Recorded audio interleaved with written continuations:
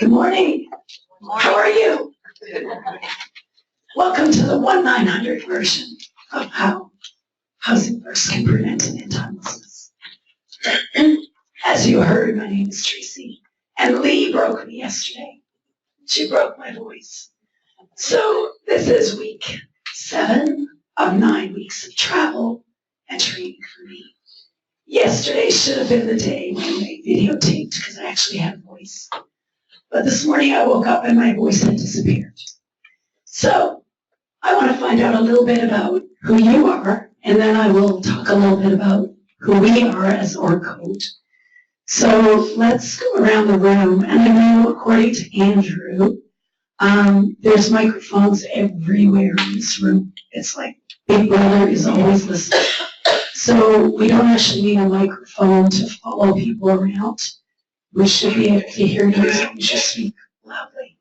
So let's go around. I want to hear your name, what agency you're attached to, and what you do. Okay? You want to start? All right. My name is Bill Bircher. I'm with the Waynesboro New Hope Shelter, and I'm the executive director. Excellent. Thanks, Bill. I'm Deb Clayton. I'm from Dauphin County. I work with Dauphin County, and we administer the emergency shelter grant, and I oversee program aspects of monitoring and operations. Excellent. My name is Megan from Northumberland County, Keystone Human Services, and I'm the program director for a permanent supported housing program. Sophia Malone. I am with CCU, ESG, and case manager. Cool. My name is John Scarpetta. I'm the program director of Help Ministries from Christian Churches United, and we have a variety of different programs and services. Excellent. Elaine Becker. I'm an intern with the Salvation Army in Carlisle. I'm Sean Niedermeyer. I'm with the Salvation Army in Carlisle. I am our case manager for our Housing First Permanent Supportive Housing Program. I'm Nicole Houck. I'm the assistant executive director of Huntington House, which is the domestic violence program in Huntington County. I'm Rachel Reed. I'm also with Huntington House. I'm the direct service supervisor. Would you mind using this and passing it? The other side of the room can't hear. I'm Tiffany June, Center for Community Action, Housing Intake Specialist. I'm Tiffany Krause, Center for Community Action, Housing Intake Specialist.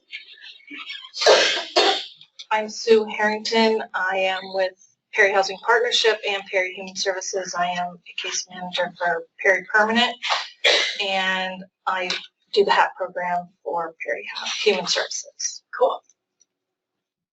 Oh, sorry, you didn't do it. I'm Cheryl Sheffy. I'm also with Perry Housing Partnership, housing case manager. I'm Sherry Howdy-Shell. I'm with Waynesboro New Hope Shelter, and I do the rapid rehousing program. Excellent. I'm Candace Bertrand with Waynesboro New Hope Shelter, and I do the homeless prevention program. I'm Nina Blair. I work with the YWCA Liberty House, and I'm a case manager. I'm Teresa Berner. I work with YWCA Liberty House, and I'm a case manager. Excellent. Wendy Million, Center for Community Action, Executive Director. Jamie Bolger, Center for Community Action, Housing Intake. Sue Spiker, Center for Community Action, Director of Human Services. Laurel Keelan, Program Specialist, Safe Harbor Housing Facility. Heidi Pope, Program Director, Safe Harbor. Sherry Arvin, South Central Community Action Programs, and I'm a planner. Sharon Groff, South Central Community Action Program at the homeless shelter. I'm the program coordinator.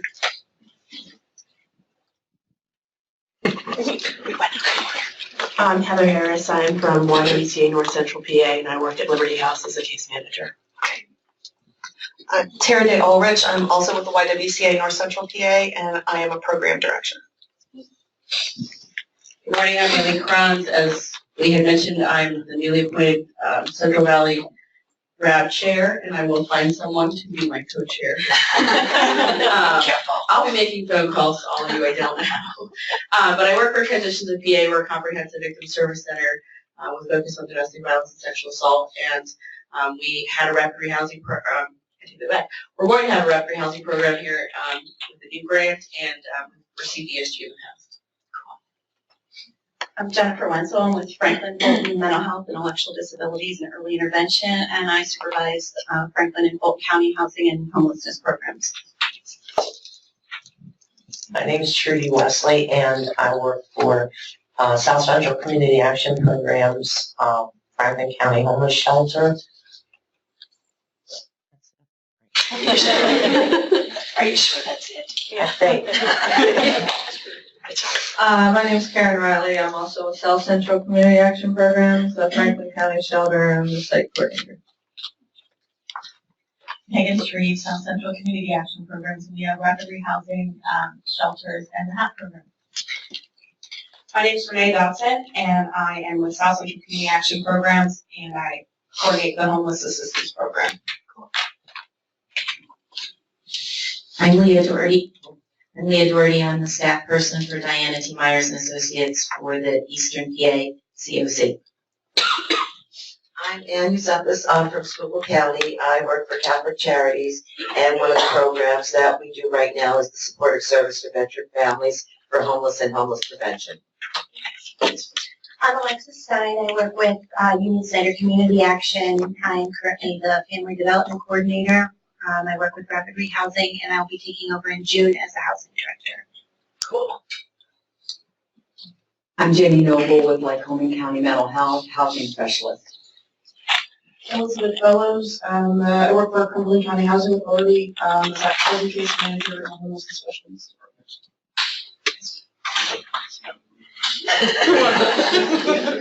Good morning, I'm Faith Ryan. I'm the director of Center County's Office of Adult Services, and we operate and administer a number of programs, which includes HAP and HSDF, and soon to be rapid rehousing and permanent supportive housing. Okay. Hi, Betsy Barn from Center County Government Adult Services also. I'm their housing program specialist. It's Clarence United Christian Ministry. I'm director. Jenny Bowling, United Christian Ministries Executive Director. We have 3 homeless shelters in Cudahy County.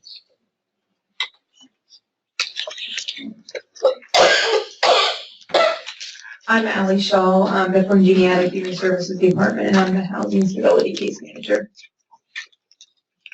And I'm Jill Pate, and I work for Clear Concept Counseling, and we also collaborate with the Lewistown Homeless Shelter. And, we do the case management project for the permanent long-term housing. I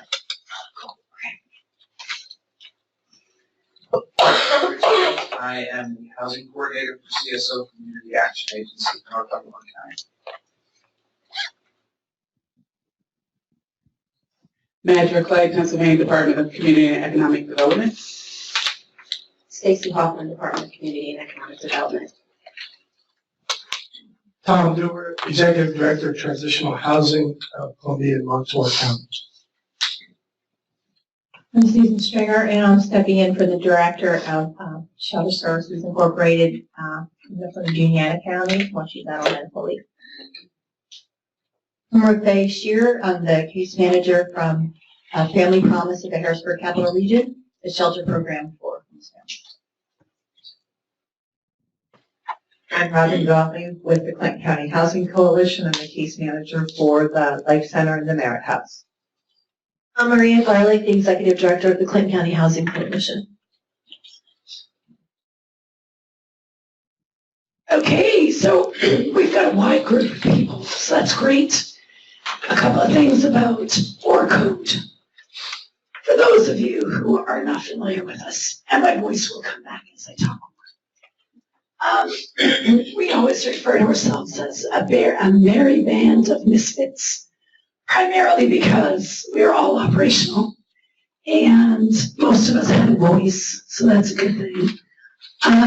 But we have all lived your adventure.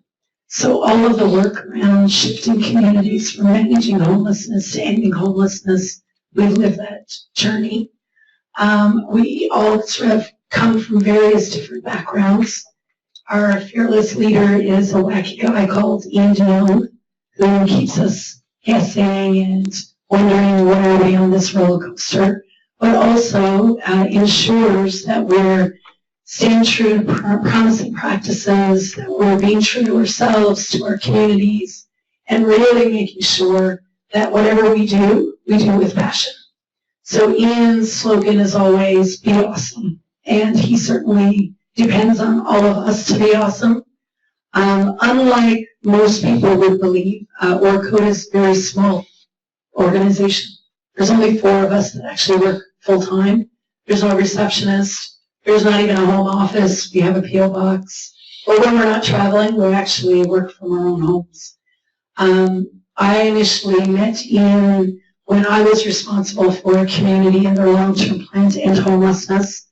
And it was an interesting adventure in the sense that we really had to figure out why, with the best of intentions and the best programs that we felt we could offer, we were seeing an increase in the number of people that were struggling, and primarily struggling in an unsheltered state.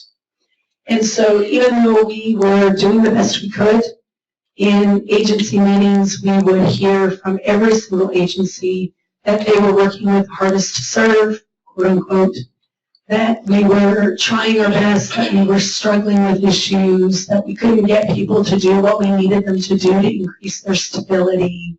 Sound familiar? Yeah. So we've lived that adventure. And one of the interesting things for me, being responsible as a department of one for the entire city, mid-sized city in Canada, one of the interesting things was that even though we had the best of intentions, there was the recognition that in many ways we hadn't slowed down long enough to really look at who are we truly serving. And we also recognized that so much of what we were doing in the way of intake and assessment was very subjective. So we relied a lot on our experiences. We relied on our intuition as to who was going to be successful and who wasn't. We really felt that we had a good handle on who was struggling with housing instability and homelessness, but we felt that it was time to really slow down, really look at what are we doing. Things like point-in-time count, we shifted from point-in-time count to a true registry week, because we wanted to ensure that if we thought we knew exactly what was going on, could we prove that we knew what was going on.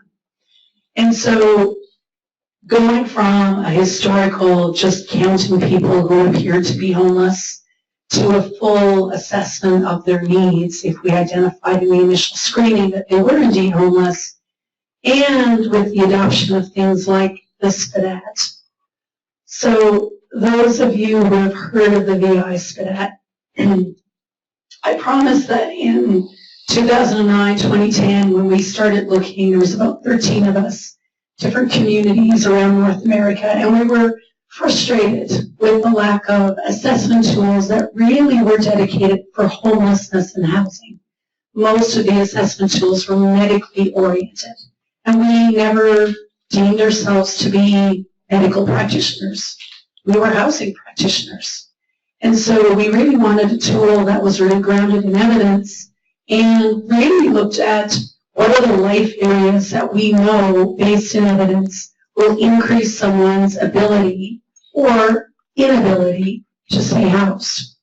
And so along with these 13 communities, we started developing with Ian as our leader, what would this assessment look like? And I promise that way back in 2009 when we started this journey, if we had any idea that the SPDAT and the VI SPDAT tools would be used in over 1,000 communities throughout Canada, United States, and also in Australia, we would have called it something else. Honestly, we really would have. But what we wanted to do was to create a tool that, number one, allowed us to prioritize who needs us the most. And we also wanted a tool that would allow us to make decisions that were grounded in evidence and that really looked at people's housing and support needs. And we hope that that tool would actually start at the very beginning, the first interaction with people, and allow us to kind of identify and create a roadmap for how we were going to assist them on their journey from homelessness and survival to being housed, properly supported, with increased stability.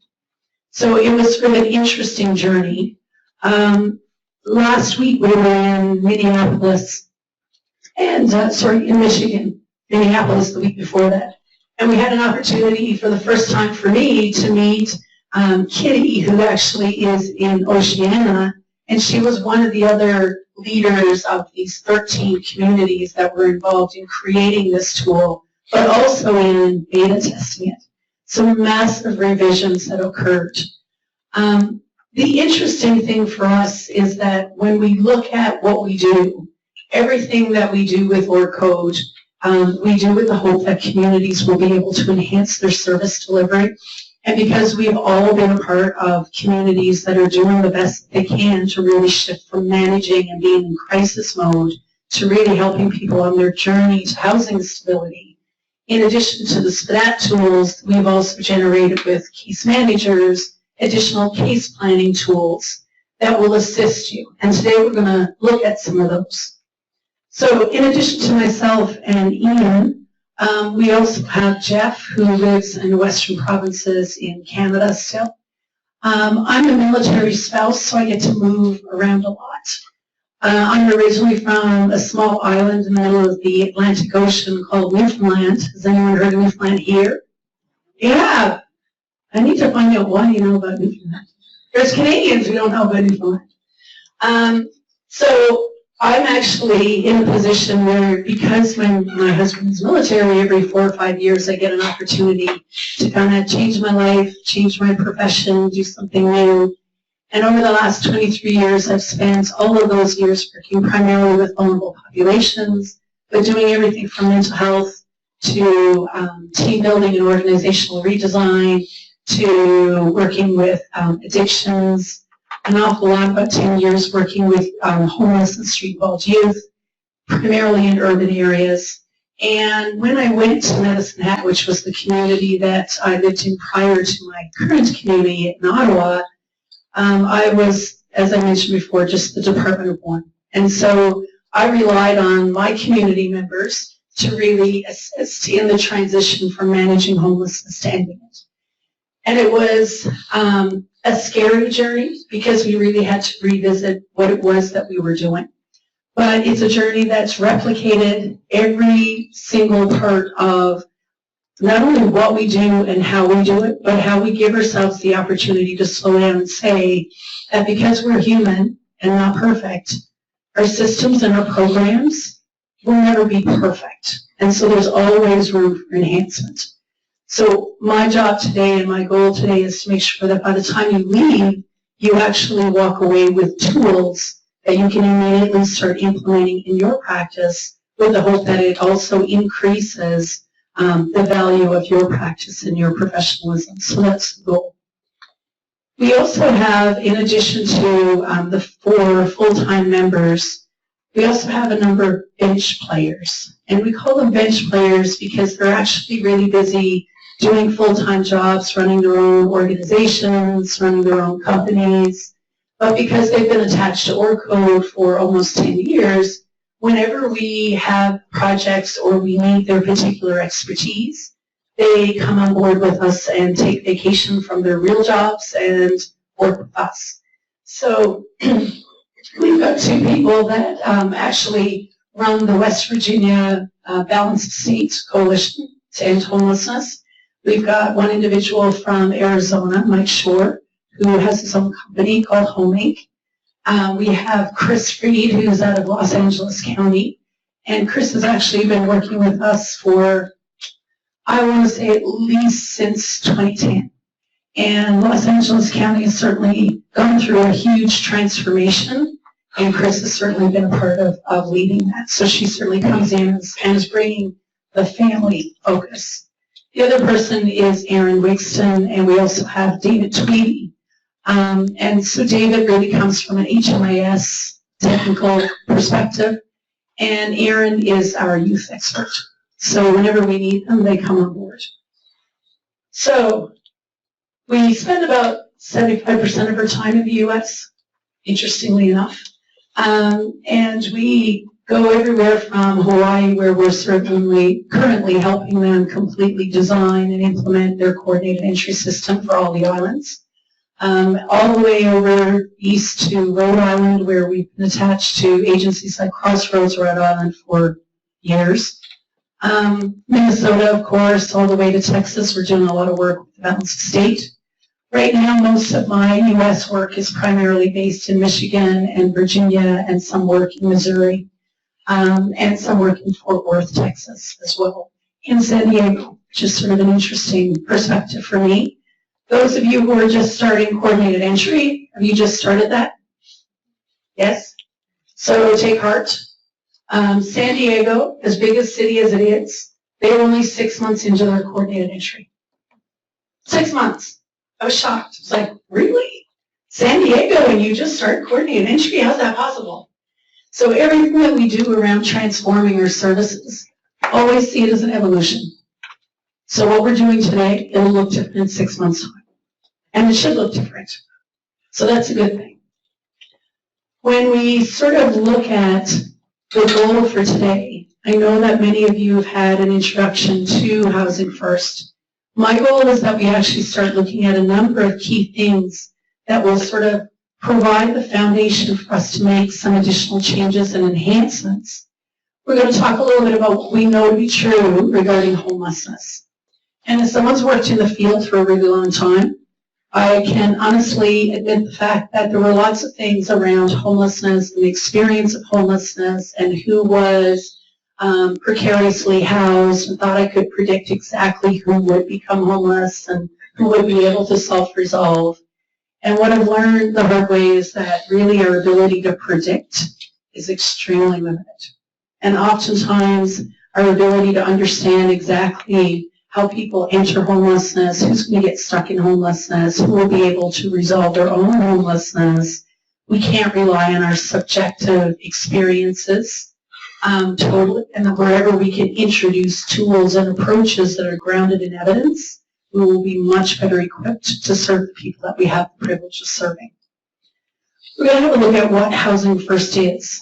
So not just the mechanics of it, but more importantly, the philosophy of Housing First.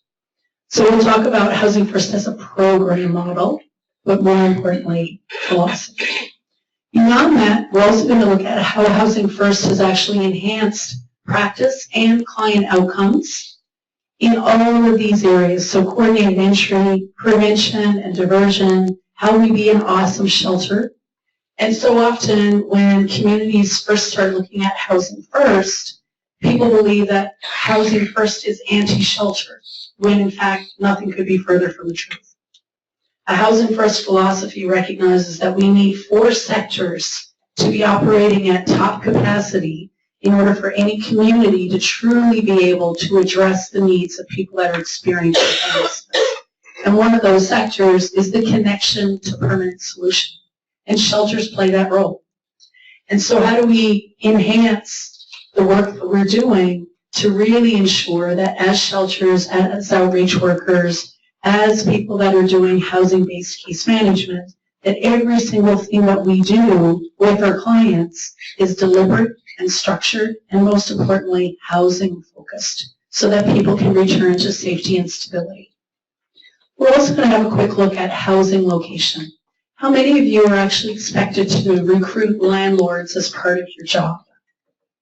Yeah? How's that going? Scary, isn't it? How many of you are also case managers? Okay. So one of the things that we learned early on when we adopted Housing First as our philosophy was that we learned the hard way that just because you're amazing with your clients does not automatically assume that you will be amazing at recruiting landlords. And I say this everywhere I go, nobody here wants me recruiting landlords in your community, because it's not my skill set. I might tell them off, but, because they're not doing what I think they should be doing for the tenants. You don't want that. And so let's not assume that every person who's a case manager or an outreach worker has the business savvy and can speak landlordese to really do the housing location work that's going to be so essential, because the only solution to homelessness is housing. And so lots of balance of state COCs have really had to try to figure out, how do we dedicate someone who has the skills to do housing location? And great if you have it and you can also do case management, but most of us do not.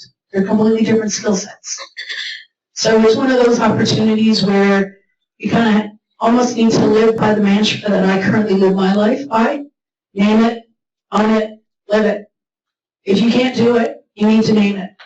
And if it's hurting clients because you don't have the ability to speak landlordese and build those relationships, we need to own that, and we need to help our projects do really well by ensuring that people that we're giving tasks to have the skills to do it.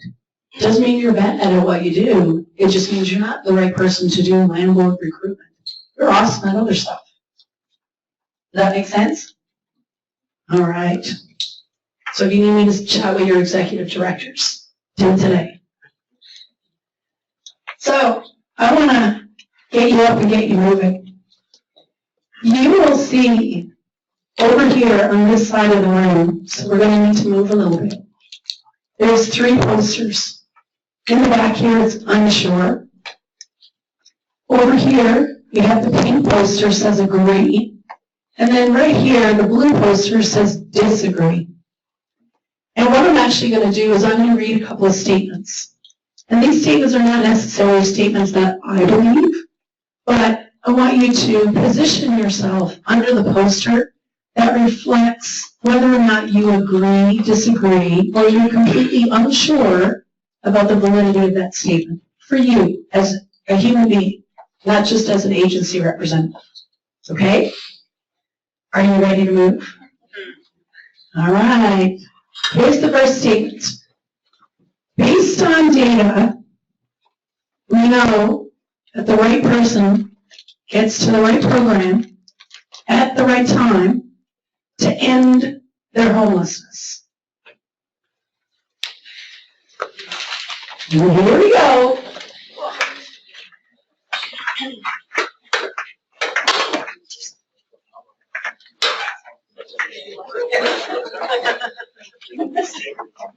Sure. So through our data, we know the right person gets to the right program at the right time to end their homelessness.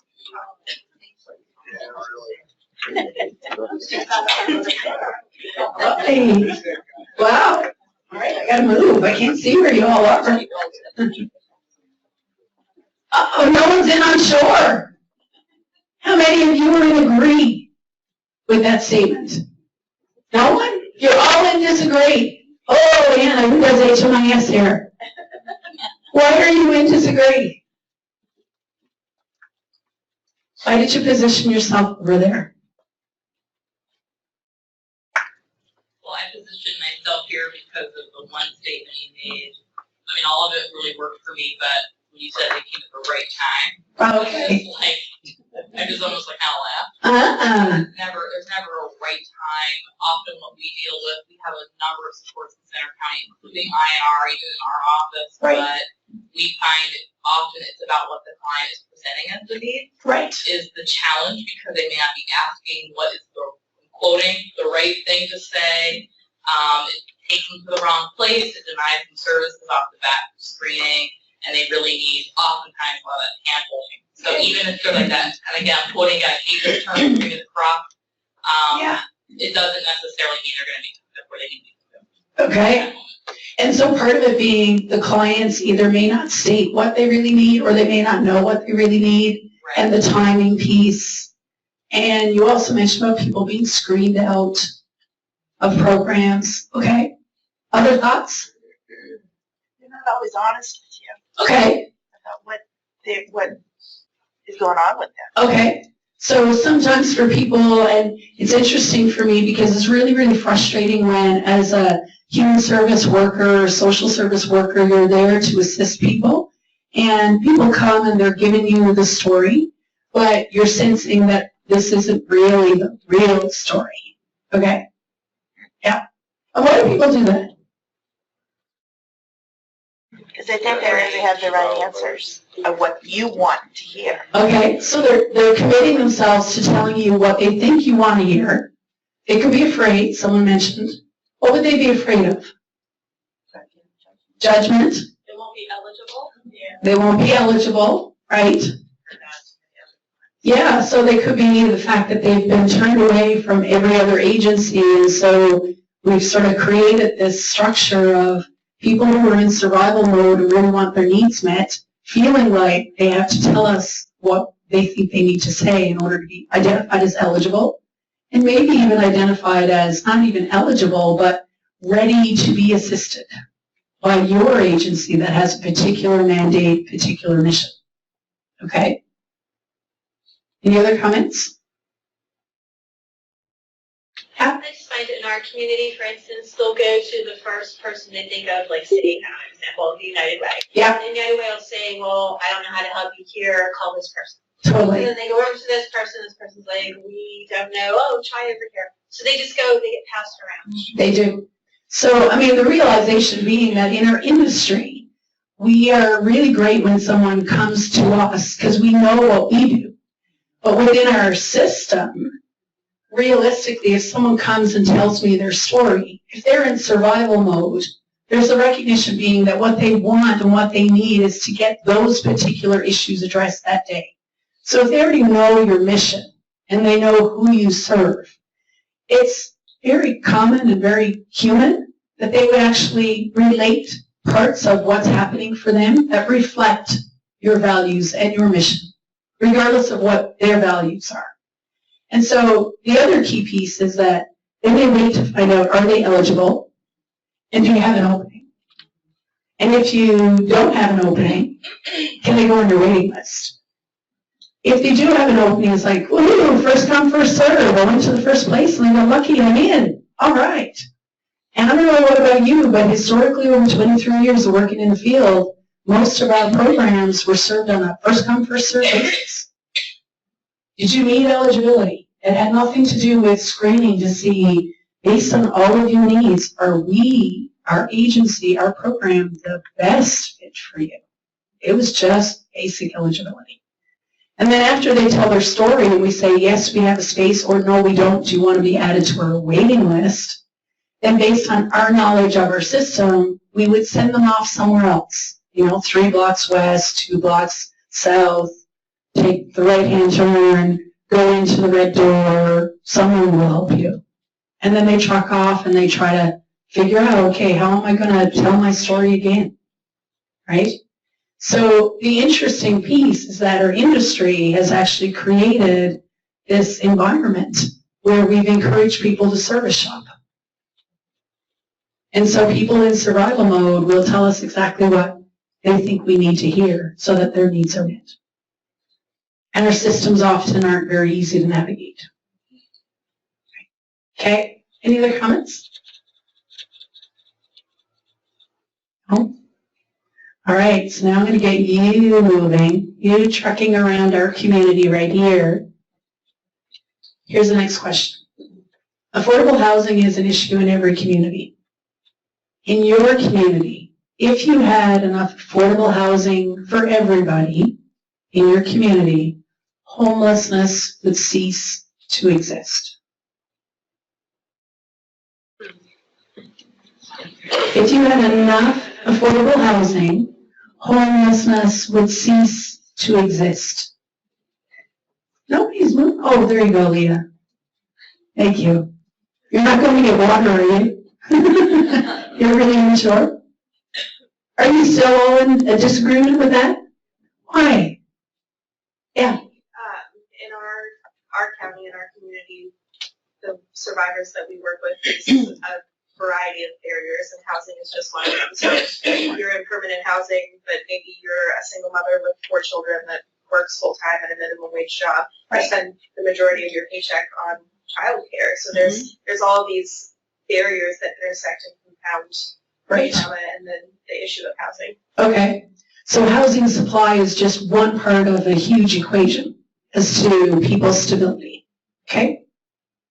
I would just add that I think that while it would not cease to exist, I don't think it would look anything like what it looks like now. Okay. I think if there were a sufficient supply of affordable housing, then we would be able to achieve the idea of homelessness being rare, brief, and non-recurring for the majority of people.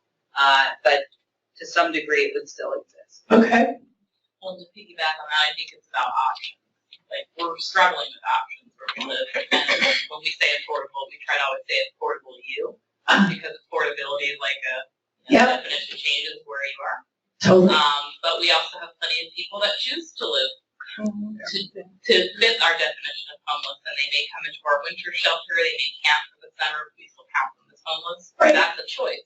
Okay. You know, but we would like to have more choices for the people that really do want to be sheltered and have affordable to them. Right. And so it's really interesting to me when we talk about homelessness, and the solution to homelessness is housing. There's the recognition being that housing in and of itself will not truly end chronic homelessness or episodic homelessness. And it will not, in many ways, prevent all people from experiencing homelessness ever. There may be other issues happening that may bring people into the state of homelessness. The idea being, if it could be short and non-recurring, fabulous.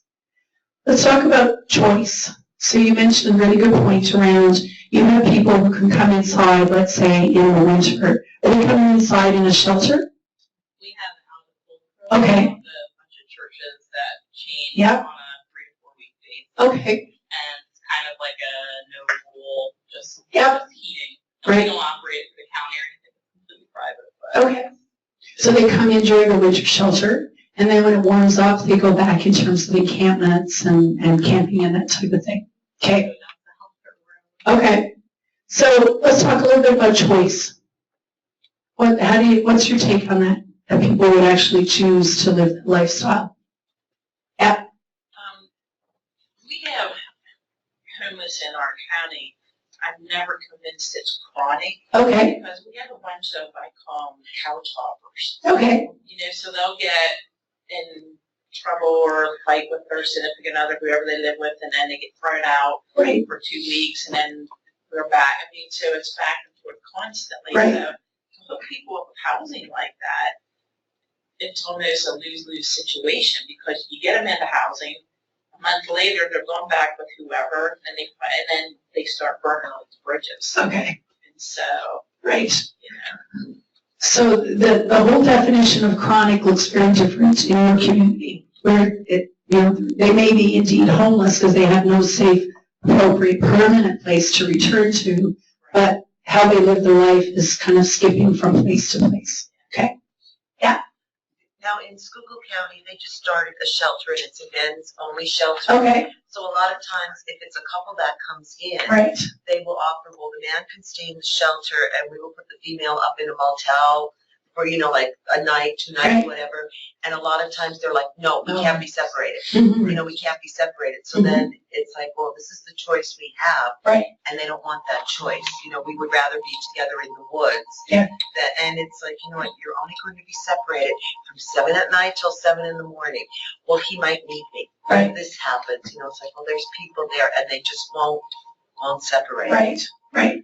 And oftentimes we'll see that as well in the DV world. If, for example, based on your licensing or your policies, you may have a family, a woman and her children, but there's a 16 or 17-year-old boy, and some DV shelters say the boy can't stay here.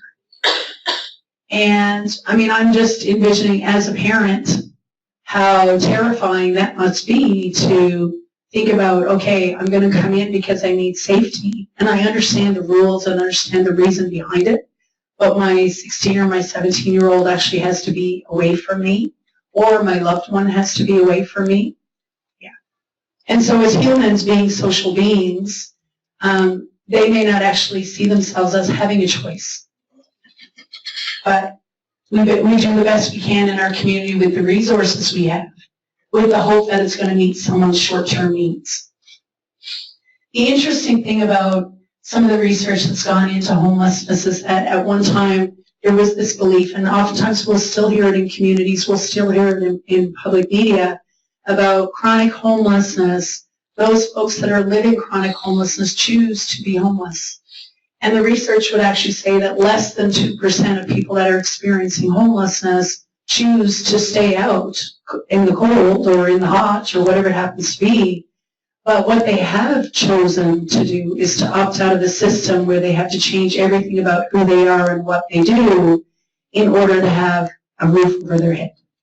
And so the interesting thing for me is there is a choice, but the choice is not choosing homelessness as much as they're choosing not to participate in a system that they feel is not meeting their needs, which is very different. So there will be some who would prefer to stay in that sort of transitional lifestyle of, encampments and then winter shelter, but they're not the majority, vast minority. Yeah. Yeah. That's great. That's part of why I came over to Onshore, is that if we had available affordable housing, right, I think it would change the definition of what it means to be homeless. Right. And that we have to relook at what is it that's happening for the person that isn't in stable permanent housing. Right. And I think even now, that's part of what I challenge myself to continue to look at, so that I better understand the needs of the individual. You bet. You bet. Any other thoughts? Are you ready to sit? Oh, sorry. I was just going to piggyback on what she said, the numerous barriers. I know, like in our community, the biggest part of the clientele that we serve is mental illness and addiction. And so it doesn't matter if there's reasonable rent out there or affordable rent. You can put all that money into them, put them in a place, and 6 months later, because they can't maintain that place, right, maintain litter, then they're homeless again. So okay. It's huge. Every community, I just think it's different. You bet. So let's piggyback on your statement that piggybacked on her statement. I'll give you this one, and then I want you to move based on your experience in your community, whether you agree, disagree, or unsure. Getting people housed is the easy part. Helping them stay housed is the difficult part.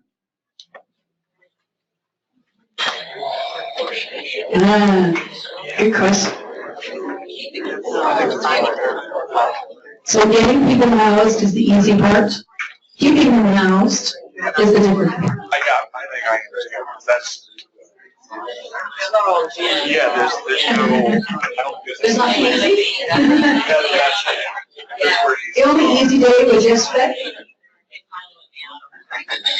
Oh, all right. World's balanced out a little bit. Okay. Let's start with the green folk. Why are you over there? Tell me your thoughts. Yeah. Well, by nature, I'm a drug and alcohol counselor for 27 years. And what I found with addiction is that, and people can get clean and sober. I mean, that's not, I always say that's an easy thing, right? But can we live clean and sober? Do we have those skills? And I think it applies to housing as well. Right. You know, you can get somebody housing eventually, but do they have those skills, like this lady said, to continue to maintain that house safe environment? And even if they're not clean and sober, I mean, stats would tell us that we don't need to be in abstinence mode in order to be housed, right? But I'm not going to ask you how many have had an alcohol drink in the last 2 weeks or anything, but I'm assuming you're all housed, right?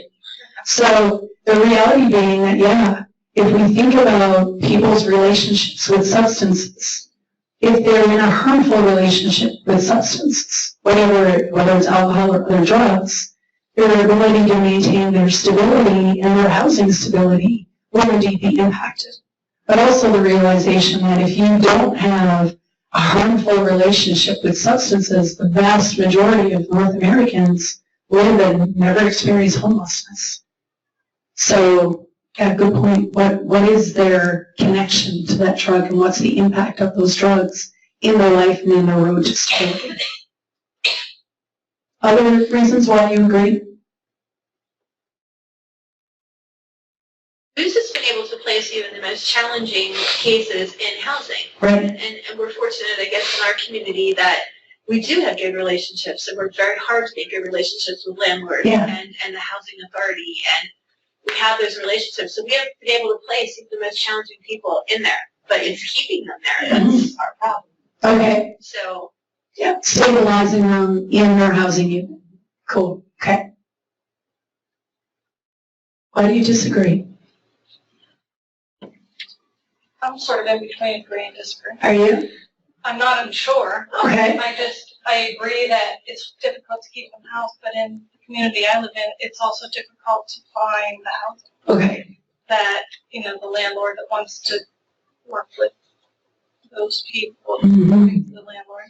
Yeah. So, you know, not unsure, it's just sort of. They're both hard. Both are a challenge. The Okay. ones we can get housed, would stay housed, we can't get housed. The ones we get housed, we can't. Ah, okay. Okay. And then you have the ones that really work, you know. So it's all hard work. And that's why we went down there. Okay. Other thoughts for those? It depends on the family and the services that they have. We have a number of families who will continue to come back, but over here. But we have a lot of families who, if we can get them housed, can be stable. But, you know, in one of my counties, we have no supportive housing. We have no mental health housing. We have, there was a tiny bit of transitional housing, but there's nothing, and low wages and high costs. So finding housing makes it really tough. Okay.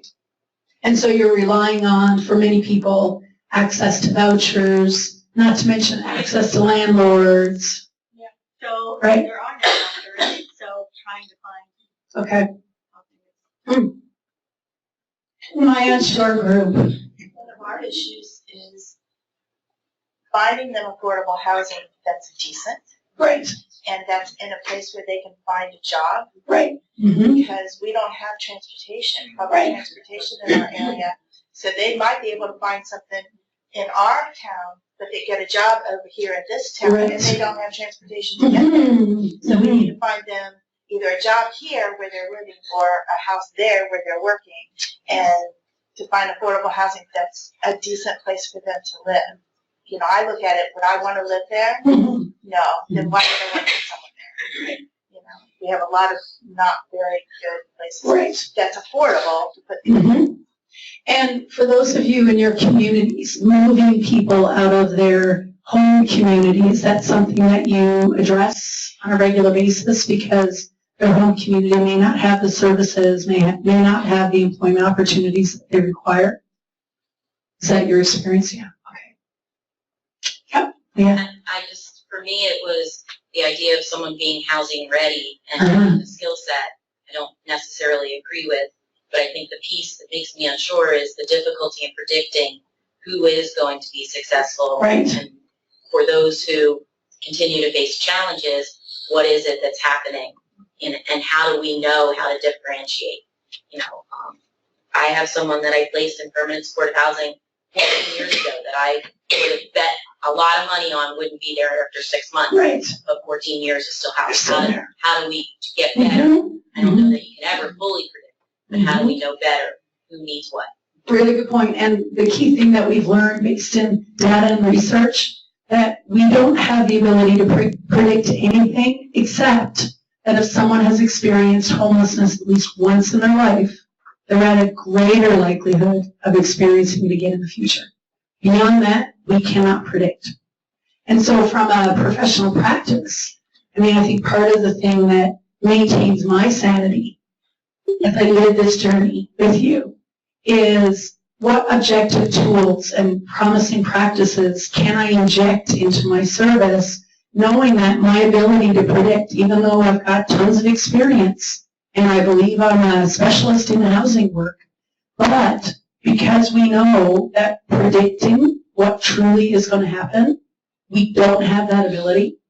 How do we pull in some tools that can assist us? And that's going to be really important. Any other comments, thoughts? Excellent. Thanks for playing. Sorry.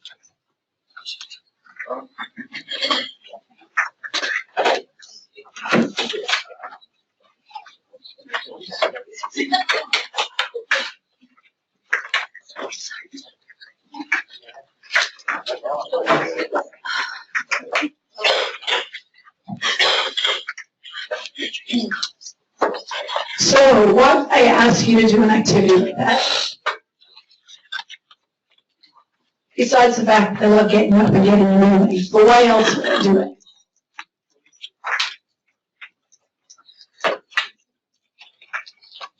Thoughts? Yeah. To get us thinking.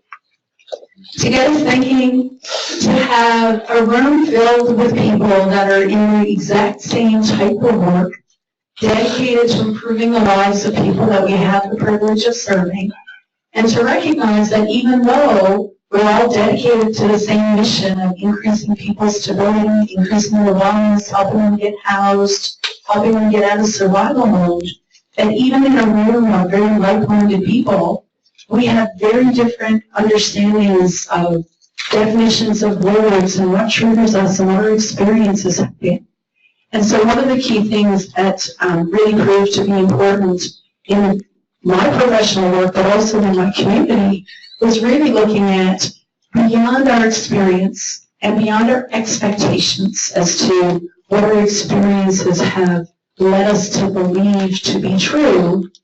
Can we revisit the reality of homelessness and really identify what's happening? And so it kind of leads us to kind of look at what are the truths about homelessness beyond our beliefs, beyond our opinions, or potentially even beyond our experiences. And so you're going to see on the board here an analogy that we use to talk about homelessness, and primarily around how, as an industry, we've addressed homelessness in the past. So what is on this picture? What is that? It's a black hole. Now, what would a black hole have to do with homelessness? It's never ending. It's never ending, you bet. You get sucked in and can't get out. You get sucked in and you can't get out. Exactly. So we've learned an awful lot about black holes over the last few decades. We've learned that in terms of this event horizon that happens in the very center of a black hole, that the gravitational pull is so severe that not even light can escape. So if we think about the history of how we've served people who were homeless in the past, there's the recognition being that as people enter homelessness for the first time, they're along the outside of the black hole. They're not yet swept into that gravitational pull, getting sucked into the event horizon. And historically, the vast majority of our services related to addressing homelessness were actually designed and implemented to serve these folks that were new to homelessness. Maybe this was their second episode of homelessness, but that they didn't have so many life areas impacting their ability to self-resolve their homelessness, that for the most part we could assist them and get them back to a state of being housed and a state of being stable. And the closer they got and the longer they stayed homeless, they got closer to this epicenter where the likelihood of them being able to escape the black hole or the black pit, as someone called it yesterday, of homelessness, the likelihood of that occurring went way down. And from an industry standpoint, let's think about the billions of dollars that we invest annually across North America to address homelessness. Every year, billions of dollars. And the vast majority of the money that was used as it relates to rehousing were really dedicated to these folks that were further outside of the event horizon of the black hole homelessness, with almost the belief that as they get closer, we're not going to be able to save them. The gravitational pull of staying homeless is so severe that they will not be able to escape, and so let's not dedicate our resources to it. And that sounds horrific, but if we look at our data, we actually know that, in fact, that's true. So we know that in community after community throughout North America, we have been dedicating ourselves to removing people from a state of homelessness and returning them to housing and stability. Yet, the number of people that are chronically homeless, episodically homeless, with multiple co-occurring issues that are actually unsheltered and often ineligible for our services has gone up in most counties, most regions throughout all of North America. And realistically, if we think about emergency responses, which is much more expensive than housing people and supporting them, the vast majority of those billions of dollars annually actually went just for emergency response. So if we think about people who do not have an address And we know that they're much more prone to experiencing violence, to experiencing trauma, to experiencing injury. But the only response that can assist them when they're in this state are our ambulances, our police, our emergency departments, all of our very costly emergency responses. And so through our communities, we've been paying a huge cost for homelessness. But when we think about the rehousing investment that has occurred, the vast majority of us really have been helping people along the edges. And we can show, maybe we can fill the room with the data on that. And having done this work for 20 years, I know that's what I did. I really believe that if people had been homeless for so long, that we weren't equipped to do the work that needed to be done to properly support them. Interestingly enough, in so many communities, we forget sometimes, working in this industry, that homelessness is actually a very rare occurrence. Because I don't know what about you, but it feels like everyone I know and everyone I meet is either almost homeless or currently homeless, because that's our world, right? However, we need to remind ourselves that in every North American community, people who experience homelessness is less than 1% of our community population. Less than 1%. And also, the fact that hundreds of thousands of people that experience economic poverty day in and day out will never experience homelessness. Ever. So if we were to compare households that are currently living in severe economic poverty in this area, and compare that to the number of people that are experiencing homelessness, the numbers would be nowhere close to each other, thankfully. And so often, we often believe that our housing and our homelessness programs were indeed dedicated to ending poverty, when in fact housing and homelessness programs, that is not their mandate. Do we assist by ensuring people have a safe, appropriate place to live so that they can increase their access to employment, to income, and all that? Yes. But it's never been mandated and designed and trained and resourced to truly be a poverty reduction program. And so I know that there are lots of families that I've worked with that are no longer homeless, but are they still struggling with economic poverty? Of course. They just don't have the additional struggle of homelessness as well. The other piece, if we think about less than 1% of your community ever experiencing homelessness, there's also the recognition that the vast majority of people that are currently experiencing mental health and substance use issues in your community will never experience homelessness, ever. And so for me, I think, wow, okay, all those folks that are currently living with severe economic poverty, who wonder every single month how are they going to pay their bills, and those folks that are struggling with undiagnosed, untreated mental health, substance use issues, and those folks never become homeless. They have an awful lot to teach us. And it also tells us that perfectly imperfect people can be successfully housed. So how do we do that in our world and in our practice? So when we think about homelessness, there are key images that we'll often see in the media around what homelessness looks like. They may or may not reflect your reality of what homelessness looks like in your community. But interestingly, if we look at the information, we know that there are a ton of people, 43 million people that are living in poverty. But less than 600,000 of those will ever be homeless on any given night. 4.2% of the population in the U.S. lives with a serious mental illness. And only 42% of that 4.2% ever receive assistance with it, treatment or counseling. And 7% have an addiction or dependency, and 93% of them never receive any treatment, ever. But less than 1% of your entire community will ever experience homelessness. Perfectly imperfect people can be successfully housed. Us. I love to think I'm perfect, but my 5-year-old tells me every day I'm not. So for us, it's around, okay, if we can rejig this, if we can rejig our understanding of who's actually ready to be housed, and we recognize that in and of itself, economic poverty, substance use, addiction, is not necessarily, number one, a precondition to obviously becoming homeless, because the vast majority of us will never experience homelessness. Why would we make a precondition of being housed that you need to be clean and sober, and that you need to be compliant with your meds and data?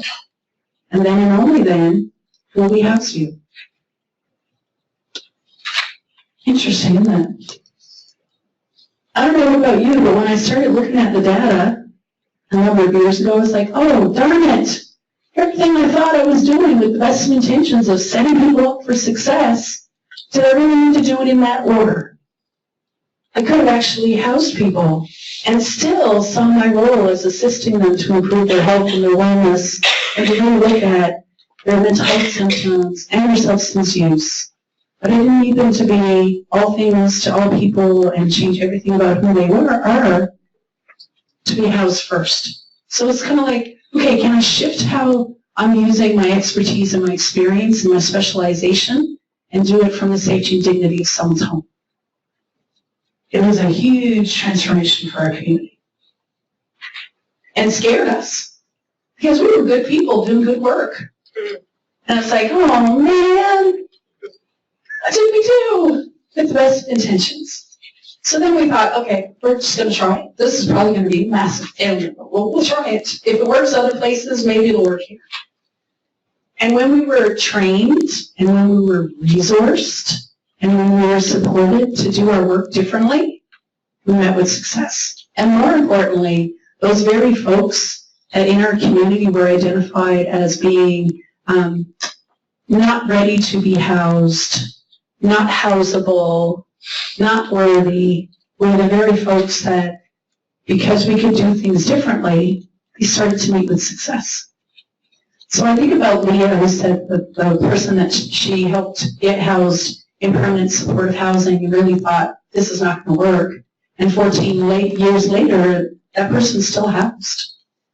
Our first chronically homeless, multiple co-occurring issues client that we housed in Medicine Hat, within 18 months, we rehoused her 6 times. And we thought, oh, what are we doing? Everyone's watching, we're losing landlords, what are we doing? And part of it was, this was new for us. Not only was it new for us, it was new for her. And so she needed to move from a state of being homeless is normal. Being housed is abnormal, and I don't know what to do. And so today I'm going to walk you through some of, not just the mechanics of how we can support people in an effective way, a proven way, but also talk about some of the psychology of the journey from homelessness and survival to being housed and properly supported, with the hope that if we can understand what people are experiencing and what they're feeling and what you can expect when someone goes from being homeless a really long time to being housed, when you know what to expect based on research and experience, then we can be proactive instead of feeling like we always just are waiting for a crisis to happen. Because I don't know what about you, but I spent most of my 23 years of work just ping-ponging back and forth, wondering what the next crisis was going to be. And so how do we shift from this reaction mode to really being proactive? So what we've learned, because we're human, we have social connections. People might be connected in their community in the way of work, in the way of school or employment. And the vast majority of people that will experience homelessness, we kind of give it the thumbs up group. These are folks that experience homelessness once, or maybe this is their second episode, but their life areas are such that they're not challenged to the point where they do not have the resources or the momentum to be a part of that problem-solving process. And in fact, 80% of people that experience homelessness, 80% of them will actually have the ability, the resources, the momentum to resolve their own homelessness. And if we give them a safe place to be, like an awesome shelter, within 2 weeks, 80% of people that come into shelter will actually leave the shelter. So have they gotten housing assistance? Yes. Were they attached to people who could help them do the problem solving? Yes. But within 2 weeks, they were able to get over that immediate crisis, slow down long enough to recognize, okay, what are my options? What makes sense for me or me and my family? They're able to return themselves to a state of being housed and a state of being stable. In fact, beyond assistance, they didn't need anything else from us. They didn't need case management, which I like to refer to as it's our opportunity because we want you to be stable to get in and mess around your life. And anything that potentially is going to impact your housing, we're going to talk about. That's what case management is. So 80% of our folks actually don't need case management. They need assistance, yes, but not case management. And then we'll have folks who maybe have experienced a number of episodes of homelessness. These might be part of your revolving door, okay? But maybe they have one or two life areas that are getting in the way of them being able to maintain the housing on their own.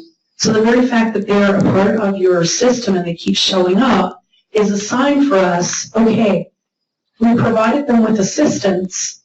Now maybe we need to give them a little bit more of an intensity, duration, and frequency of support to really ensure that the housing stability sticks. And so we'll talk a lot about progressive engagement, meaning I want to respect people's self-determination, their skills, their ability, their resources. So I'm going to provide people with assistance, and only when that level of assistance doesn't meet with a good result, they don't return to housing, then and only then do I intensify my service. So for these folks, we're going to need, as a community, to help end their homelessness, we're going to need a little bit more of an intensive approach. And this generally will be your rapid rehousing. And then we have folks that long-term homeless, chronic homeless, even those that might be going from shelter to shelter or shelter back to encampments.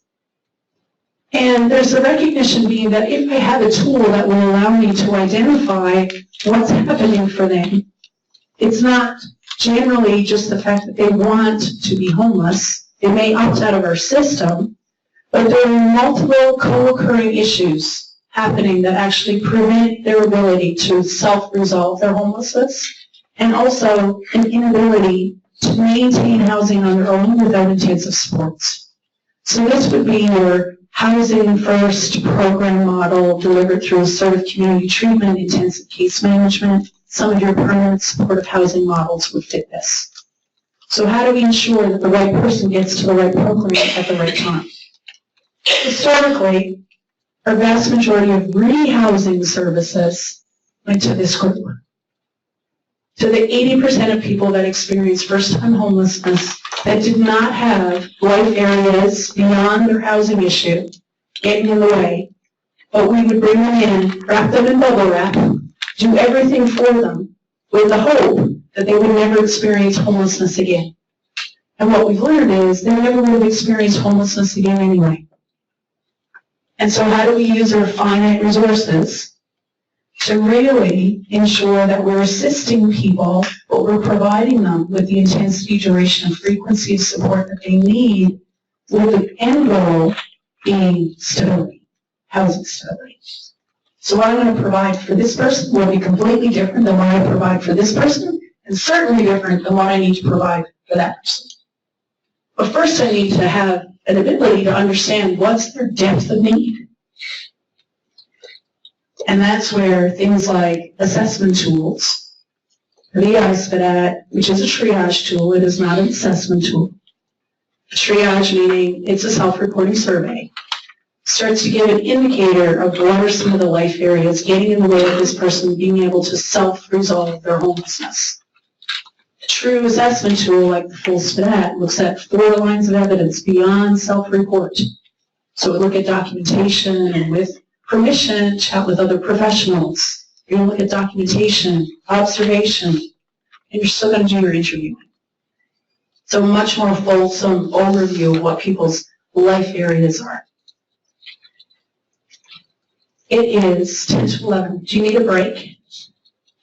You need to go pee. I got a 5-year-old. Mom's gonna have to need to go pee. Gonna take 10 minutes? Yeah. Okay, 10 minutes and then we're back.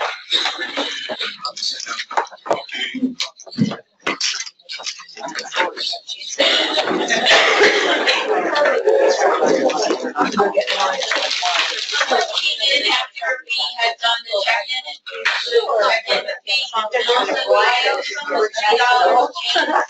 working in that. And I think they're trying to read out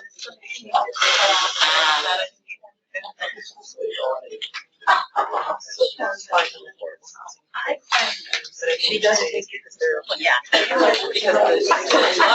Well, my envelope was off, so that was like our community, there's none of that first group. No, I was in that middle of, there's a lot of that, right, when I was in that pilot of that. So we're spending over. As you can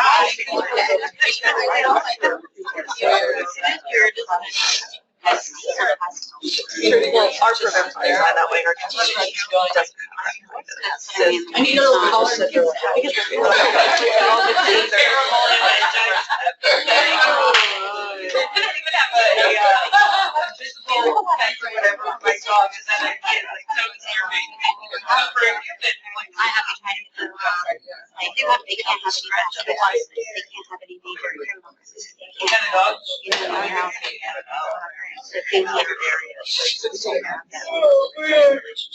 Well, that's the thing.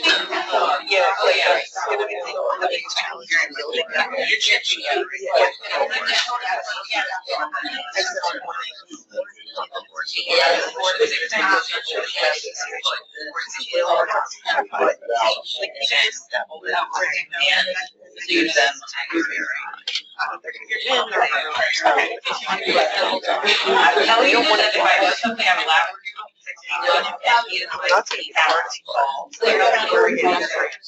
And so every time they say, every time.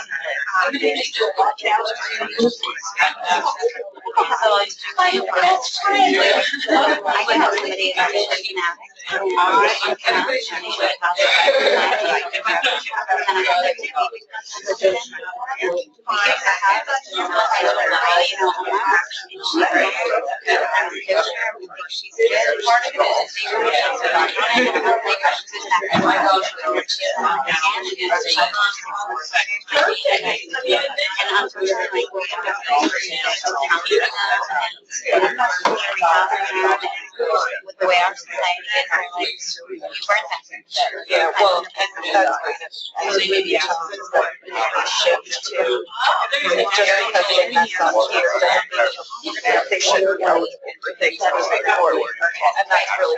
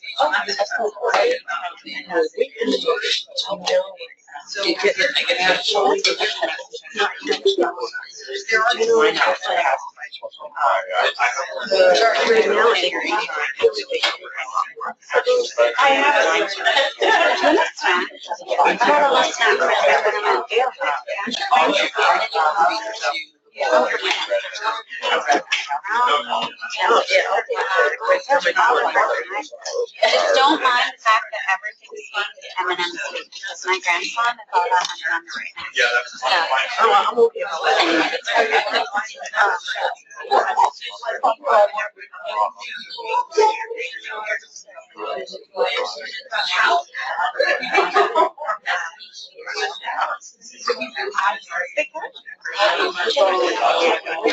So the other thing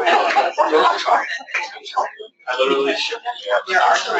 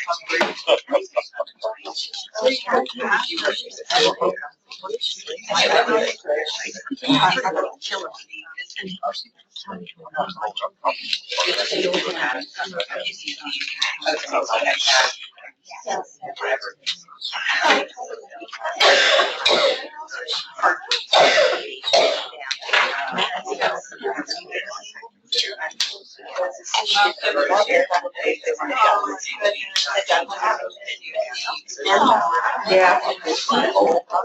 But I don't know.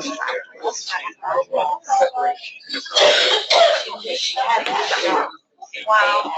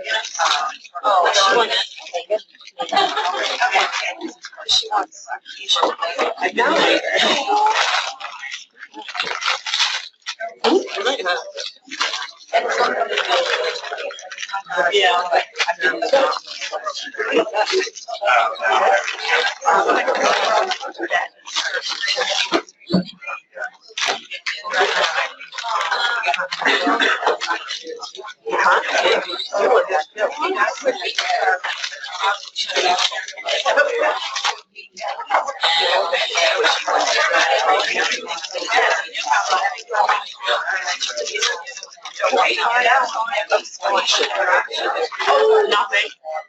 All right, take that off the table.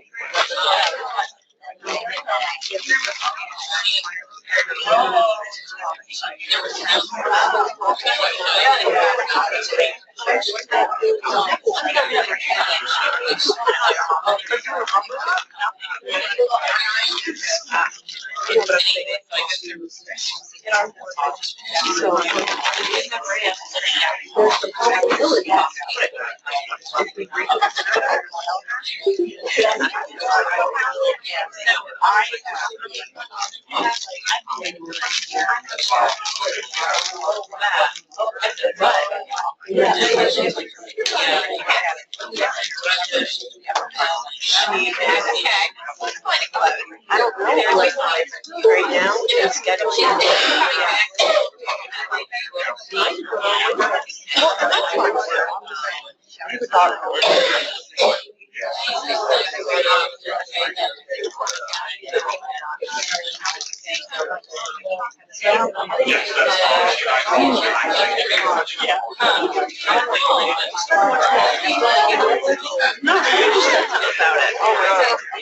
I got these ones over there. That's why you got it picked out. Really? And then they have these ones. And then like over here. I know.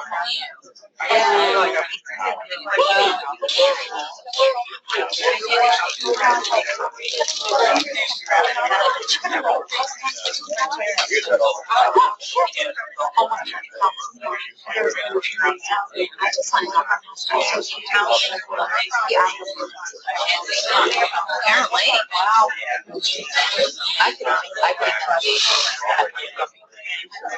Did you know?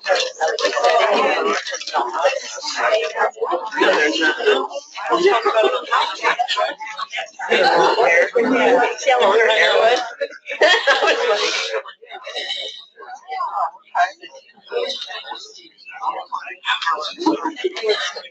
I know.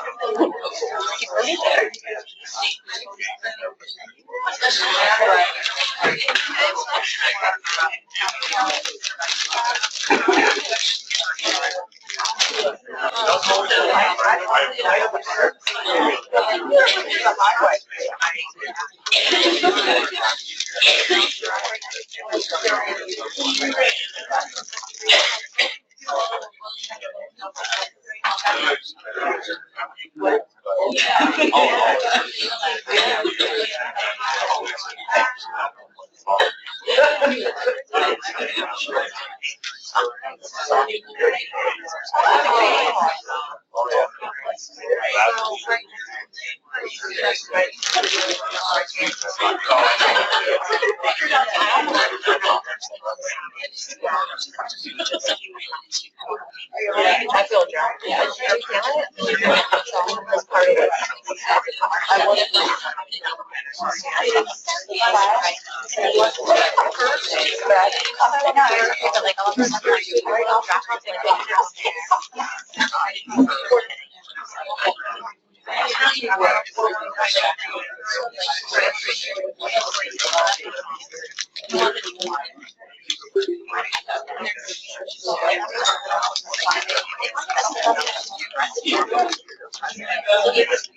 Did you get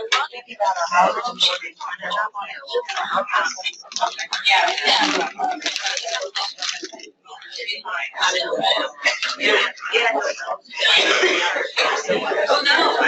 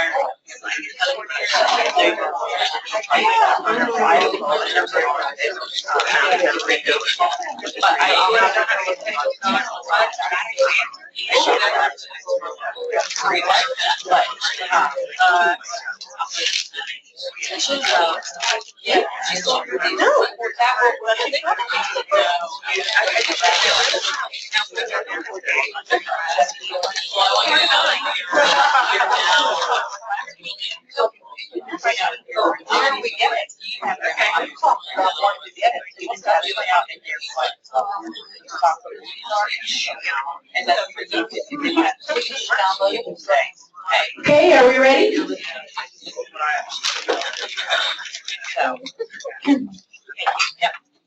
So we're going to have a look at those people who become homeless.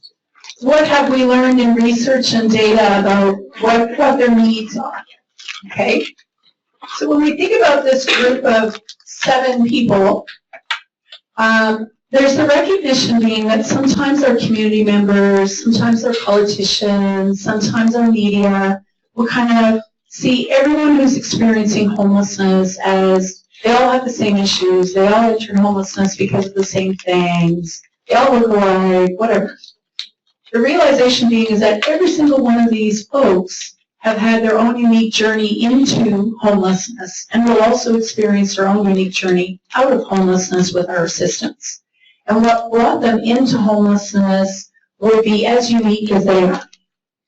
So generally, for most people, if you're going to get stuck in a homelessness state, it's not just one issue that caused you to become homeless, like you lost your job, or your rent went up and you can no longer afford it.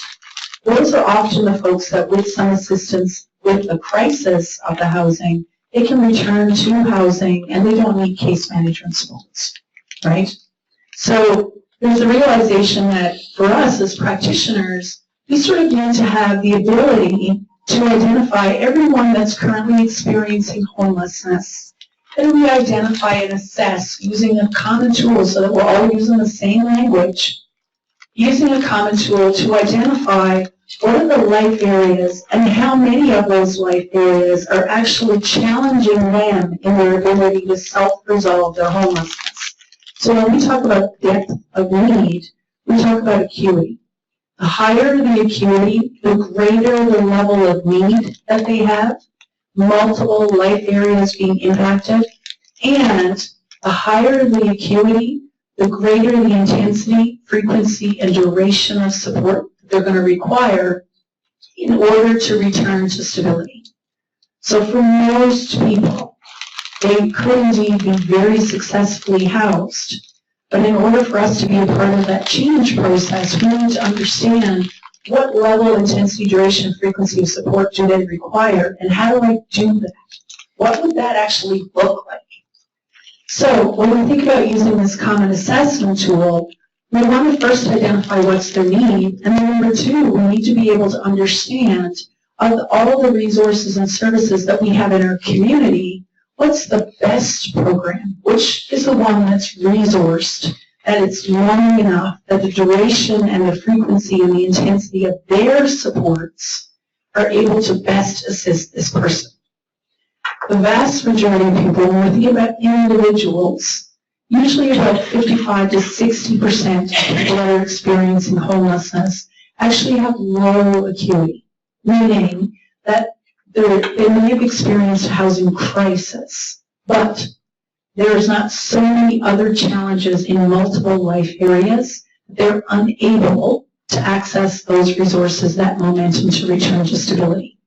When we think about families, the interesting thing when we look at the statistics around families, that even though 60% for individuals are lower acuity, we're looking at anywhere between usually 40 to 45% of families. We're actually going to see more families that would actually require a higher level, a rapid rehousing, moderate level of support in order to return to a state of stability. So generally, what these folks would require is, yes, assistance with housing location, yes, assistance with move-in, yes, assistance when it comes to the housing stabilization piece, but those particular levels of support would be time limited. And so for most rapid rehousing, even though legislation says that people in rapid rehousing can continue to receive support for up to how many years? 2, good. It's amazing as I go from community to community, different understanding of what rapid rehousing really is. In some communities, they believe that rapid rehousing means that you can get case management supports for up to a maximum of 6 months, then you're done. No. That might be a local policy that they've made, but it has nothing to do with regulations and legislation. Okay? So generally, people with moderate acuity would require 6, 9, 12 months of case management supports, and the rental assistance that they would require would be time limited as well. However, if in your community you do not have things like permanent supportive housing or housing first through intensive case management or assertive community treatment, you may actually be using a rapid rehousing model that you would need to modify to meet the increased acuity levels of your population. So how many of you currently don't have any permanent supportive housing options, either because they don't exist or because there's no vacancies ever? Okay, so there's some. So you may be using rapid rehousing programming and money to assist people with high depth of need, high acuity. So some things to keep in mind when it comes to high acuity. When we're looking at individuals, generally in any community, you would have no more than usually 13 to 16% of your homeless population that will actually score high acuity, meaning they're going to need the most intensive support that you have to provide for the longest period of time, and that those support workers are going to be attached to these folks pretty intensively. The frequency of your visits will be high. For families, less than 10% of families will require that intensity of support. The vast majority of families will be in this benefiting from rapid rehousing. So when we think about our values and our beliefs, so I've mentioned a couple of times already that we need to remember and give ourselves some breathing room because we're human. We also need to recognize that because we're human, we will always have values and beliefs. And many of those values probably, came to you as you were being raised by your family of origin, or your family of adoption, or whatever it happened to be. But our values and our beliefs are a core part of who we are. And therefore, we also need to recognize that there's always the potential that those values and those beliefs can actually impact our practice. The other piece to keep in mind is that as humans, we are wired to have an emotional response. So when I think historically, when people come to me at a heightened emotional state and they're in crisis mode, my natural tendency is I want to bring them in, I want to wrap them in bubble wrap, and I want to protect them. And part of that is being a Newfoundlander, that's sort of what we do. Hospitality is a big thing. But saying no to people that are in crisis is really, really hard. And so I need to recognize that because I'm human and because I have values and beliefs that may be very different than my clients, it's not that I'm better or they're better, we're just different. And so how can I enhance my practice by ensuring that that emotional response and that emotional tendency and those values and those beliefs that may or may not be grounded in reality or evidence, how do I ensure that that's not ruling my ability to serve someone instead of objective assessment and practice that's really governed by promising practices? So let's revisit what housing and homelessness programs are really designed to do. We are designed to divert people away from a homeless serving system if they don't need us. So just because someone comes to our agencies, we recognize that they may be eligible, but this may not be the best fit for them. They may be better served somewhere else. And when we think about the statistics around the high percentage of people that experience a housing crisis, that the vast majority of them have the resources and the momentum to actually resolve their own homelessness, we recognize that we can play a role in helping them with their crisis intervention mode by doing creative problem solving and tapping in to some of those resources and some of that momentum that they have so that they don't actually need to experience homelessness in and of itself. And so prevention and diversion become important pieces of what we can do. And so lots of communities have adopted the 9 steps of diversion.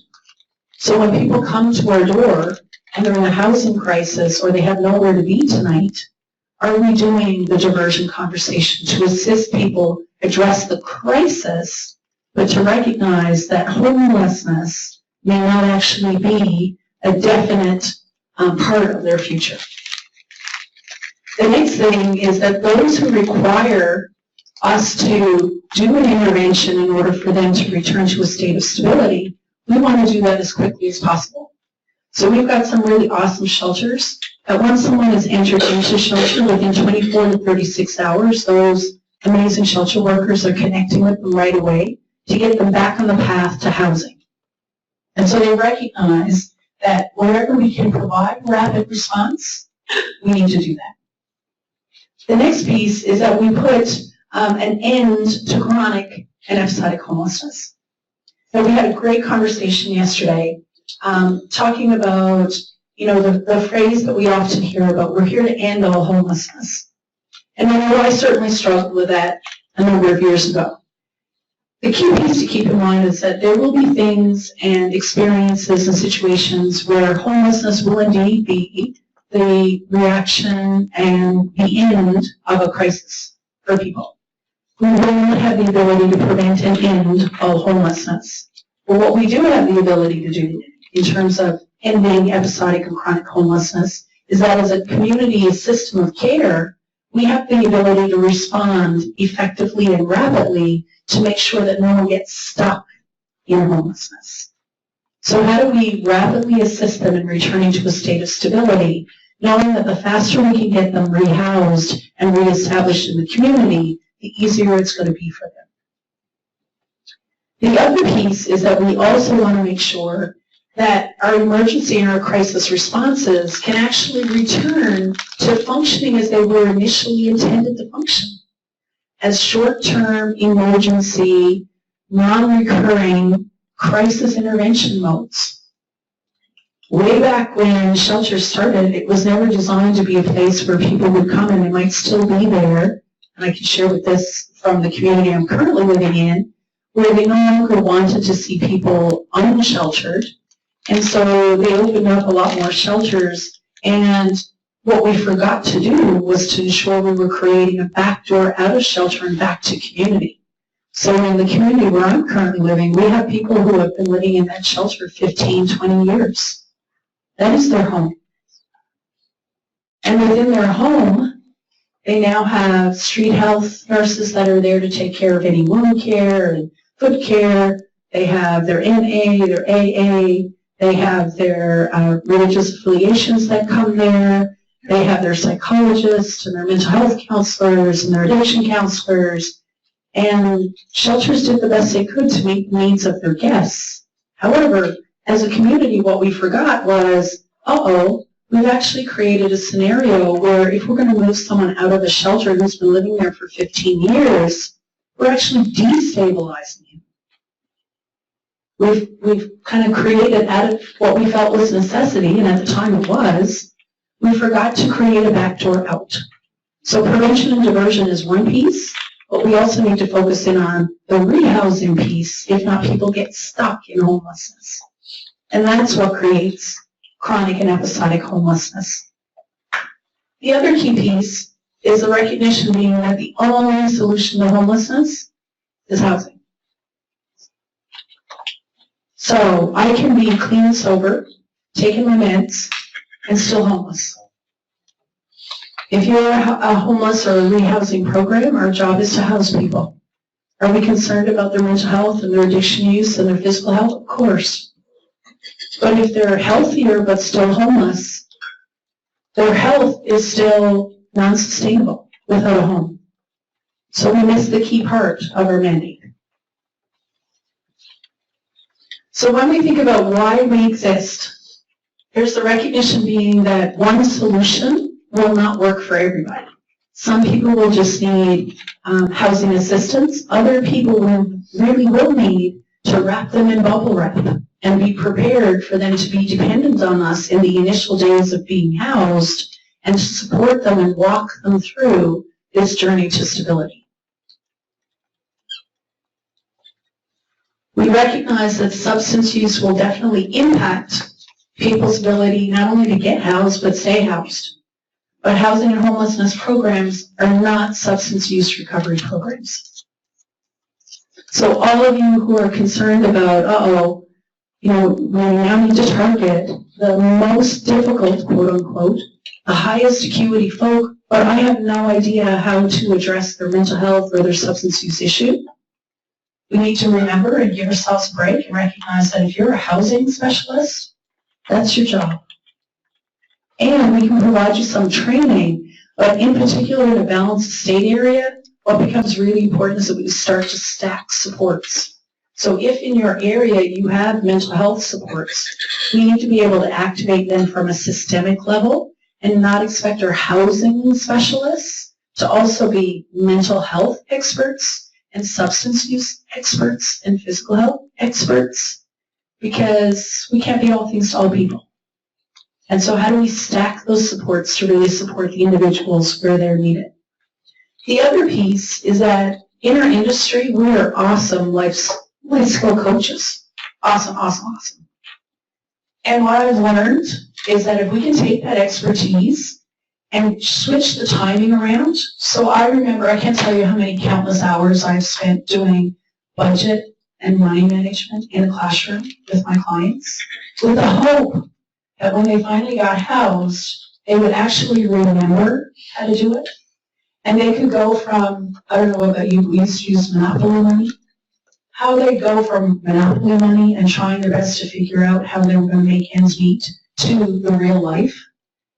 And now, through the adoption of Housing First, it is absolutely amazing for me to take all that knowledge around money management and budgeting and to take my client who has $25 to last for 2 weeks of groceries and truck them off to the local grocery store, and we figure out How are we going to make the most of this $25 and we're going to be able to eat for 2 weeks?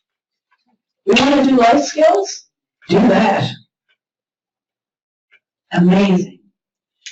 And now I think about all those money management sessions that I did, and I think, oh, I'll never get those hours back again.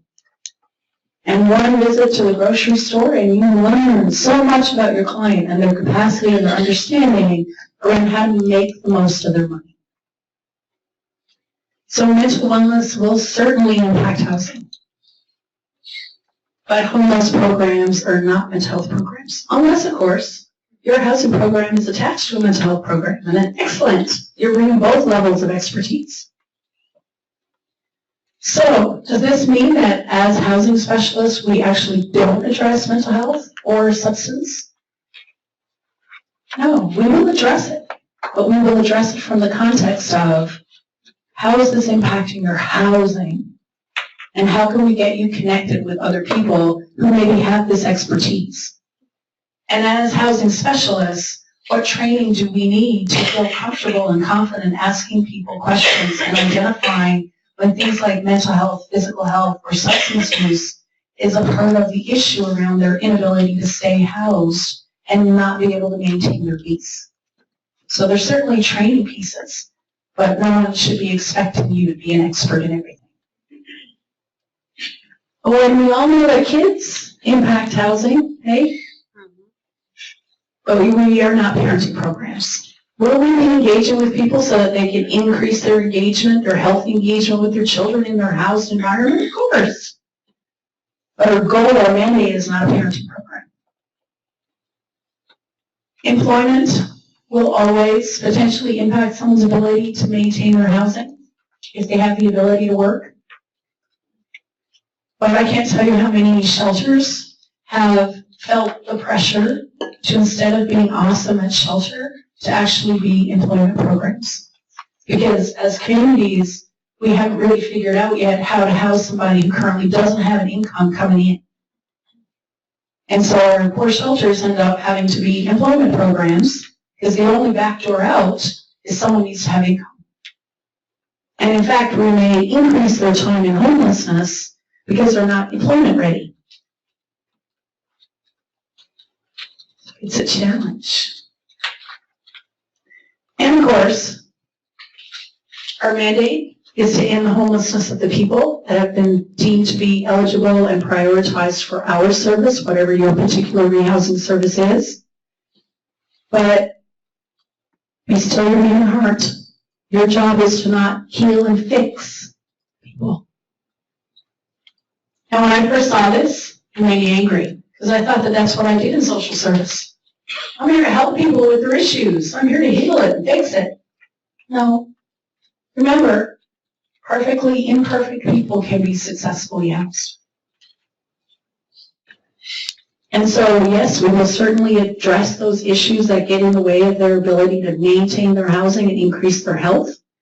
But we're not waiting for people to be, everything that we hope they could potentially be before we put them in housing. So from the safety and dignity of home, all those other areas are so much more easily addressed. Does that make sense for people? Are you thinking, darn, I really wanted to heal and fix people? Yeah? I guess what confuses me then is, okay, I understand and agree, I agree with what you're saying. You bet. And if you're gonna place them in housing first. Right. They're not under any obligation then to continue service. So Mm-hmm. I guess what I'm hearing is that you get them in housing first and then case management. Right. Correct? Yeah. How do you get the client Connected, engaged. to continue to do You that? bet. There's no obligation to you once you put them in that housing. Right. Yeah. That's the question of the week, isn't it? Isn't it, ladies? The question of the week. So what we've learned the hard way is that just because you have a housing first mandate, housing first will never be housing only. And part of decreasing the number of people that will actually lock the door after you've moved them in and never open your door again is to actually define what it is our program is all about, right? So I think in the early days of doing Housing First, where we promoted the fact to people, because we were still working on this belief that I needed to sell my program to people who were homeless. And they probably didn't trust me, because historically I probably would have turned them away from my program in the past, as seeing them as not ready. And I would sell the fact that this is a housing program. And what we learned to do was to stop promoting it as a housing program and start promoting it as a support program that just happens to come with housing. And there's a huge difference. If you were a housing program, you were just something else to be consumed. If you were a support program and people understand what that actually looks like, then and only then do they consent to participate. And I'm going to take you through how you define your program that we've seen has worked better. You still have some people that fire you after they're housed. And the key piece to keep in mind with that is that part of firing you in the initial stages of being housed is really common, is part of the freak out zone, formative stage of being housed. So we keep going back to engage. But it's not as if I'm camping out in front of their building, but I'm assertively engaging with them to try to get them to reconnect with us. Well, what we've seen to be most important is really defining before they join our program what it is our program looks like. So a support program that just happens to come with housing. And when people are hesitant about coming into our program, I'm really clear. So you need to know that if you're coming and I'm working with you, I'm going to be messing around in all parts of your life. You okay with that? My job is to get you housed and make sure you keep housing. So anything that's going to impact your housing, we're going there. You better be ready. And people who are hesitant are like, maybe not, Tracy. Can I let you know next week? And I'm okay with that. People need to consent to participate, but they need to consent to participate in a program that they really understand. So if we sell it as a housing program, housing normally doesn't come with someone coming in and messing around with your life. So we're a support program that just happens to come with housing. And ideally, if we do fire and we would refuse to reconnect, Housing First would actually say we've delinked their housing, their tenancy, from the support. So they shouldn't lose their housing. But I think as professionals, I have a responsibility to let them know, because they've been referred to my program, we've identified the fact that they would really benefit from the support that we can provide. And in our experience, what we find is people fire us too quickly. When things go wrong, they may actually end up returning to homelessness. So we don't want that to happen to you, but it's totally your decision. And then when they get an eviction notice, we'll be prepared to respond then and, re-engage so that we can support them and hopefully save that tenancy. So we'll look at some of the psychology, but also the tools around how do we do this effectively so people really know what they're getting involved with. Yeah. Well, that's a good question. Yeah. Yeah. I guess I just wanted to make a comment too regarding the pieces that you were just talking about, which were not everything to everybody. Yeah. And I think that we have kind of a new direction that we need to take in our county to actually specialize better, because there's that whole feelings part. Yes, totally. The other thing is that especially their HSDF funding, it's just decreased so substantially within less than 10 years that we're all, as case managers and programs, struggling to fund those things. Right. So it becomes, how do we still meet these goals, and how do we keep just being specialized? Right. So I just kind of put that out there as a comment, because my providers don't know this yet, but this coming fiscal year will be a very big review period. Right. I hate the word strategic planning, but it's kind of the best. Yeah. I'm not going to tell them that word or words, because they'll just make sense. Freak out. Yeah. Right, I'm trying to make freak out. But it's really going to be a way for our county to figure out, exactly what you're talking about. So I just kind of want to put that out there at any break, if anybody has any thoughts or suggestions on how to run these federal programs in addition to our state programs that are aligned. All fighting. Exactly. Exactly. And the recognition being that so often our entire industry is in survival mode as practitioners, right? And so, part of that is owning it, name it, own it, live it. But the other part of it is to really identify the fact that we can't be all things to all people. So I look at, promising practices. I really look at what we know can indeed work. And so many communities have had to say, we would love to continue with these projects and these programs. We don't have the funding for it. And if community entities would like to do it, we'll support you in that. But it's a terrible situation to be in. And it's a hard decisions. Financially I think we should switch from being reactive to preventative. However, it's hard when you see blueprints for losing CDBG money that will affect our emergency shelter at federal level, and then I have half dollars that maybe could support that, but that's going to take away from my transitional. And you can't help but be reactive. Sure. You can't help but wonder, do I house a domestic violence fleeing family, or do I give somebody a bridge unit? Right. And I think part of the challenge is the recognition being that we've sort of created this structure right now where emergency shelters are feeling the pressure because there's no real backdoor out of shelter. And so when I think about prevention, I want to talk about the 4 sectors of service that need to be functioning really well to truly end chronic homelessness. Well, part of it is the prevention, the diversion piece. But if we're only relying, let's say, on our emergency shelters to do everything to get these folks back into housing, but we're not providing, let's say, the rental assistance or the rapid rehousing or the permanent supportive housing to assist them, there's huge pressures on our emergency response to meet the needs of people that currently they're not equipped to do. And so many communities will get to this point of, okay, do we just add more emergency beds? And what we've learned the hard way is, no, let's help emergency responders be able to say to people, okay, we now have a rehousing service that can assist you and you'll no longer need us, and we can actually be the emergency response to people who are entering. So you need to create this throughput in your system. And right now we have huge bottlenecks in places like emergency shelter. And we have huge issues where communities who may not have prevention dollars anymore, but forget that the vast majority of people who have received prevention dollars in the past, over 80% of them, actually never would have become homeless, even if we hadn't given them money.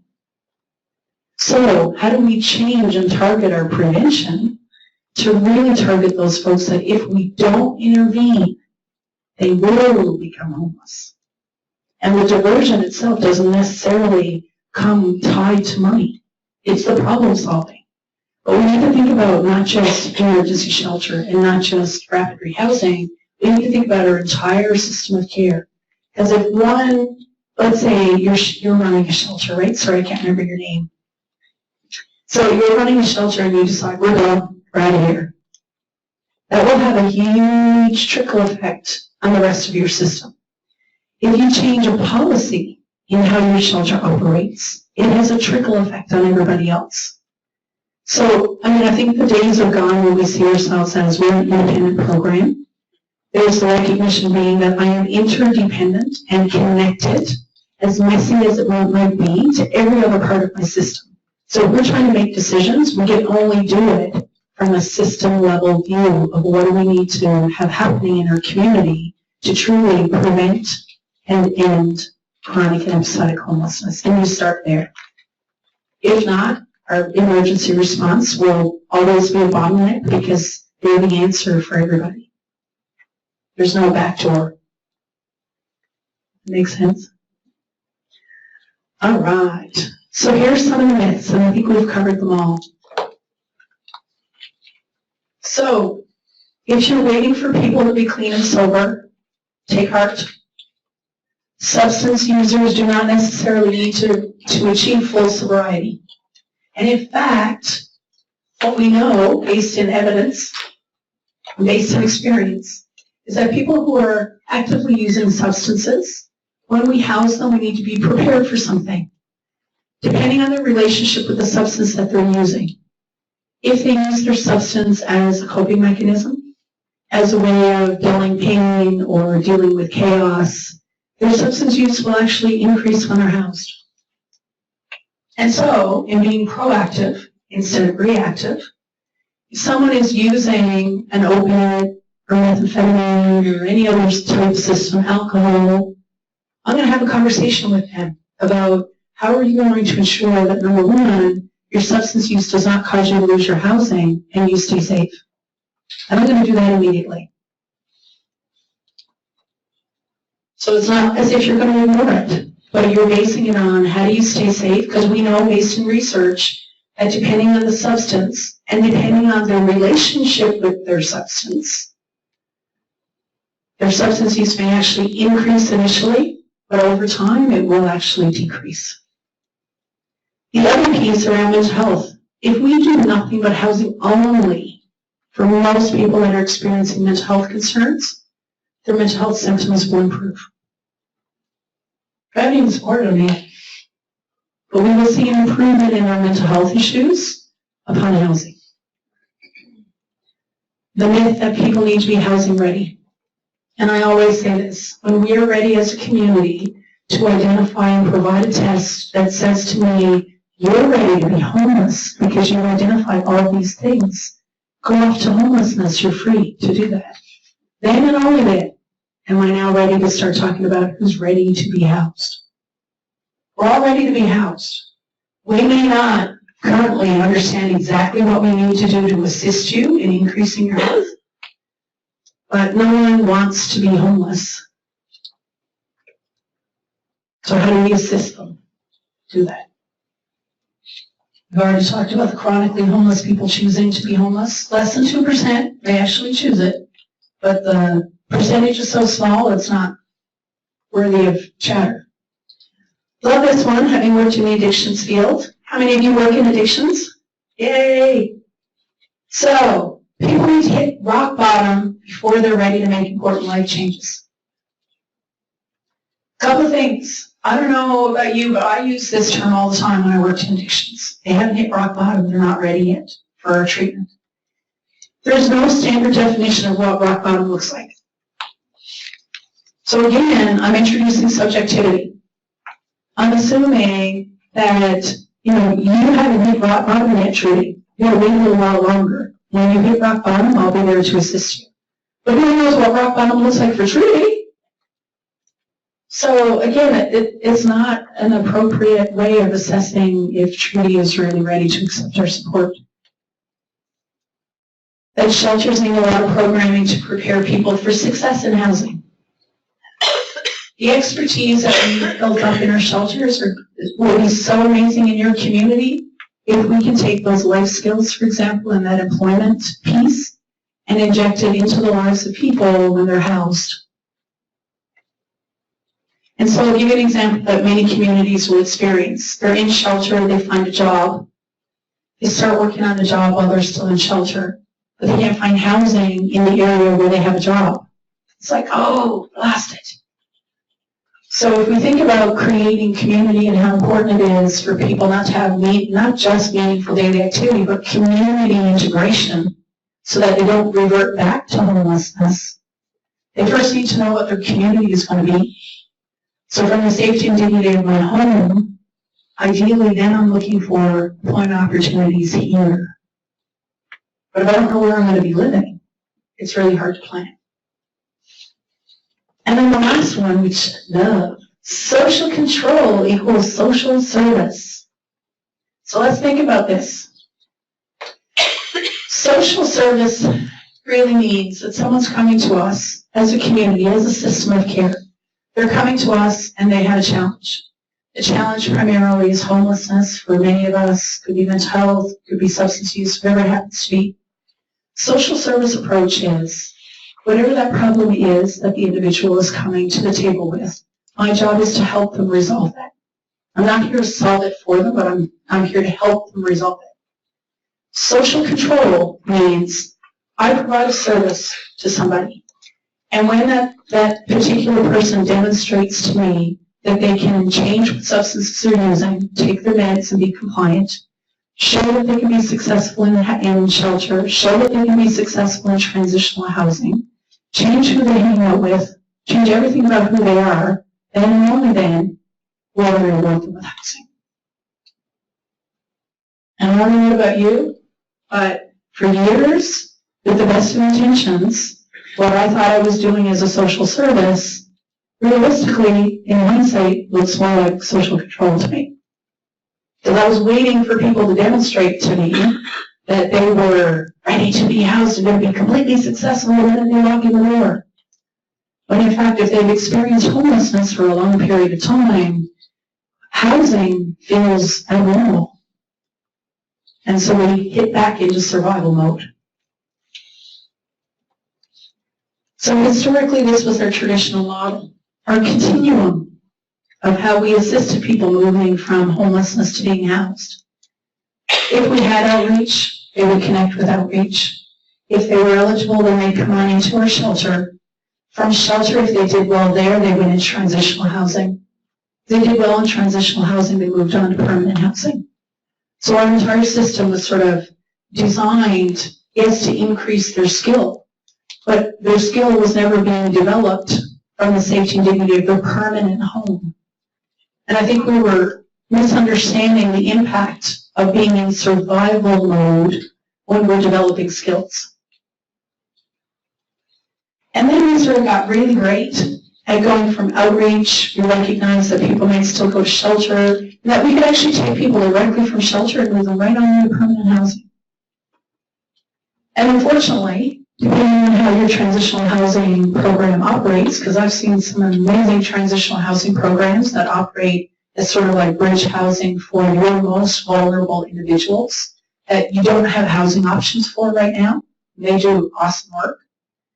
But the vast majority of transitional housing programs that were created in the 80s and the 90s, they were no longer resourced to be the type of programs that they were originally designed to be.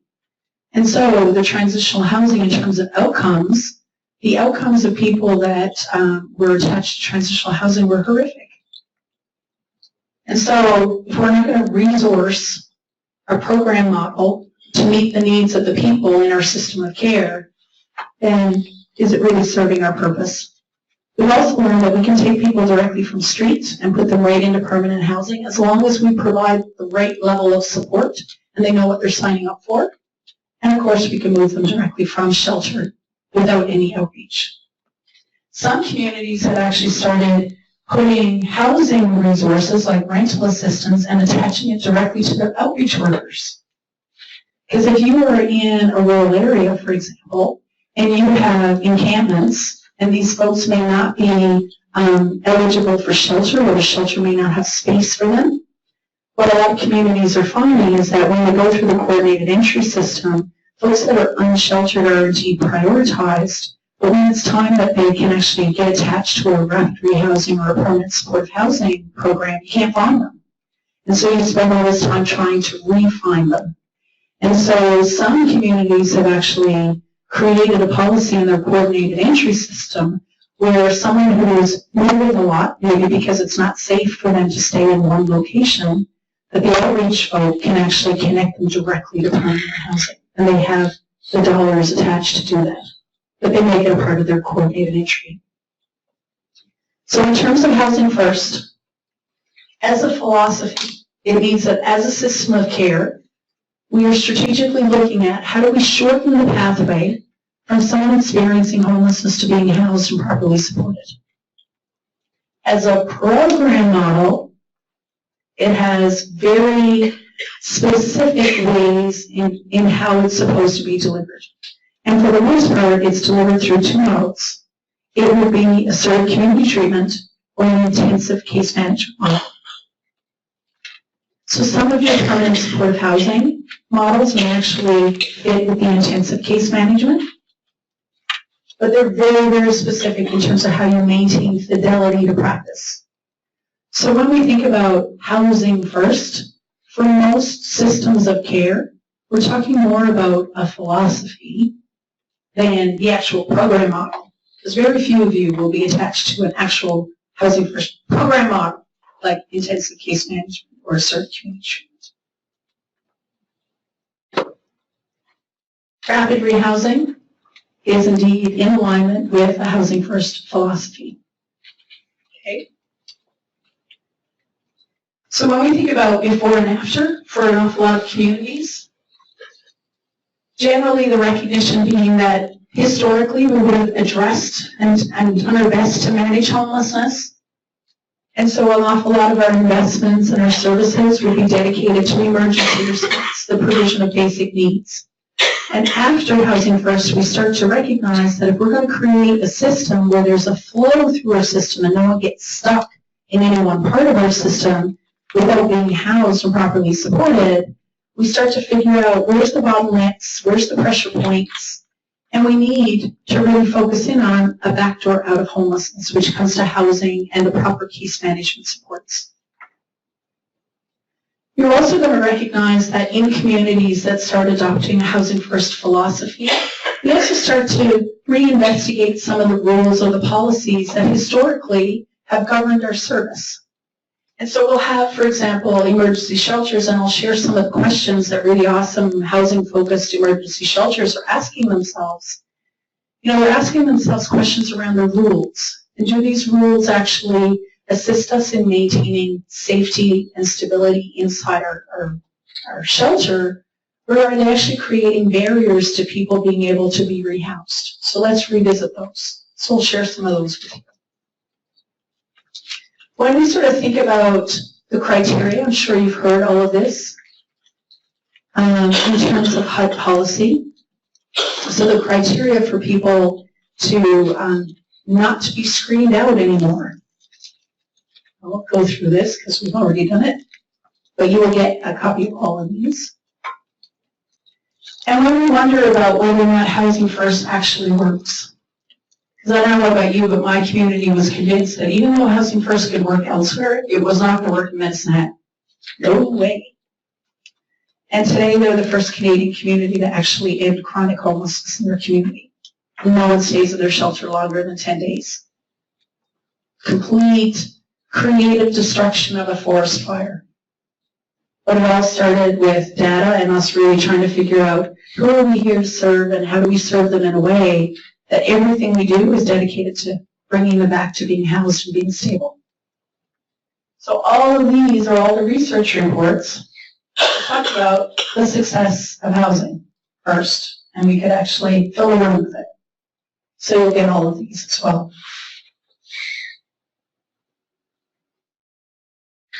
So when we think about Housing First, we start seeing housing not as a reward, good behavior, changing everything about what your current life looks like, but we see it as a right for people. And in many ways, we see it as the opportunity for stability. And when we think about all of the studies that have been done that really look at the impact of a Housing First approach in the lives of highly vulnerable people, this is what we're going to see. Over time, substance use will indeed increase. And as practitioners, we play a role in increasing people's awareness about their relationships with their substances and how that either helps or hurts their long-term stability.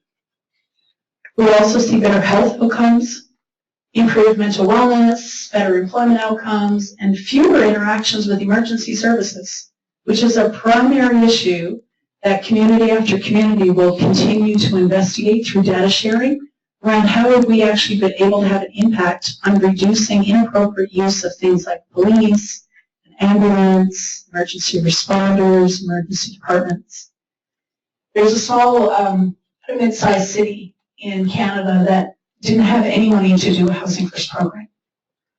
And so they actually, through the United Way, did fundraising for almost a year to actually have a very small program that dedicated itself to long-term, unsheltered, homeless individuals. To this day, that program only has 3 case managers, but by tracking the number of reduced interactions with emergency services in a very research-oriented way, they were actually able to demonstrate that in the first 6 months of housing 19 of their most vulnerable individuals, they were able to save their community and their province $660,000. Needless to say, that community is no longer needing to fundraise for their small program. And their data that they received came directly from the VI SPDAT and data sharing agreements. Sorry. I guess the other thing I'm wondering too, like I definitely like the idea that housing is not a reward. Yeah. I think that's a really smart way to put it. Mm-hmm. but I also feel like in our county that we're not like, I always tell people, I'm not spending a bunch of money with a crisis, right? So I also feel like I have all this housing and I'm like the trolling it through. So I'm wondering if any of the communities that you shared the research, like, we're struggling just to have somewhere to actually put you. It doesn't matter if, you know, you go to the housing first model, which is fine, and we're, you know, everything you already talked about. I don't even know that I have somewhere to actually put you to make that happen. So how do people address that? Great question. So did everybody hear that? So what if you don't have any housing at all, right? So there's a couple of things. Remember earlier I asked how many people have to do housing location in addition to client support work? So one of the things that we learned, there's a couple of things when we're talking about data. Number one, can you tell me what the vacancy rate is for your community? No. So a 3% vacancy rate is a healthy vacancy rate, meaning that there's not so much competition for the limited amount of housing openings that you have available, that housing first should be impossible to do. So again, let's go back to our perception versus fact. Communities that have less than 0.05% vacancy rate, I'm with you. You need to start investing some money in housing development because you do not have any stock. The vast majority of our communities actually are closer to 3%, and some of my communities in Michigan are like 7% vacancy rate. So it's not the housing option as much as affordability, right? So there's openings there, but it may not be affordable. So some ways that communities have gotten around that, in particular if you don't have things to assist like vouchers and rental assistance that are more long-term, more and more communities, because of affordability, are looking at shared living, which is a challenge for your most highly vulnerable. But one of the other things that we've learned the hard way when it comes to housing people who are quite accustomed to being in a homeless state, that loneliness and boredom is a huge risk factor for them to actually return to homelessness because they had a structure to their life. Their structure was survival. And they had people that they would connect with. If nothing else, I can go to a meal program, I can go to an emergency shelter program, I might be panhandling, but I have some socialization. When I'm housed, I don't know what to do with myself. And a huge risk factor to housing stability and housing success is if we're not helping people get connected to their new community, they're at a greater risk of returning to homelessness, not because of substance use, not because of mental health, because they're lonely and they're bored and they have no idea what to do. And so more and more communities are looking at how can we assist you in doing shared living, but you still have care and control over your own private space, right? Shared living with two people in these programs. We've explored like matching community members, elderly, single moms, right? Right. So could be any type of configuration, but shared living. So that's certainly one way. But the other key piece, and I keep going back to Carrie from Wisconsin a couple of weeks ago during rural homelessness, where they were really struggling around housing vacancies and not being able to find housing options. And they had some money that had been given back from a program because it was underspent. And so as a system of care, as their COC, they made the decision that instead of just carving up this money and passing it out to top up funded projects, they wanted to dedicate some time and some resources to actually have a housing locator. And they hired someone for the mission of housing location. And that was their only job. It wasn't, schlepping furniture upstairs trying to help someone move in. Their job was housing location. And Carrie was really clear that this one person that was attached to one agency, actually served all of their rapid rehousing programs. And they thought, okay, let's just try it. We'll see. Everyone else talks about the need to do a dedicated housing locator. We'll try it. And she was really clear that they were able to move people into permanent housing so much more effectively and quickly by having a dedicated person that was hired for the mission that they would never think of not having a dedicated housing locator ever again. Because it's a different skill set. And it's not one more thing that you need to do in your to-do list. It's your only to-do list. So how do we dedicate ourselves and hire the right people for the job to do that? So, Housing First can actually help shift us from sort of independent funding driven, which it's our world, right? We need to do what our funders need us to do. How do we shift from being independent funding driven programs to really looking at our entire system of care? Where are the pressure points in our entire system, from outreach and emergency shelter to day programs and meal programs to all of our support services that we rely on for mental health and addictions and physical health?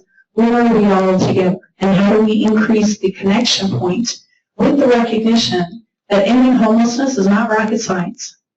It used to feel that way, but it's no longer rocket science. We actually need 4 sectors of service to be operating at optimal capacity. And those 4 systems or sectors: prevention and diversion, connections to permanent solutions, so all of your outreach, your emergency shelter, your meal programs, your day programs, all operating as a connection to permanent housing solutions. Rehousing services, of course, the rapid rehousing, permanent supportive housing, transitional housing, but also all those support mechanisms in our counties, like mental health, like physical health. So when we sort of think about these 4 sectors, you will identify that in terms of ending homelessness, every single community that is getting the results that they need to end chronic and episodic homelessness have not just looked at rapid rehousing and not just looked at one program and one agency. They look at their entire system of care and how we operate together. And here's all the different options here. So when we think about prevention and diversion, diversion being an essential skill set that we need to have in our system, and of course our coordinated access point being really important. So if you're at the front door, if you're operating in a no wrong door approach, do we have the exact same diversion conversation happening at every single one of our doors? You will see in terms of the blue, these are all of the programs and services that we would see as being essential as a connection to permanent solutions. So you're going to see your shelters, your outreach, drop-in and day centers. And so we need each one of these programs to operate within a really common goal, which most of them have absolutely no problem understanding and rectifying the fact that they're all working towards the common goal of stability. My particular mandate might look different. Maybe I'm really interested and I'm attached to corrections and justice. But my job is increase public safety and stability of the people that I'm here to serve. And so we really look at, first of all, what we as a housing and homelessness system have control over, which is this, this part in particular. I guess I can't touch a smart word. Who knew? I need my 5-year-old here. How do we move from really looking at, for example, what our shelter does to really understanding that the shelter can only be as effective as the services and the supports that we connect the shelter guests to. So we're not just waiting for the shelter to do everything. There's the recognition being that I have to have some control and access and accountability to my shelter partners. And so when we think about where you have immediate control, all of your rehousing services, all of your connection to permanent solutions like shelter and outreach, and coordinated entry and prevention and diversion. So that's where we start. And then we go into our other sectors. What time is lunch coming? It's here. Okay. So can we do an activity and then you can go? Okay. All right. So I want to see the service pathway that currently exists in your community. And so when I think about a service pathway, I think about someone who's experiencing homelessness or is in a housing crisis. How do they actually navigate your system all the way to the point where they're rehoused, and if they need support, receiving support. Okay? So envision what your service pathway in your community or your county would look like. And I'm actually going to give you 2 case studies.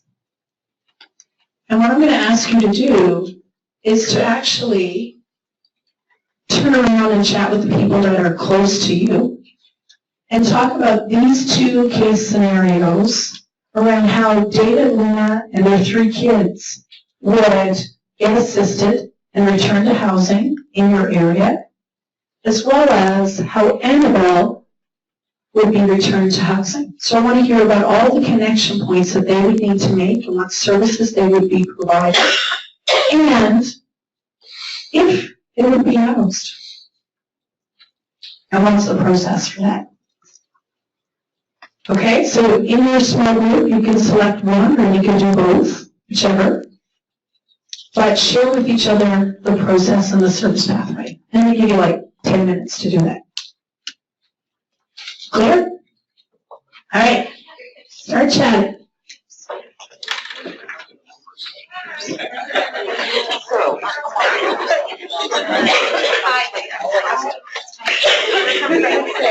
I'm looking at Eric. You're very rural. I know you're rural. Right, you're a rural area. Yeah, I think it makes sense. Yeah. We're a tri-state area. We're from Perry. So we get Maryland.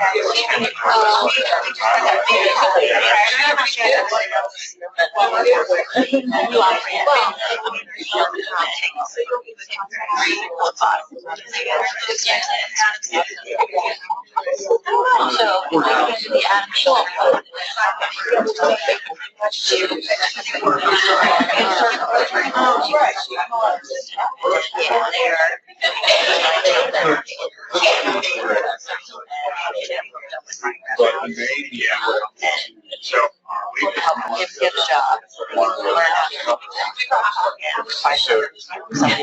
employment program, Yeah. housing program.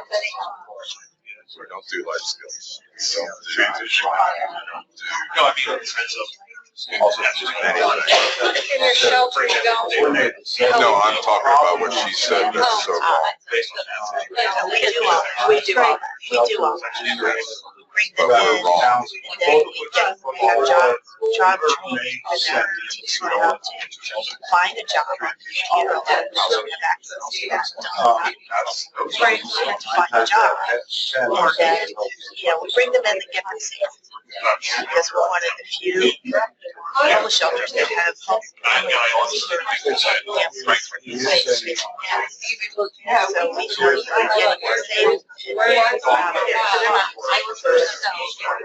we have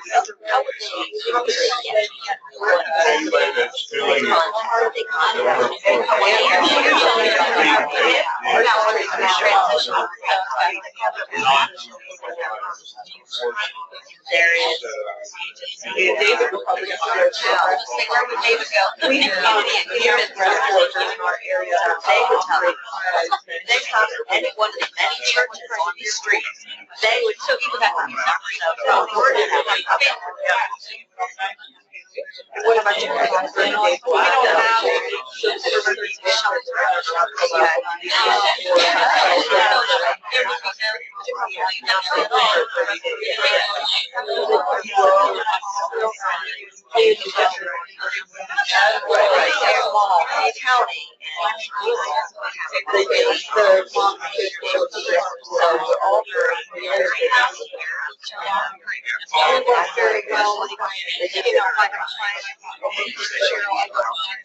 I have 2 different positions.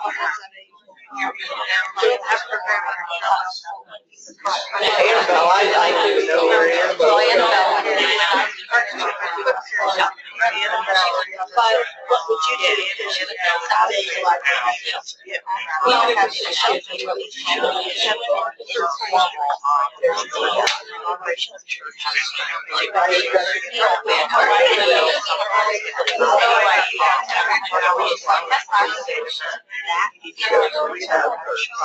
Some of my staff.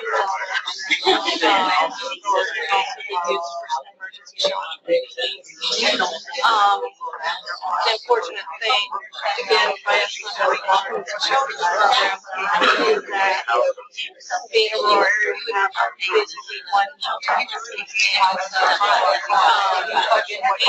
they have to be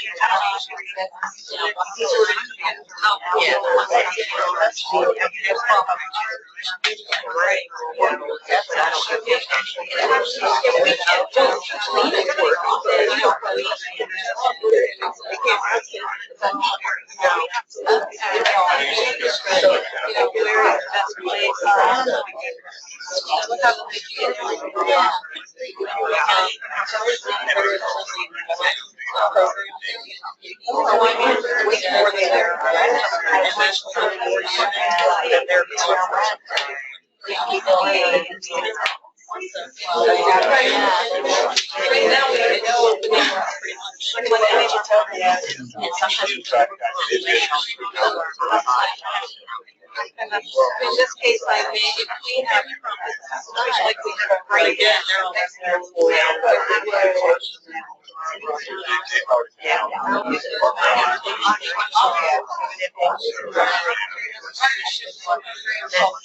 right, but it's really and it depends on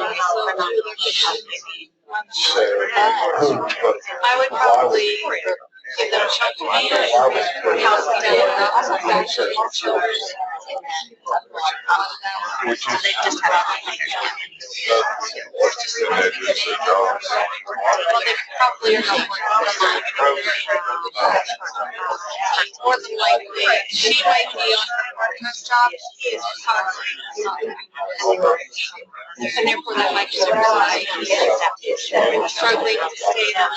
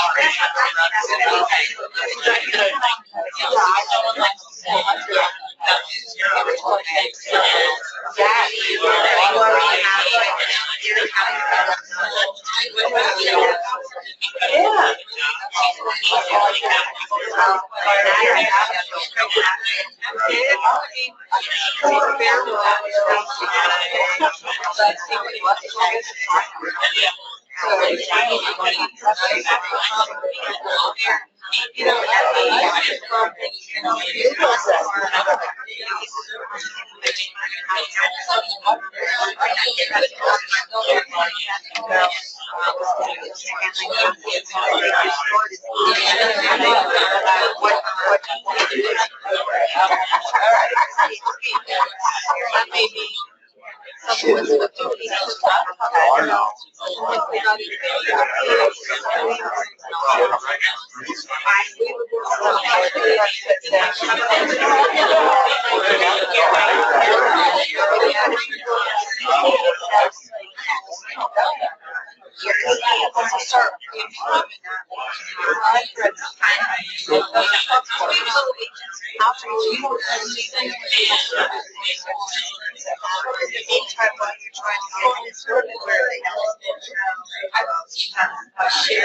in that one little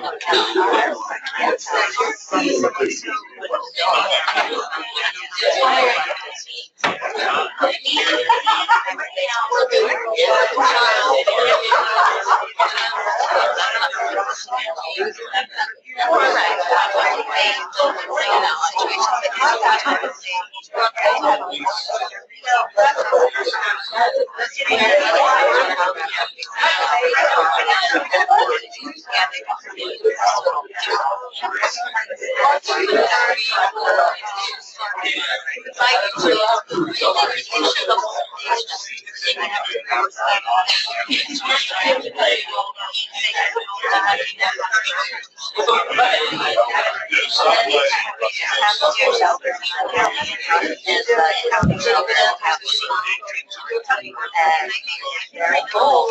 Okay, 1 minute. What else can you do?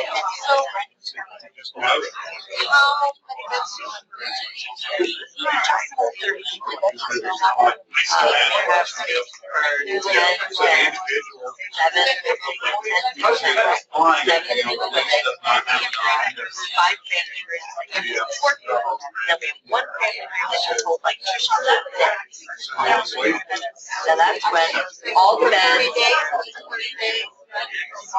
it fluctuates. Yeah. Okay, let's regroup.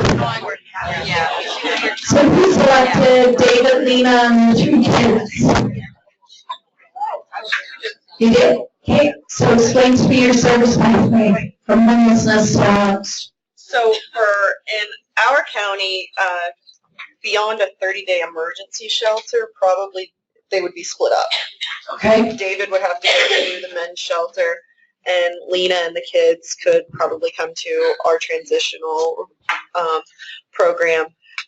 The men's shelter there has like some different things. They have like a 30-day blackout period where you couldn't leave or contact them. It's their program. But yeah, and Lena would probably have to quit her job unless the kids were school age, because she'd have to take care of the kids, and child cares. She's probably not going to get it on a part-time salary. Wow, okay. The battery's gone. I don't think the recording can also pick up if we don't have the mic, so I'll go out for another. Okay. So they'd actually get split up. Lena would have to quit her part-time job. And they'd probably be waiting on. And that's why we're still in the car after 6 months? Wow, okay, go ahead. And I said they'd probably have to rely on David to get a job and save money. Okay, so they could stay in the transitional housing and shelter for David for 30 days. No, David could stay at that program where it's like 6 or 9 months. Okay. Like that. And Lena and the kids, if they were in our program, they could stay up to 24 months. So Okay. they could only be together as a family for like 30 days. Wow. Okay, and so how do they get housed? Well, they would apply for public housing, and maybe in a year, if they were lucky, they might get it. Okay. Or David or Lena gets a job that could maintain them finding an apartment. So no rapid rehousing to assist them short term to get housed? No rapid rehousing? No rental assistance? Nope. If they found a place that they could afford, like they would have to be able to afford it and show documented income that they could afford it, they could get help probably with a security deposit. Wow. So they would actually get stuck in homelessness because they don't have the ability to pay for first month's rent, and they can't really have the income going forward. But we have enough, okay? And is that your situation? I can't remember your name. That's your situation? Our counties, yep, that's our situation.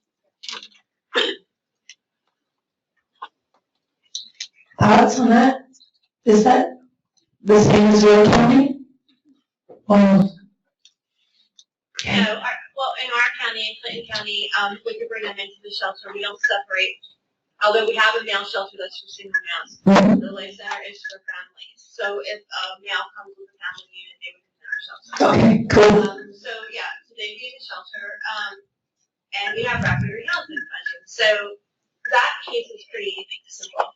Although you know that service provider instinct would probably for us, would be like, okay, let's see, we had get a job, we would line them up with CCIS so they could get childcare lined up, all these things. That's what, it's gonna be hard to not do that anymore, or to think differently. You know what I mean? But, cause that's. To house them first and then do all those supports from housing. We bring them in, we work on all that stuff. Mhm. And we just find that, we've had a higher success rate with them than long-term being stable doing it that way. Right. Okay, so the second one in our county, first of all, it's like, we have a no tolerance policy at the shelter, so to bring her into the shelter, doing any of that is, there's no tolerance. I mean, that's just something we do for the protection of everyone else there. And to risk a landlord relationship that you built, to put somebody in that is counterproductive. So that's frustrating, that's, you know what I mean, to use rehousing money to do that. So what do you do? Right. I don't know. First one's a little easier, the second one is not. Mm-hmm. And so the big concern would be, because of your zero tolerance in your shelter, she would be ineligible for admission because she's currently intoxicated or has used in the past, or your fear would be she'd use there. So, or drinking beer, you know what I mean, or that's the no-go in the shelter. Right. So if she could abstain from using in the shelter, could she come in? Yeah. Okay. Would she get in? Would she get into your shelter? If she was clean and probably working a program, yeah. You know, like. And if we didn't know about her history, probably. But not an active user. And just because an active user tells you they're not active right now, that's probably not true. They're probably still active. Okay. Anyone else have a different pathway for Annabelle? So Annabelle likely will not get housed in your county. You're on film. I assume Annabelle's on probation. Yes. And she's probably going to jail for at least an overnight. So I would hope her probation officer would step in and help out somehow. So what would we expect probation to do? Well, probation, from our experience, is I would assume they're either going to keep her in jail if she's had this many occurrences that they've had contact with, because they would probably be still low end summary offenses unless she's done something else, is my assumption. But if she's on probation at this point, in the county we live in, No, and not with women where everything's been full for I don't even know how long, and they've got 14 people out of county. Yeah, she's not staying in jail. No. And we don't even know if she was actually, I mean, we know that she had, sleep outside, regular contact with local policing. We don't really know what her criminal history is. Unless she goes to rehab, she's probably not getting into a shelter. Okay. In like Humboldt County, if Annabelle had a mental health diagnosis, she came to our office. I would interview her for the supportive housing program. Okay. Which, and if there was an opening, first I'd have to find out if I had a chronic bed open or a non-chronic bed open, and that would determine as to whether she would be eligible for one of those beds. Right. So if one's open, and we could put her in that. We do the SPDAT, but we do the VI. Yeah. We do that one. So that gives us the opportunity to see what other pieces of the puzzle they have. Yeah.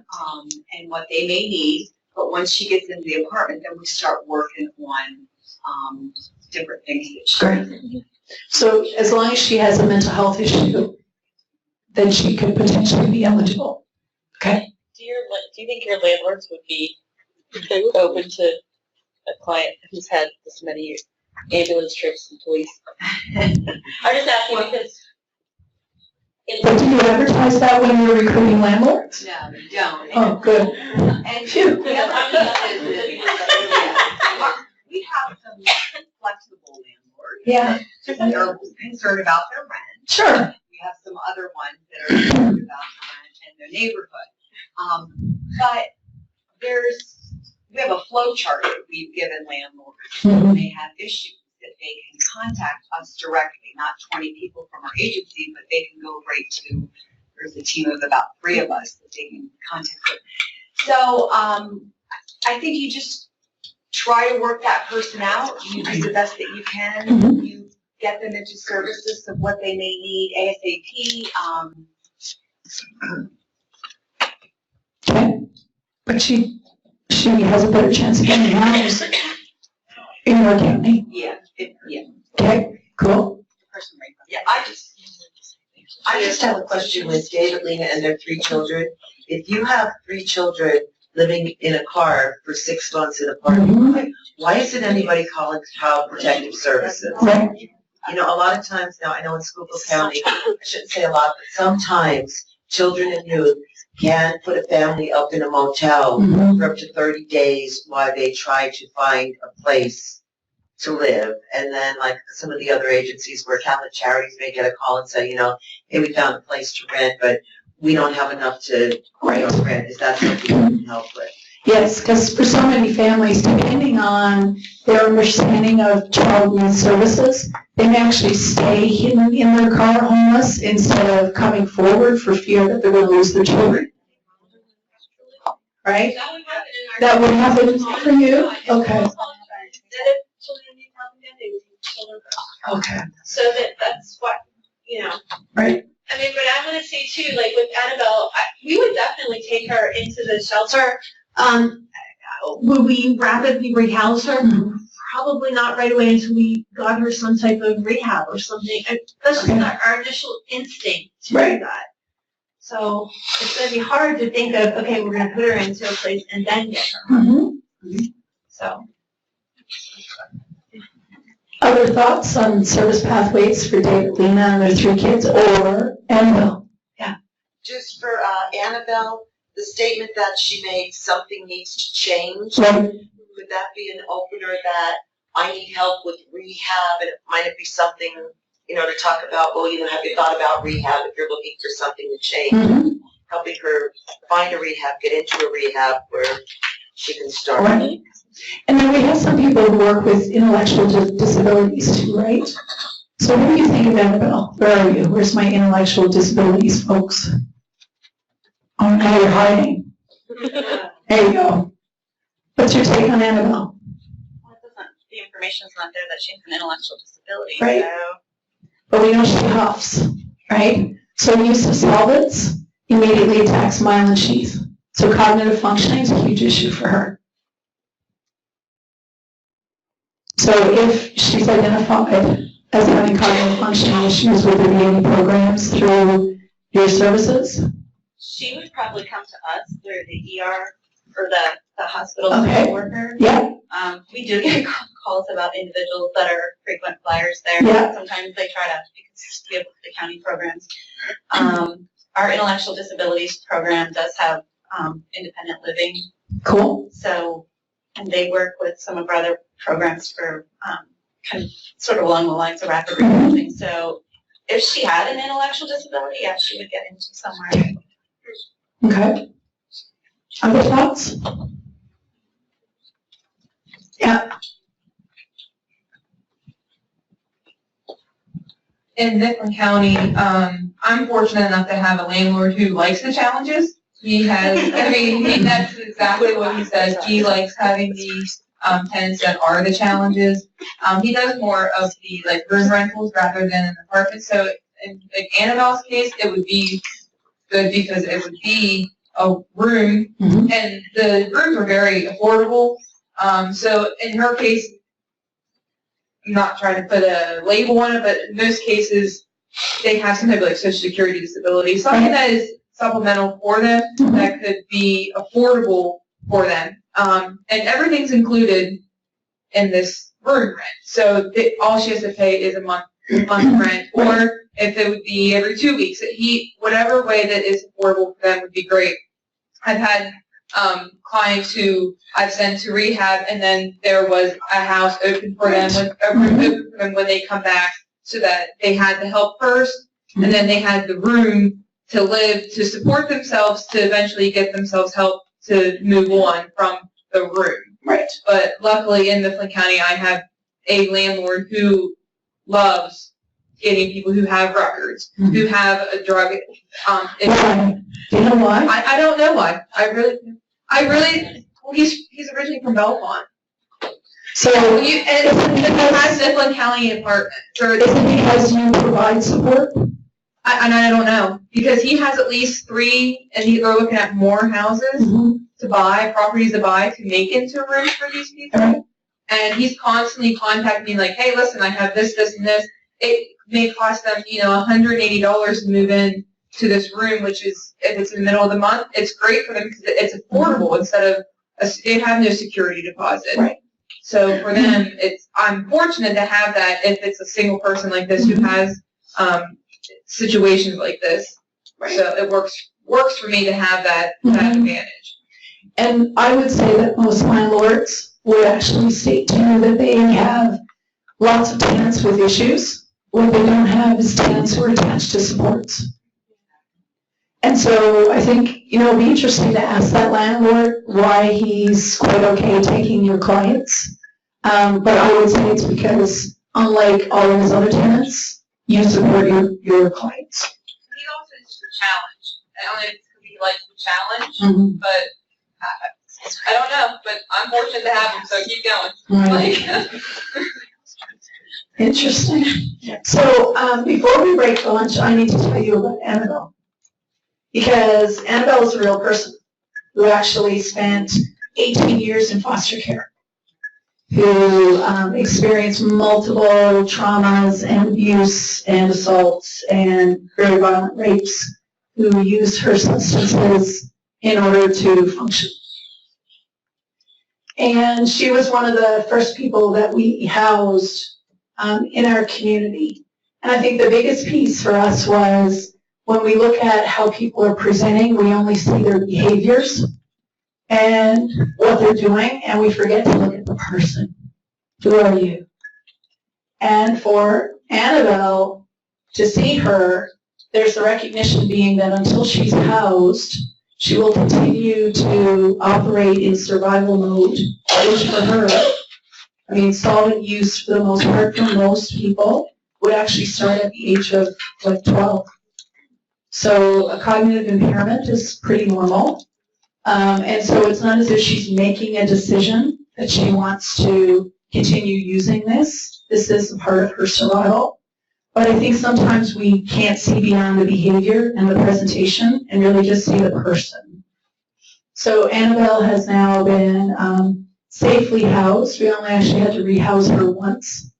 The stability of being housed, she was not eligible for any of our shelter. We had a family shelter, and therefore zero tolerance for any substance use, not just substance use on the premises, which is kind of a normal rule to have, that you can't drink or consume on the premises. But in our shelter, if you had consumed alcohol in the last week, you were ineligible for shelter. And the belief was that we serve families. And when we started to really look at who are you really serving, they hadn't served a family in 8 years that actually lived in a shelter. The one family they had served, they put up in a motel. And so the very purpose as to why they had this rule was not a reality. We're not serving children. And so for Annabelle, staying where she was, her place to be was park. And her being picked up by emergency services actually had to do with their safety concerns for her. And so they would take her in to keep her safe. And so our high-cost emergency responders were serving Annabelle much better than our housing and homelessness service providers were serving Annabelle. She was only rehoused once, and it had everything to do with affordability. Did she have issues with tenancy? Of course. She'd been homeless and she transitioned out of foster care. She'd been years on the street trying to hide in a very conservative community where if you're not looking like everybody else, it's not necessarily a safe place to be. So I think sometimes we need to look at what's behavior and what's survival mode, and sometimes we forget that there's still a little person in there. Annabelle has now been housed for 8 years successfully, doing well with supports. But she spent years on our streets in survival mode because we see her as ineligible and in some ways unworthy of our support for us in our community. Very interesting to really see that through the eyes of someone who's living in survival and doing the best they can to get through on a day-to-day basis, and the role that housing and some support that's not just looking at how you're presenting and navigating the world can have in a person's life. Are you ready to plow through and see what other things we can learn today? So I want to share this with you. This is a pathway that is the most common service pathway that we see in communities that are getting the results they need to end chronic and episodic homelessness. So what you're going to see here is that we have a household or an individual that presents for shelter. Immediately, whatever their door is to the housing and homelessness system of care, whoever answers that door does the exact same diversion process, where they're finding out if there's a safe, appropriate place for someone to be other than entering into the homelessness sector. So it's not just eligibility, but it's the creative problem solving. And some of the most amazing people at diversion are those folks that think outside the box. So they're not sort of your, we do this first and then this and then this. It's always looking for the simplest solution. And sometimes the people that do that really well are the same folks that do really well with technology and data, and they're not tied up in the emotion of what's happening. They're just sort of being creative. Once diversion is attempted, if there is no safe and appropriate place for someone to be, then and only then does shelter admission occur. Okay? So whatever your shelter would look like, whether it's a single shelter, family shelter, if you have the ability to use some of your transitional units as temporary housing, some motel voucher, whatever that happens to look like. And then for people that are experiencing first-time homelessness, there's a recognition meaning that research would say that if our shelter can be awesome and housing-focused, that within 14 days, remember, most people will be able to self-resolve their housing crisis. So at this point, we want our shelters to really focus in on this housing assistance, or if, for example, you have some type of housing resource center, that people are able to access that to get assistance around what landlords are currently in the area. Do they have access to telephones so that they can make calls? Is there someone there who can assist them around how to ask the questions, how to find out what's available? Are there any other rental assistance programs? Are there, affordable housing options that they could apply for, knowing that there's probably a waiting list? But all those things are happening. The other thing that's happening in awesome shelters is documentation readiness.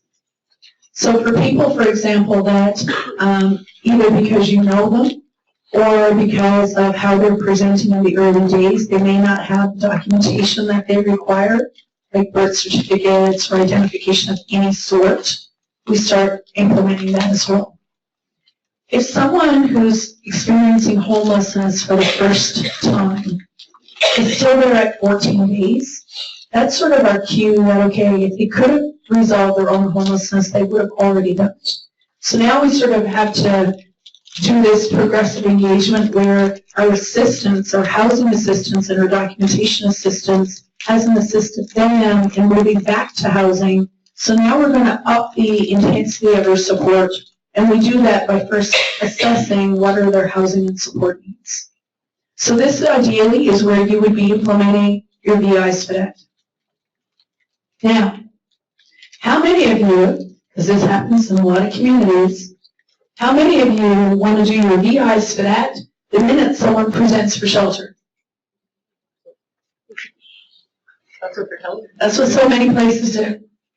So let's think about this. If we do the VI's for that when someone presents for shelter and we haven't done diversion, what are you actually assessing when someone is calling and they're in a panic?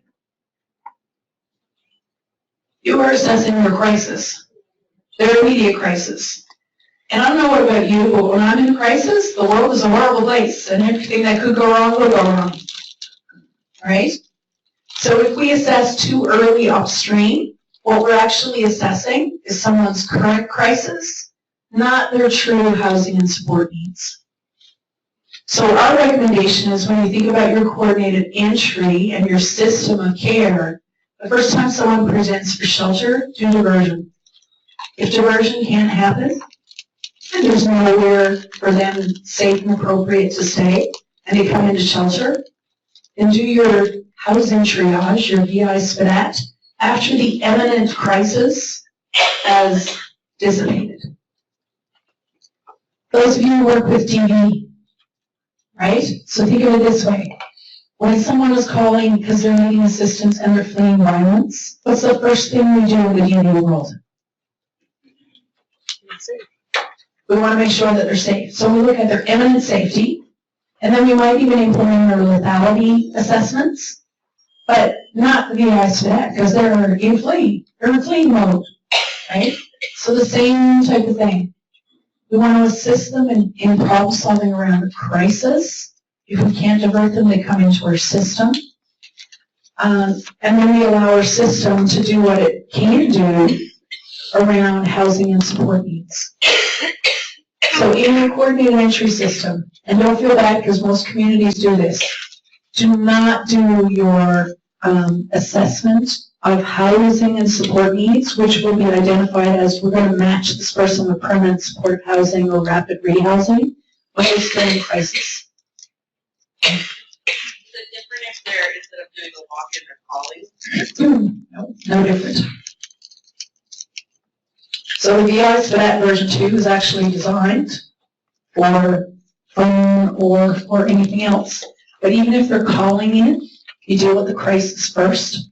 We respond. If we can't divert them, they come in to the system. And you're going to see in the next slide, let's say if people are part of the revolving door of homelessness, of course, our approach is going to be different.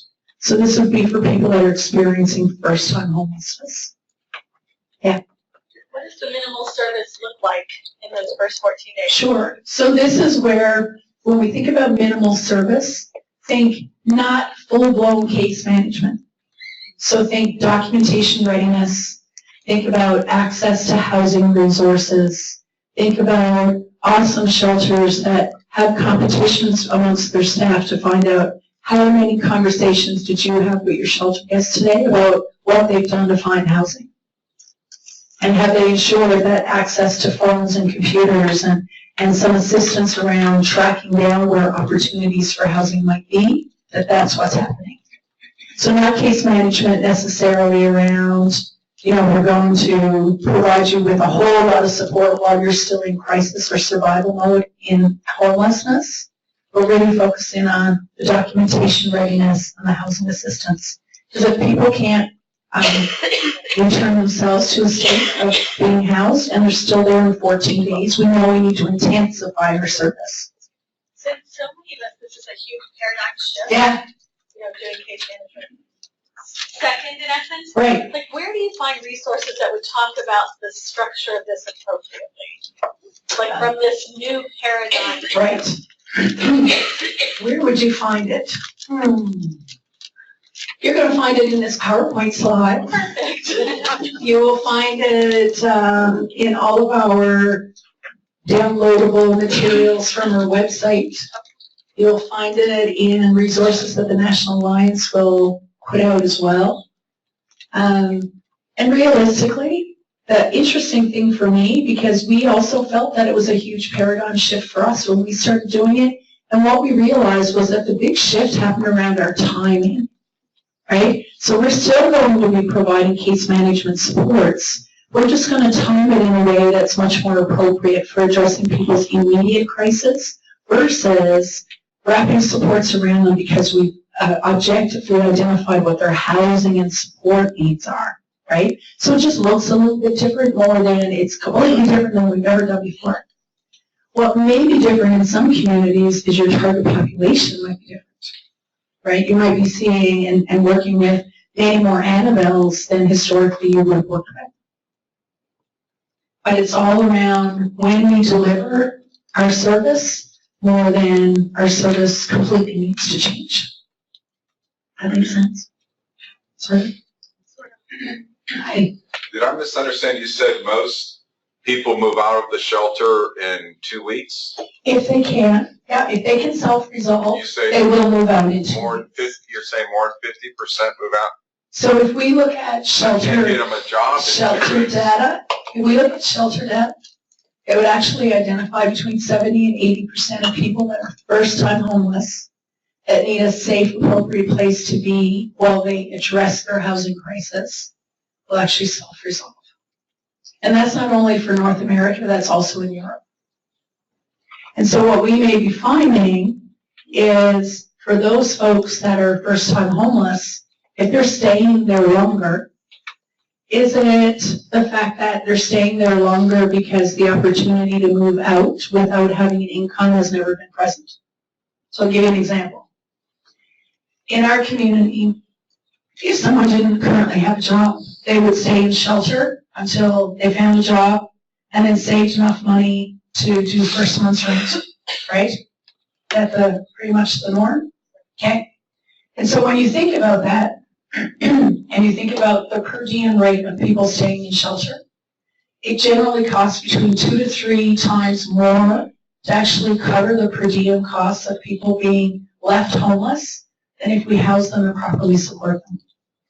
Your challenge in some of your communities, based on the discussions we're having, is if you have no rental assistance, you're left with staying homeless until you can find income and raise enough money to get first month's rent, right? But that's because your resources currently aren't providing you with rental assistance.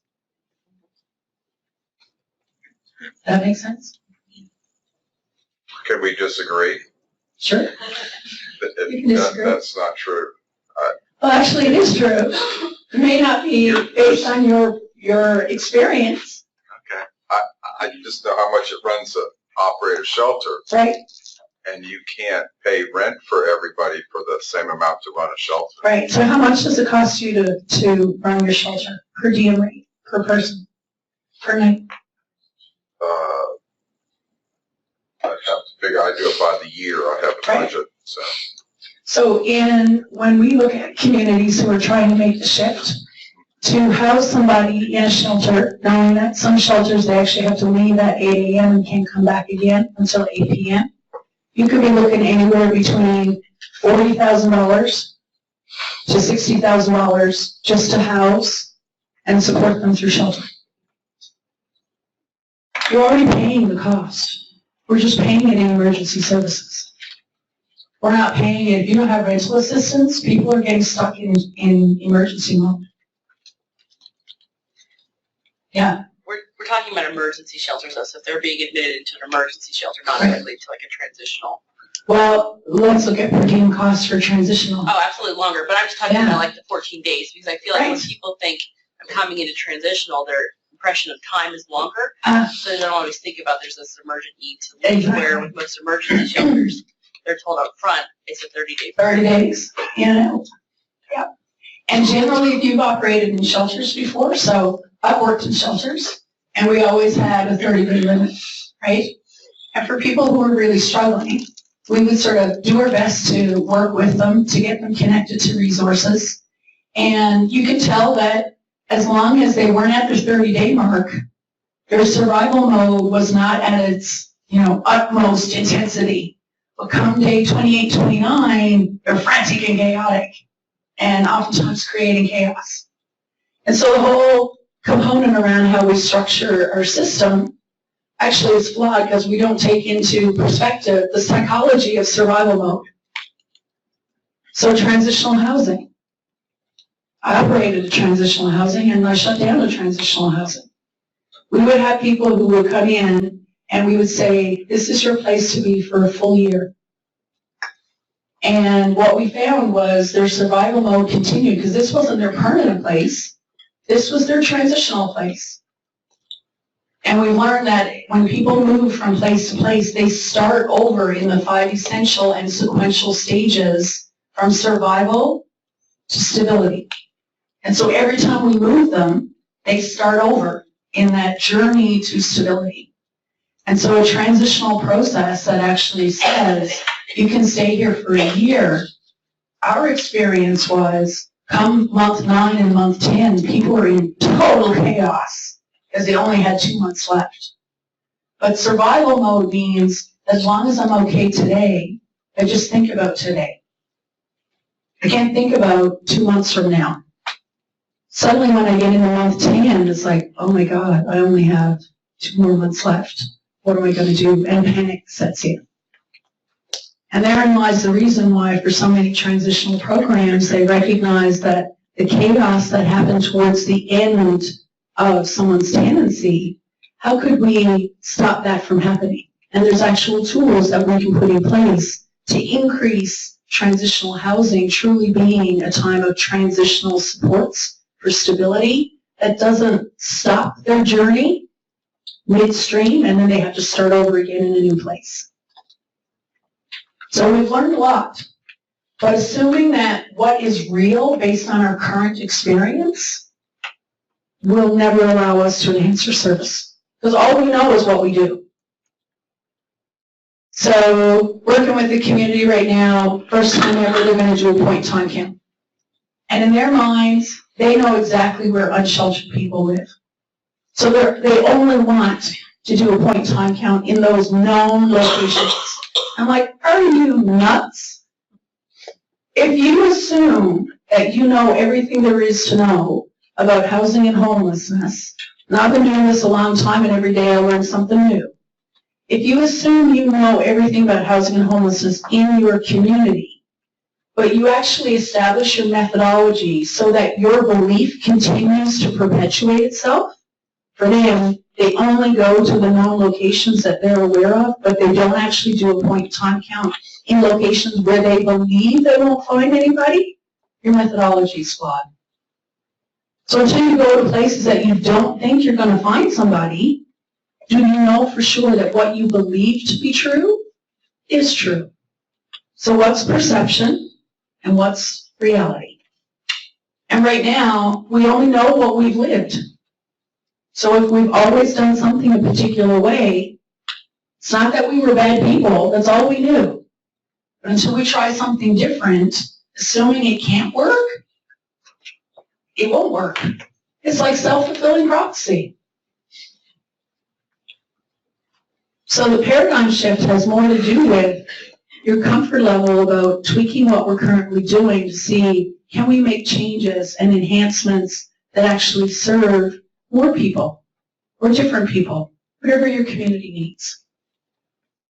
Not that we're bad people, it's just when we know different, we can try different. Is that good?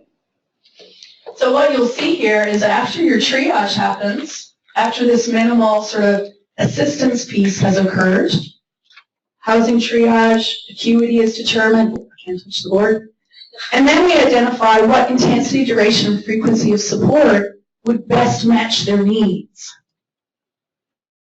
And so then we're looking at the prioritization lists or the binding list, whatever your community is currently using. And then based on that, they would be assigned to case manager when there's a case management opening that occurs. And then we do the housing location piece, and we do the move-in piece.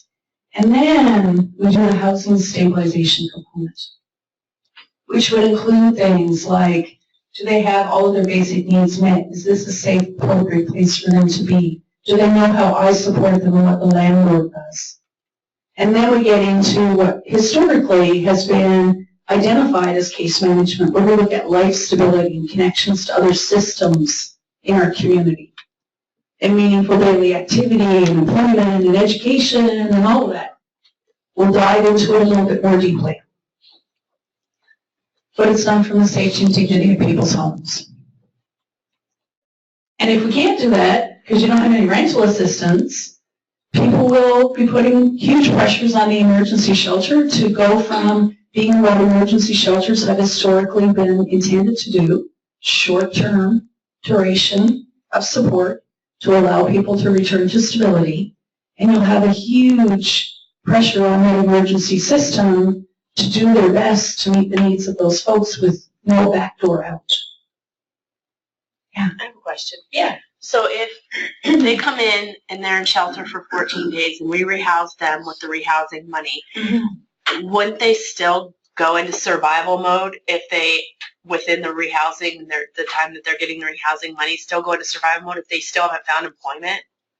So as soon as they get housing, you're going to be looking at sustainability. But if you have someone, let's say, with multiple co-occurring issues, highest depth of need, so someone who would qualify for like permanent supportive housing, there's the recognition being that they might be in a state of survival for a longer period of time than, let's say, a family or an individual who has moderate acuity. They would immediately get into, okay, we need to increase our income, increase our access to benefits. If you have someone who's very unhealthy, it might actually be 3 to 6 months where they're still in survival mode. Yes. And that's why for permanent supportive housing, there should be a deeper subsidy attached to their rental assistance. Yeah. So. I have a question. Yeah, sure. That's assuming we have a shelter in place. Right. How long does this cycle work? And I know it's all dependent on the individual. You bet. But within our 3 county areas we serve, we have 1 domestic violence shelter. That's it. Okay. And so when you think about other shelter options, sorry, I can't remember your name. Wendy. Wendy?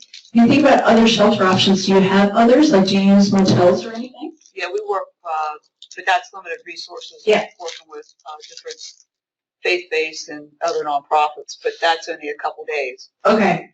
Okay. So, I mean, the interesting piece, my smart board's not working. So the interesting piece would be if you're looking at not having shelter, what you're going to see when I can move this beyond this particular screen here is that if there's nowhere for them to come into emergency shelter options, you will indeed go right to triage. Because you have nowhere to divert them and nowhere to provide a safe, appropriate place to be. So you skip all of this and come right to triage. And the same thing would be true for, let's say, long-term shelter stays. So they've been there a really long time already. We're going to skip right on to housing triage. Because if they could have resolved it on their own, they would have by now. If people are a part of, they've been in the shelter, they returned to being housed, and now they're back at your shelter again, we're not going to stay 14 days. You might only stay 3 or 4 days because there's something that's getting in the way of their longer-term stability. So let's do the assessment to find out what those housing and stability needs are. Okay. Just to clarify, at the very beginning, you said that VI SPDAT would not be administered until they entered the shelter or they act literally homeless. So like if I call and say, I have to get out of my mom's apartment today where Right. she's facing eviction. Yeah. Is that? So you do your diversion piece first. If there's no safe, appropriate place other than the shelter or a shelter option to come into, and you have a shelter option, you bring her in to shelter. And then after the shelter does the housing assistance piece or some other resource in your community does that housing assistance, then you do the housing and support needs via SPDAT. So not on every phone call that comes in. Only if they're a part of that revolving door, and so we know that there's something else happening, or you have nowhere to divert them because maybe they're unsheltered long term. Do it right away because they're not in crisis mode today. Their life is a crisis. They're in survival. Lee, do you think you could call Andrew and get him to come check our technology? Because it's not progressing by any move.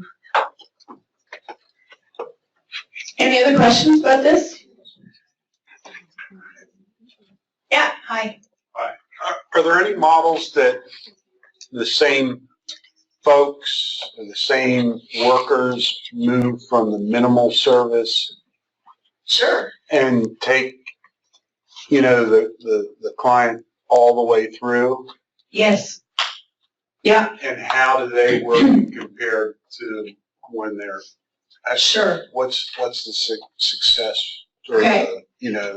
Yeah. So the outcomes, question, if you will. yeah, you bet. So the question is are there communities or models where you have the one person who's walking with the individual or the family through their entire journey? And for sure, I mean, there are communities that we work with that don't have shelters, that have a rapid rehousing program and need to figure out, okay, how are we connecting with people? So they'd actually do, as part of their work, let's say outreach, right? Or someone's coming to their agency, but you have nowhere to divert people because there's no other safe, appropriate option in their shelter. So if you have the one person that's tied to a household, they would actually, if there's no shelter options available, And what if there are? What if there are shelter options Okay. available?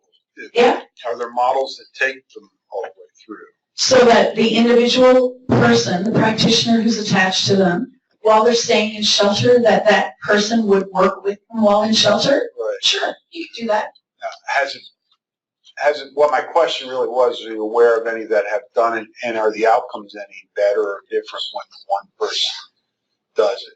I'm not sure if the outcomes would be better. I think it has more to do with how comfortable, if you have a bona fide shelter that has shelter staff, how comfortable are they with someone from the outside of their agency coming in to work with one of their guests? That might be a challenge. If that's not a challenge, thanks, Andrew. It's not progressing, so I broke it. If the shelter is comfortable with that, fabulous. It'll work really well. If the shelter is not comfortable with it, and they see it sort of, you're stepping on my toes, what did you do? Click on the slide. What? Did I? With what? Mouse.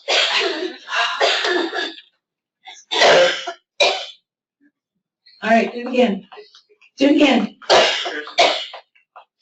Cool. Where you at? Yeah, that's good. Don't go far. I'm just losing it. Yeah. Yeah, so as long as the shelter's comfortable with it, do it.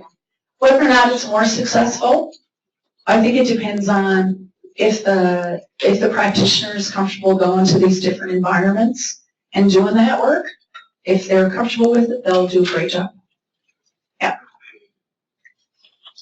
Do you ever see that happen with shelter staff, where shelter staff are the staff? Sure. Yeah, so in a lot of shelters, for example, if you have case management money attached to your shelter already, so what some shelters have done is instead of doing the case management while they're still in the shelter, they do the documentation readiness and they'll do the assessment piece when it's time. And then because they also have rapid rehousing dollars, for example, they either continue and that person goes from being a shelter worker to a rapid rehousing worker, or within their shelter, they transfer internally to a new case manager. Yeah, for sure. Yeah. Hi. Question on, okay, no shelter. Yes. No more rapid rehousing funding. Right, you're just hooked. What do I do with them? You're hooked. Yes, continue. What do I do with them? What do you do with them? You know, like, service agencies that are in the area. Yeah. You know, I could do a night, but Right. you've only had 2 nights, and now. Yes, and now what? Now what do I do with this Yes. person? So the best thing that you can do with that person is if you have the ability to connect them to, like when you think about the 9 steps of diversion, and there really is no other safe, appropriate place for them to be, no other family, no other friends, no other past employees or employers that they could work with and stay with for a short period of time, and you've exhausted all those options. And then realistically, you're left with this idea of, okay, if there's a shelter in another county, we can transfer you there. Which unfortunately, some of our communities really have to. Oh, gee. Yeah, 60, for like 60 For 60 days. Yeah, for the emergency shelter.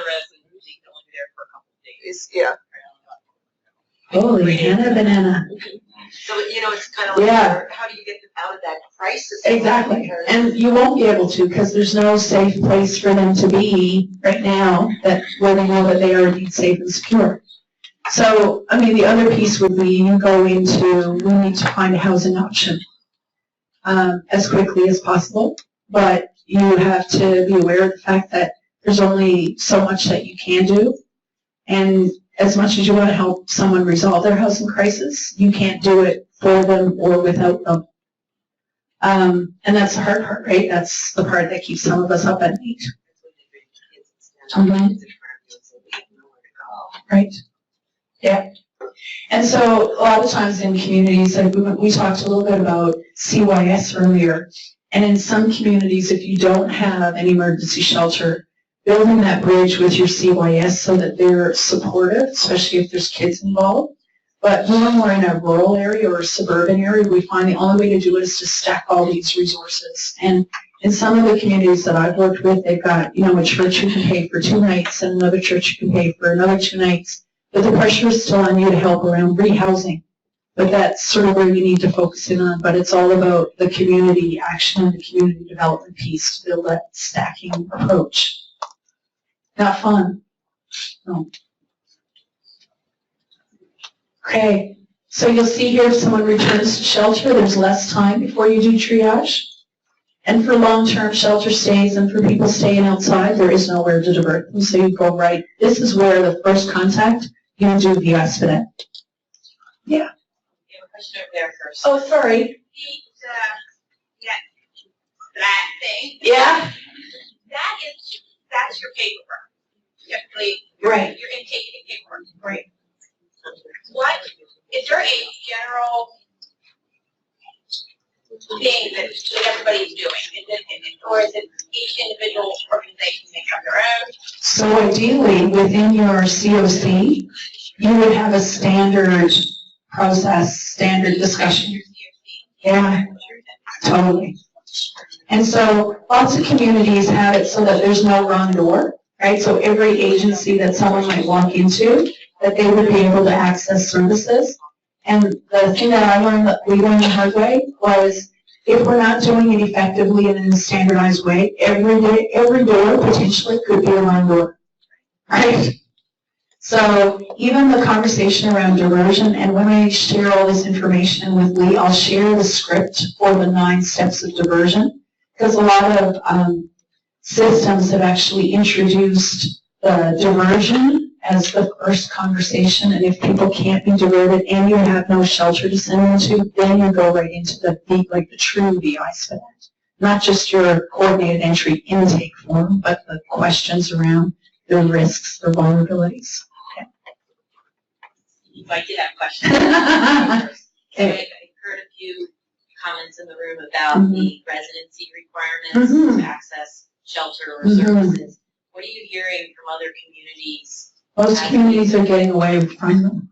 And to us, because that's been historically some of their thinking around why move away from it. Sure. So part of the reason. I think one of the reasons why it could be the same in every other state as well, but something could also be added to your response about the local dollars that go into supporting the shelter, and therefore the priority for local folks. Right. Yeah. So I think that there's a couple of things. A lot of communities, historically, whether your funding was coming from, let's say, your local funding body versus state or federal funding, there was an expectation that we wanted as a community to only pay for services for our residents, our citizens. So it made sense.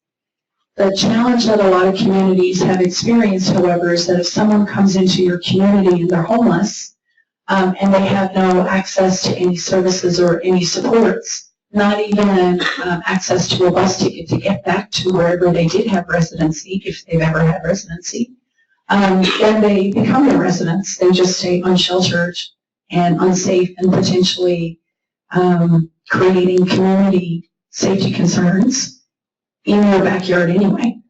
And so I think for a lot of communities, that's why they've started reinvestigating the residency clause, because it doesn't match reality. So if they're here anyway, and there's no intention of going anywhere else, just because you haven't been here 30 days or 60 days, you're still here now.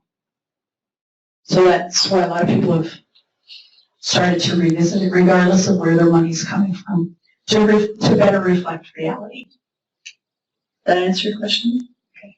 I was just going to say that some organizations don't look at the residency so much, but they give a preference point to people that are here. Yeah. And then that Yeah. a little bit above the head. You bet. And I mean, realistically, I mean, HUD is really clear about identifying the guidance around prioritization. But I think one of the things that sometimes we forget, because we're so driven by what our funders demand of us, is that in many ways you're still a ruler of your own universe. So within your community, if you have a set priority population that is underserved or that is it's unsafe if you don't serve them quickly. For example, there are communities who immediately, if there's an unsheltered household that have children, they will prioritize them immediately. And you have the ability to do that. You just need to write it in your policies, and there has to be a rationale as to why that's important for your community. So I think sometimes we get so caught up in what HUD is telling us to do that we forget the fact that as local planning bodies and continuing care bodies, you also have the ability to ensure that your system of care reflects your local needs. That was the reason why COCs were created. Yeah. So we have 2 programs in our community that are privately run. Some Right. congregations, Yeah. some are just straight private dollars. I think that one in particular has learned a lot over the years from some growing pains. The other one still needs to kind of figure it out. But what they've seen with out of county, I mean, the original concern was just what you're saying. But then we saw that when we're out of county. But then it got to a point where other counties were so desperate that they were people were getting busted in. They were getting dropped off at like our free clinic, like just dropped on the sidewalk. We had other situations where people, like our office got a call one time from a panicked young man that we couldn't trace the phone call, and it actually was from like a mental institution or like state hospital, and he was like coming in today by 4 to go to this facility, and so it just became this kind of like, I don't want to say easy, but easy place to make your hardest clients. So the one organization that's still kind of figuring out a lot of their kinks, I don't know how well it was actually done, but their new policy was that if you were out of county, then you had 30 days to kind of establish almost like a service plan. The problem is their case management isn't like actually a challenge. Yeah. So it's a volunteer based. Sure.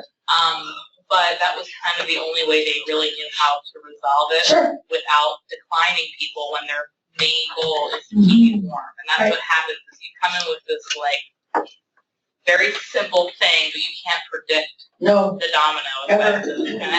Ever. You can never predict. So it's not the best method, but it's not a bad method what you're trying to do. Yeah, totally.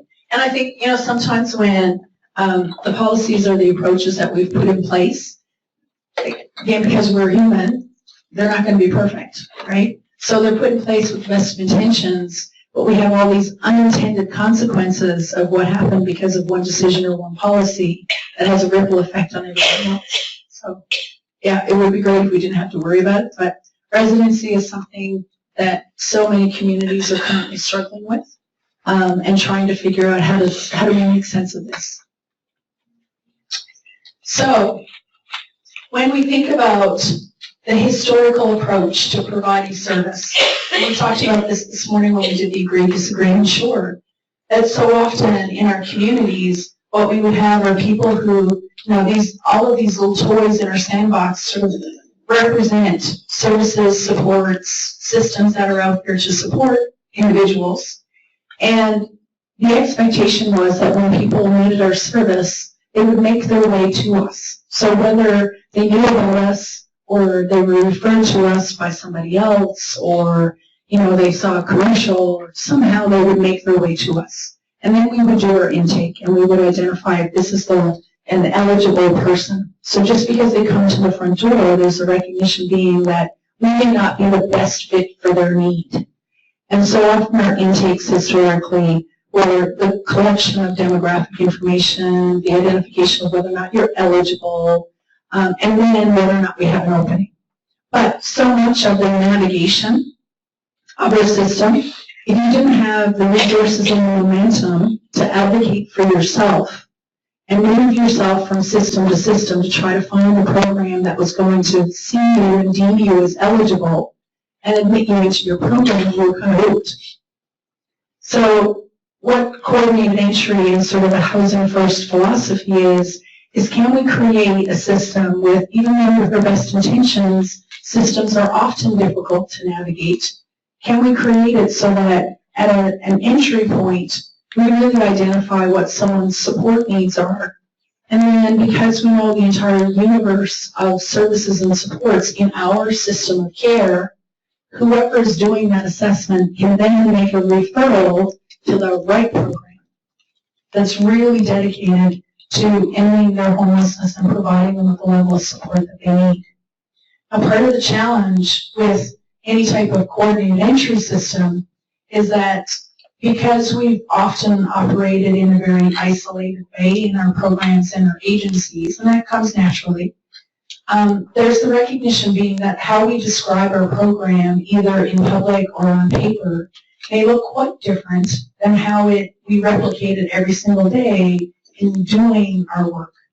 And so coordinated entry is a really interesting process for a community to go through, because you have to go from what you say you do to actually demonstrating who do we serve, how do we serve them, more importantly, who do we not serve, because so often we want to believe we serve everybody when in fact nobody serves everybody.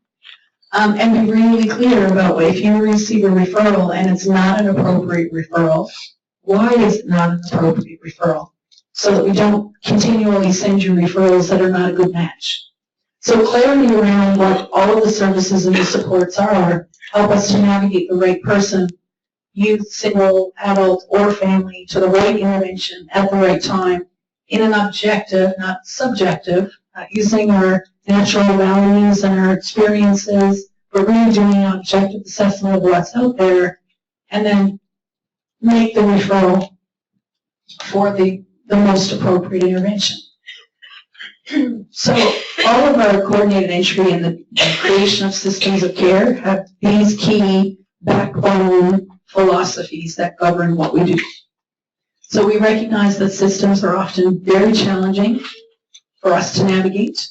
And generally, when we start to make a shift around our target population of who we're providing service to, and you start to get backlash from politicians because, a constituent called them up and wanted to complain because this year, even though they've been able to get rental assistance for the past 6 years, now they can't get it because you're not providing rental assistance.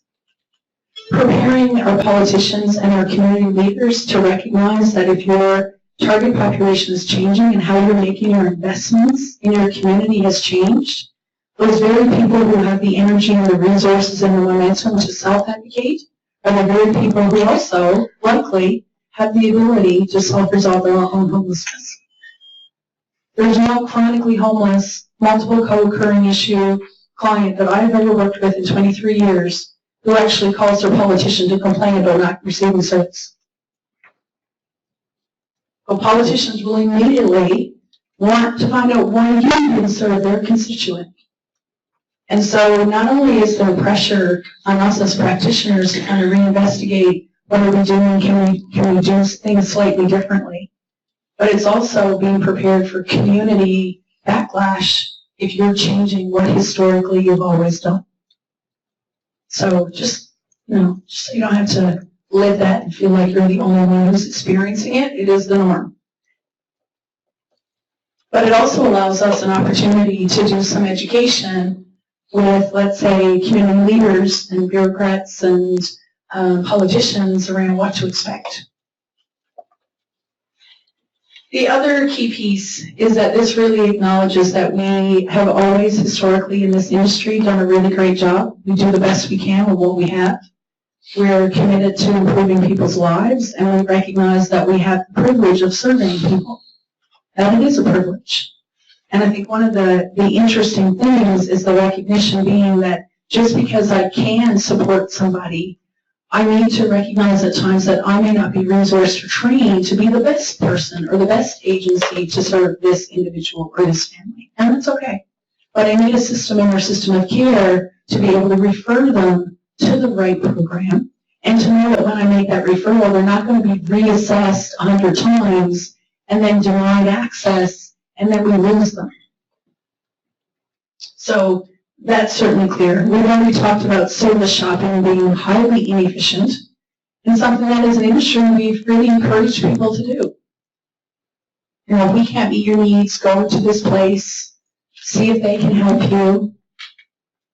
It's just a natural part of being in survival mode. The other key piece is the recognition being that just because someone is eligible for a service doesn't mean that they're entitled to a service, unfortunately. if that was the case, every single person throughout North America who was eligible for affordable housing would have it. Because the vast majority of our people living in low income or economic poverty, they're all eligible.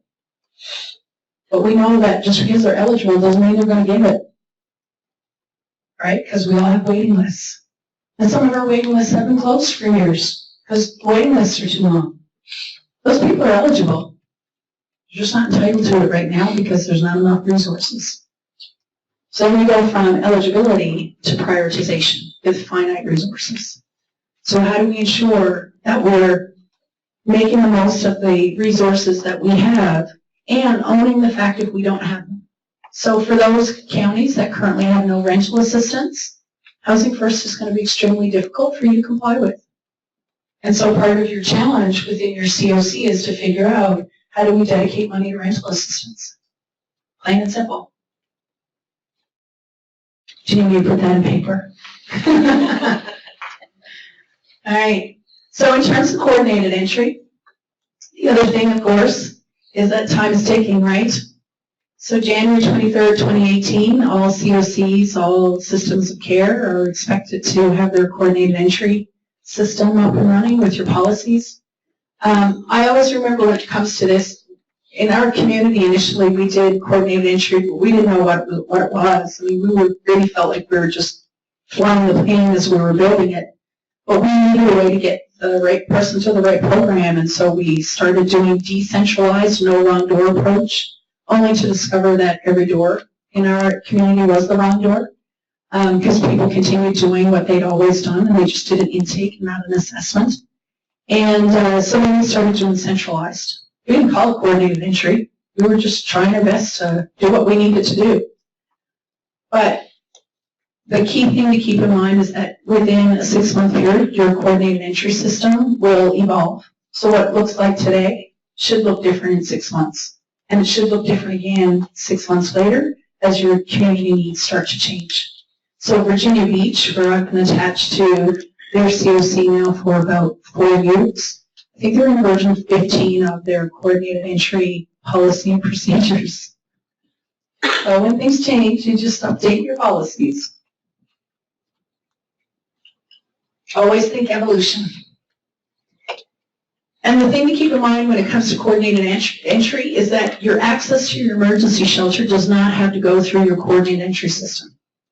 But any access to rapid rehousing, permanent supportive housing, transitional housing, any COC, ESG funding should go through your coordinated entry for permanent housing or housing options.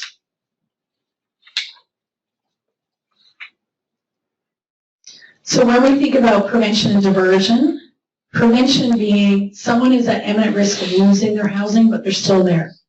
And I will often think about operating or working in a shelter, and people would come into our shelter, we do our intake, and then day 2 of their shelter stay, we would discover that they had received an eviction notice, but the eviction process had just started. They didn't need to be out of their unit yet. The process just started, but they'd spent 2 days in a shelter. And so prevention is all about, is there a way for us to stop this eviction from occurring? And if not, is there a safe, appropriate place for you to be other than entering homelessness, which would include an emergency shelter? Any other safe, appropriate place for you to be prior to coming into the system? And so I will share with you the 9 steps of diversion, and we use Client Track, right? Everyone use Client Track? And I know a lot of people who are using Service Point have implemented the 9 steps, the dialogue that goes with the 9 steps as a separate assessment in their HMIS, so feel free to do that if it works for you. So there's a recognition that diversion is indeed a service, and in fact, most families that I've worked with have found it to be the most valuable service that they've ever received. If we look at some of the research, in particular out of Phoenix, Arizona, but also in a small suburban rural area in Canada called the region of Waterloo, where they did a pilot project for each of them, and they were focusing in on family diversion. And in Phoenix, which they've been doing it the longest, they were actually able to divert about 85% of their families that were presenting for shelter for the first time.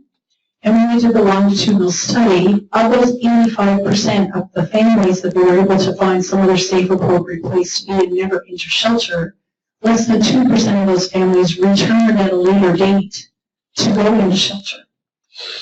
So an amazing opportunity for them to really recognize the fact that people do indeed have self-determination. If we can do the problem solving with them, so many of them will indeed never become truly homeless in terms of needing a shelter. When we look at a more suburban rural area with their family diversion program, the region of Waterloo was able to divert 65% of their families. And once again, the return rate needing shelter after that first diversion was between 2 and 4%. So a vast majority of people never experienced homelessness because we did the 9 steps of diversion. The other key piece when it comes to doing diversion first instead of automatically jumping to your housing triage is that we don't want to assess just for the sake of assessing people. So if we can do creative problem solving, great, let's do that.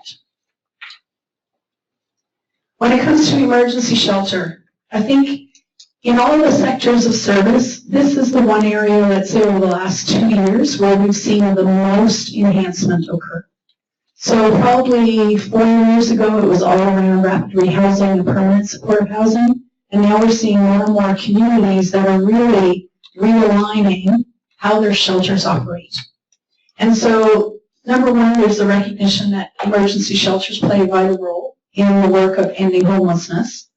The other key piece is that we really want to identify how your system is doing. And oftentimes, if I'm coming into a community, one of the first stops that I would make to really identify what's happening in your system of care is your emergency shelter. So in many ways, it's sort of a litmus test. I can identify what prevention work is happening, how quickly your system of care is able to rapidly exit people out of homelessness, and also to be able to identify how closely tied all of your agencies are from shelter, let's say, to rapid rehousing to permanent supportive housing. Spending time at a shelter will immediately tell you how effective your system is in moving people through, because they're a primary connection point to permanent solutions.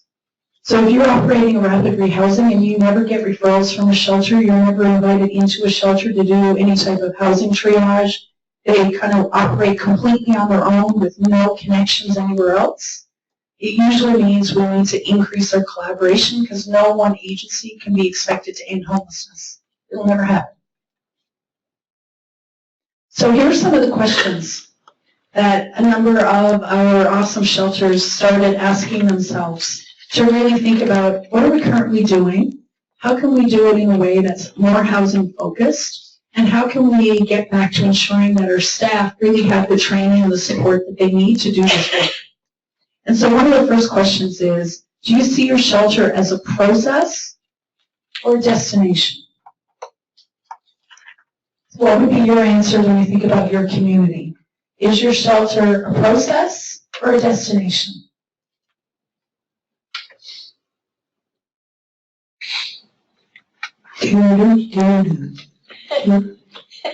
What's your shelter? Yeah? You don't I would love it to be a destination. I think it should be a process. Because that's not where we want them to end up. We want them to be stably housed. Okay. So I think it's the process from that little. You get an imaginary gold star. You're welcome. So yeah, so if we think about an emergency shelter within our big system of care, we want our systems to be able to function as the connection to permanent solutions. So they're part of our process of moving people from homelessness and survival to being housed and properly supported. The community that I'm living in right now, their shelters, because we didn't provide them with a back door at a shelter, they were a destination. There's some people for 23 years, right? So we don't want that to happen for people. And if they're there at 23 years, and this is an interesting thing that the city of Ottawa didn't appreciate much when I asked, but you know, if I've been living somewhere for 23 years, and I call it my home, and it is my home address, and I'm connected to this community, could we actually make some of those shelters and convert them into homes. I've been here 23 years. It is my home. The city of Iowa didn't appreciate it much. But hey, some of the shelters appreciated it. Branded as aging in place. Yeah, exactly. Aging in place. Love it. Love it. So the other key question, and I skipped right up to number 3, because number 2 is, do you feel that you are serving those who need you the most, or is it those who just happen to come in through the door? So that really depends. And oftentimes, if our shelter doesn't have an outreach component, you may have people that are completely unsheltered that will really benefit from your services, but if you're not outreaching to them, you actually only have access to people who show up at your door. So when we think about shelter, are we really focusing in on making them perfect people, which really don't exist? I'm not even perfect. If we focus on we need to get everything about their life stabilized, and then and only then will we think about housing them. Or do we recognize that perfectly imperfect people can be successfully housed? So what's our belief? And of course, do we provide social service or exercise social control? And in this, so many shelters have started looking at their rules. So what rules do they have in place, and what role do those rules play in how people navigate the emergency shelter, but also connect with other systems? And very important, does your built form and layout promote dignity and decrease conflict? So I've been in way too many shelters that I walk away from and I want to cry, because I'm not really sure, and we do the best we can, but so often our historical emergency shelters were either in basements of buildings, of social service agencies. They were never really designed to be, spaces where people stayed for longer periods of time.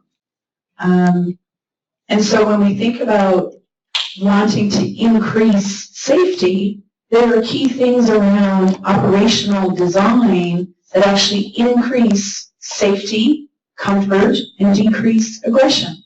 Everything from how many feet are between your shelter beds. Do you have, half wall between beds, or are people all together in a dorm and there's no privacy? So all of those types of things, we've started to really investigate how can we increase people's comfort level, and how does our operational form help us do that? All around decreasing conflict and promoting dignity. And do we also believe that homelessness should be infrequent and short in duration, and that shelters have a role to play in that happening? And of course, do you restrict services only in limited circumstances, and for what purpose? And so to examine when restrictions occur. Do you have shelters that ban for life? Some communities do. You mess up once and you're hooked. You ain't never getting back.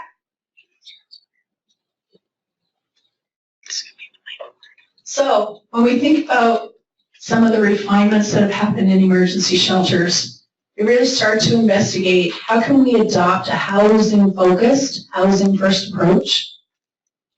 Can we ensure that people who actually need us and can't be diverted, that we have a process in place that as immediately as possible we can assist them in their crisis mode? All the services that we provide, housing-focused. And how do we ensure rapid exit to permanent housing? So that means within 24 to 38 hours or 36 hours of coming into a shelter, are you meeting with a shelter worker to talk about your housing plans? What's your plan to find housing? So everything is dedicated to getting people back into community integration. And of course, are we measuring our outcomes so that we can improve our performance? And outcomes for shelters would include things like your length of stay, your occupancy rate, how many people left your shelter and went right into permanent housing, all of those things that again are housing focused. So when we think about rules, there's a recognition being that we need safe places, right? And we want our rules to reflect the reality of creating a safe environment. What we don't want to see happen are rules that are created that realistically, they're actually generating barriers to people moving on to housing. And I'll give you an example from one of the communities that I'm attached to. So in this shelter, it's a fabulous shelter, but they really believe that if you're staying here and there's a per diem rate that's being paid by the state for you to stay here, then you have to be attached to an education or employment program which they will provide for you. And you need to be doing this every day, 5 days a week. And then we start to investigate. That sounds really great. Okay, you're increasing their stability. But if they're actually in an employment readiness program or an education program 5 days a week during the day, when are they looking for housing?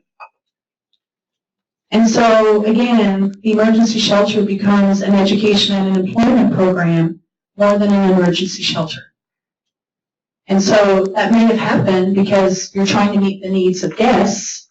However, it actually increases the length of time that they're homeless. And the longer we're homeless, the more of a challenge it is to get back into being housed. So an interesting dilemma. So retooling the rules. You ever heard of Marvin? Marvin was the one person, let's say, who 20 years ago decided that he really wanted to have a pet in the shelter and decided to pick up the raccoon that he passed and brought him into the shelter. And suddenly, because Marvin did that, you know every other shelter guest is going to want to bring raccoons in. And so now there's a rule, no raccoons in our shelter. Ever. Okay, how about deer? You guys have lots of deer, because I must have, Lee, I don't know how many dead deer you passed yesterday, but, oh, you had a banana. You got a lot of deer. Oof. Only one left. So, these rules that come about because of isolated, weird scenarios that become a rule that continue to exist, and your current staff have no idea who Marvin was, or why it actually states that we need no raccoons. Like, why raccoons? You may not even have raccoons in the county anymore, but the rules still aren't labor. So the rules that are created for one-off situations that are odd and may never happen again, but then you have like a wallpaper filled with lists of rules. So when we think about rules, let's also think about other rules that we have. Which rules actually cause people to get kicked out the most? So start with your big heavy hitters first. Which ones are people unable to meet the requirements of that rule? And then let's think about those rules and make the decision. Are these rules, are they really here to ensure that behavior is all dedicated to safety issues? Or is it more around these are the behaviors that we need to have a different approach around managing these behaviors? So do we kick them out because they swear, right? Which means that they're unsheltered, increased vulnerability, and they're not allowed back in. And if you're a connection to permanent solution, it means we've created yet another barrier to you being rehoused. Because now you're not in the shelter, and you swore. Is there a different way for us to address that behavior concern? And how could we do it? So these are some of the discussions that shelters are having. And when we think about borrowing people, and hopefully no one borrows them for life, because you know, we're human, right? Tomorrow will be a different day, and maybe I'll make improvements in how I act. But if we're doing the borrowing and the service restrictions, which will always be important because we need to maintain safety, these are the key 3 factors that would really warrant service restrictions immediately. No tolerance. So any matters of violence, including sexual violence, damage to property, and theft.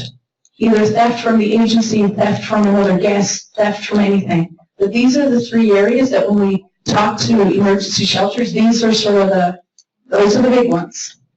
That's what's going to cause you to be borrowed or restricted. Not Marvin's rules, like bringing a raccoon in. Hi. Hi, I have a question about the, on the previous slide, Yeah. the excessive property damage Yes. question. Mm-hmm. I would say in the last few months, I've gotten at least 3, maybe 6 calls about this very question. Not specific to shelter, Right. but more about Units. permanent supportive housing. And basically, the folks have said, in a nutshell, we're the only permanent supportive housing provider in our community. This individual was in our unit, about $5,000 damage. They returned to homelessness, went to jail, went to rehab, whatever it is, and now they're back. Do I have to bring them back in? Right. They are chronic, they are this, they are that, they are highly vulnerable. Right. I don't want to serve them again because of all the damage, all the funds that our organization has put out or whatever. Yep. And do I have to? And I'm wondering if you could just sort of speak to that. Sure. Yeah. So a couple of things. When we think about people who are incarcerated or hospitalized for long periods of time, there may be not just an interruption in their housing, but you may not be able to maintain that housing unit for them if they're gone for too long. That's one thing. Are they still eligible? Heck yes. And I think part of the challenge is we need to look at the behavior, which was the damage to the youth, right? Let's investigate this. And it's not to try to lay blame, because I'm the first one to say, oh, blast that client. I can't believe they did that. But the other part of it is, let's figure out, are there things that we could have done differently to actually prevent the damage or to catch it earlier? And I'll give you an example. In one community, worked with a case manager, and she said, you're going to have to come with me and do site visits. We're going to go see, I'll call him Johnny, although that's not his name. And Johnny is extremely paranoid. And this was his second unit. And she never went to visit him alone because there were some safety concerns. So I was her, her partner that day. And we go, and we walk in, and Johnny has actually removed all of the drywall in his living room. Thankfully nowhere else, but in his living room. And I'm kind of looking around, I'm thinking, oh, Hannah, Johnny, what are you doing? And for him, with his paranoia, he really felt that he needed to find out what was behind that drywall. And so we had the conversation about, okay, so we realize that this is against your lease, right? So we're going to have to talk to the landlord. And he's like, no, I'm going to fix it. We're like, no, you're not. Like, you're not doing this yourself, because that could be a real mess. So when we leave, the case manager says to me right away, see, I told you, like, this is all the time. And I was like, so when did you last see Johnny? Oh, 4 weeks ago. 4 weeks ago? Are you kidding me? Why 4 weeks ago? So for someone that this was their second unit and damage to the unit was the reason why he had to leave the first unit, why did you go 4 weeks without seeing him? Right? And the key cue for me was that it wasn't the entire unit. And you could tell that it was a very methodical chopping away of drywall. I mean, he didn't slice an electrical cord anywhere. He had really taken lots of time and effort to do this. And I think the key piece for her was, see, I can't work with him. He should never be in our program. And my takeaway was, well, let's just think about this. We need to be in risk analyzation mode around how we do it. And so part of it is, if someone's evicted, instead of seeing it as a complete failure, okay, client, Johnny, what are we going to do next time so that we don't have to be rehoused? And for our practitioners, what are we as an agency or a program going to do differently, knowing that this is something that Johnny might do again in the future? And so what we did with Johnny was we no longer have drywall. We actually specifically in a very low rental unit area, vacancy rate area, we were looking for concrete walls. And so you have to see every little slip, instead of seeing it as complete failure, because that's what it feels like. Okay, what can we do differently next time? Johnny is still housed. Does he still struggle? Yes. Now he struggles with different things. But, I mean, realistically, if we had just said, we're done with you, you're out of here, and not seen it as an opportunity to figure out, okay, what will we not do differently? And what conversation do we have with Johnny to make sure he understands that this is a violation of his lease? What purpose is served? But I can tell you that Housing First is not a cheap program to operate. And so having some flexibility around accessing funds to cover damages, like to repair damages, will be important. But I think the first thing we have to do is make sure that we're following up with people quickly and not leaving them 3 and 4 weeks and believing if you don't hear from them, everything's fine. Because if they're high acuity, multiple co-occurring issues, and they're attached to your permanent supportive housing, we have to assume, don't think if something bad will happen, just think when. And so we put our risk minimization plans in place, and we see them more frequently, and we touch base, and we find out who else visits them, and they give us feedback about what's happening. That's what we do as professionals. Good question. All right. Those of you who do housing location, I'm going to do this in 5 minutes because when we come back, we're going to have fun with housing stabilization. Housing location, not my area of expertise, because everything I could do wrong, I have done wrong. I've learned from that, but my biggest lesson is you don't want me talking to your landlords. So the key piece around doing housing location is trying to figure out wherever and whenever you can that you have someone who has at least a portion of their time dedicated to doing just this work. If we added on to the to-do list for every single case manager or support worker, it's not done as effectively or as efficiently as it could be. So we want to maximize all of the potential available resources when it comes to the rental assistance pieces. And of course, focusing primarily on using those finite rental assistance pieces for those that unless you have rental assistance, there's no way you're going to get them in anywhere. The other key piece, of course, is taking the business approach. So that designated housing locator, ideally, or at least a portion of someone's job, where they're hired for the mission of doing that work. And the key piece to keep in mind is that our goal is to actually not sell each particular client to the landlord, but it's to sell our support program. So for your experience with the rooming house, I mean, I'm willing to bet, dollars to donuts that it has everything to do with support that's provided. And that landlord's probably making quite a bit of money, right? So my colleague Zach, who operates or is executive director for the West Virginia Coalition and Homelessness, he'll always say, stop begging when it comes to landlords. I signed a check, I know exactly how rich I'm making them. And I was like, man, all right, but you better speak better business speak than I do. So the reality is that, yes, we have landlords who really want to do this work and house people because they have a good heart. But landlords are business people. And so we need to figure out how we become a good business partner. Not just a social service partner, but a business partner. One of the key things that have become important, if you're in an area that's big enough that you would have, let's say, a property management company or a landlord who has a multiple number of units throughout your city or throughout your community, is to try to identify with those landlords where they're underperforming portfolios. I'll give you an example of a larger urban center in Canada, but this was also their reality in San Francisco and throughout Los Angeles County, where the housing boom that happened and so many of our developments were all condominiums, with the idea being that our baby boomers would want to downsize and want to live in condos. And in a number of urban centers, the key turnover rate were in condos because in addition to seniors, they were also sort of promoted as the first place that someone could own when you were young professionals. Once you became a young professional who married or decided to have children, they moved out of condos. So turnover rates cost landlords money.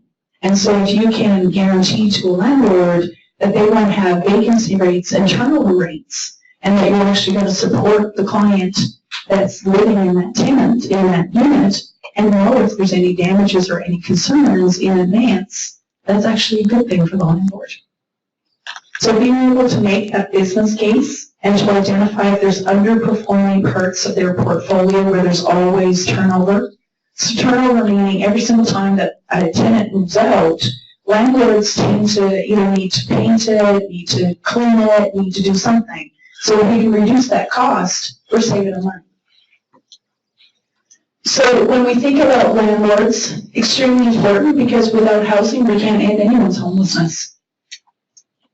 The other key piece that becomes really important for us is that wherever we can, we want to have a number of options to offer our clients around potential housing opportunities.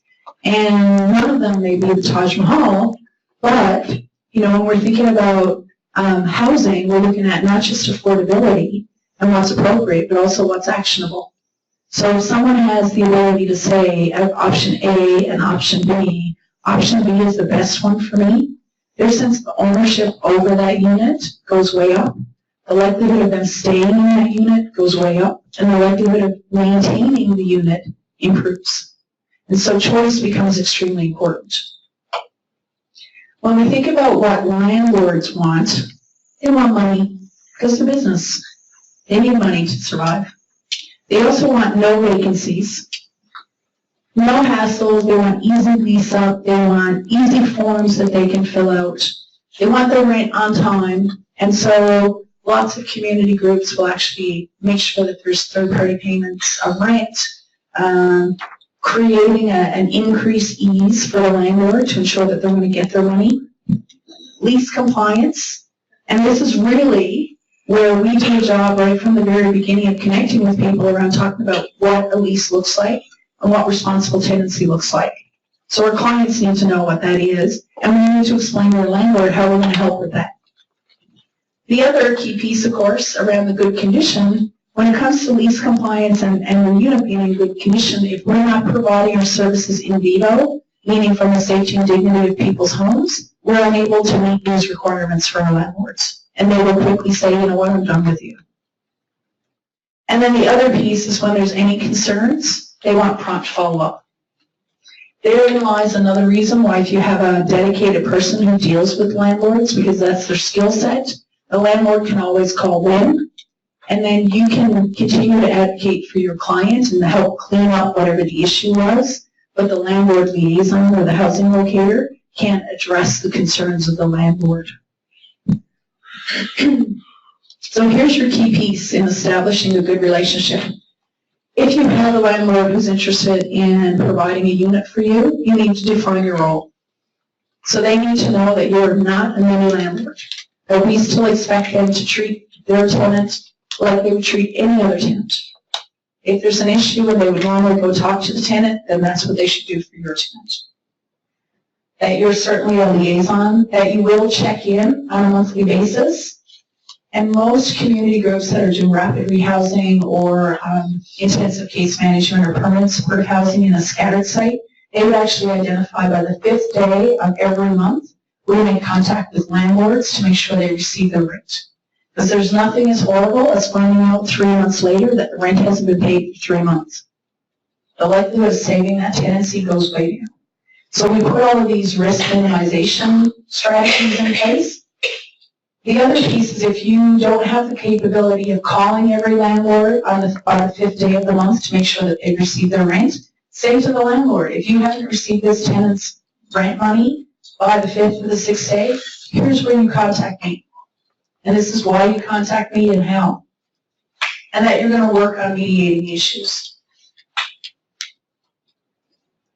When it comes to housing options, you talk about the AAA. So affordability, we all get that, right? And that's why so many communities are now investigating shared accommodations, because affordability, they might have options, but it's not affordable. It also needs to be appropriate. So here we're talking about whether or not this is a safe, appropriate habitation. So that's going to be important. Just as importantly is whether or not the option that your client is interested in, is it actionable?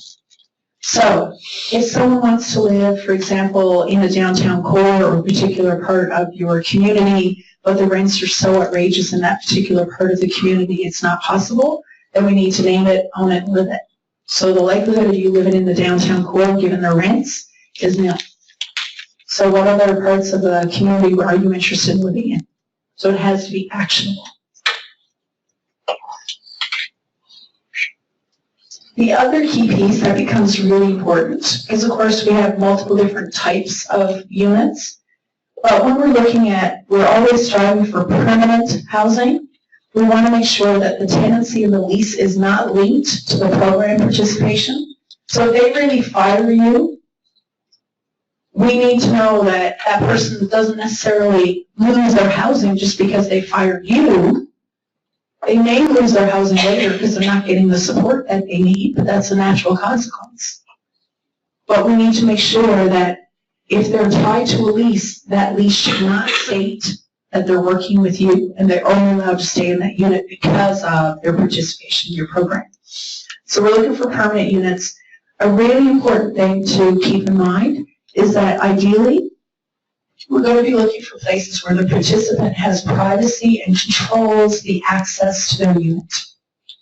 So, we think about rooming houses, which often are one of the primary housing options that so many of our clients need to look at because of affordability.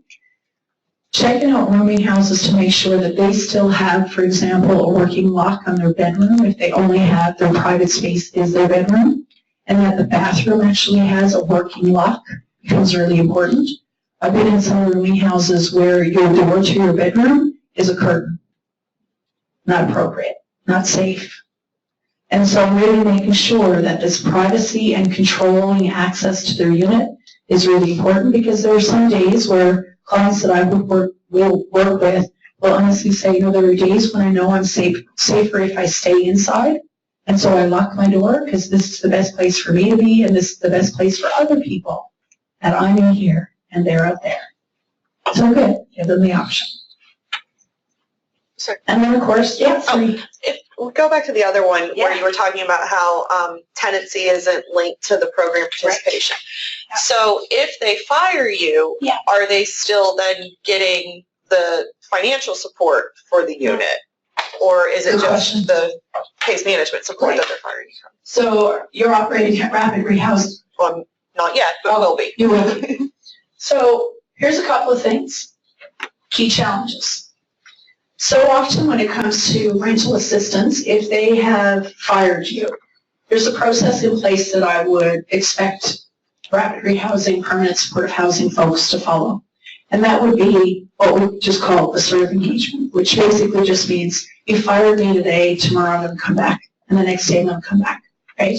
And so they're not removed from the program, even though they're not engaging with you. The other thing when it comes to assertive engagement is I'm not just going to go back and knock on their door, because I work with so many people who will say, you know, I've been knocking on that same door every day for 3 weeks. And I honestly just want to say, well, why do you keep doing that? Go find them somewhere else. Like, it's the definition of insanity, doing the exact same thing day after day and expect a different result. You know your client, go find them somewhere else. Because one of the things that we're going to look at around the housing stabilization piece is that going missing in action is actually a part of the freakout zone. So it's a natural thing that some people will experience. And so we want to find them as quickly as possible and engage with them, even if it's out at community, maybe they're going to a meal program. I'm not going to do a home visit there. I'm not going to get into, you know, a whole lot of detail, but I want to see them, because the longer they go without seeing me, the increased likelihood that they're going to stay in a scenario where they continue to fire me. Okay, so that's assertive engagement. Now, lots of agencies will struggle with whether or not they get the rental assistance.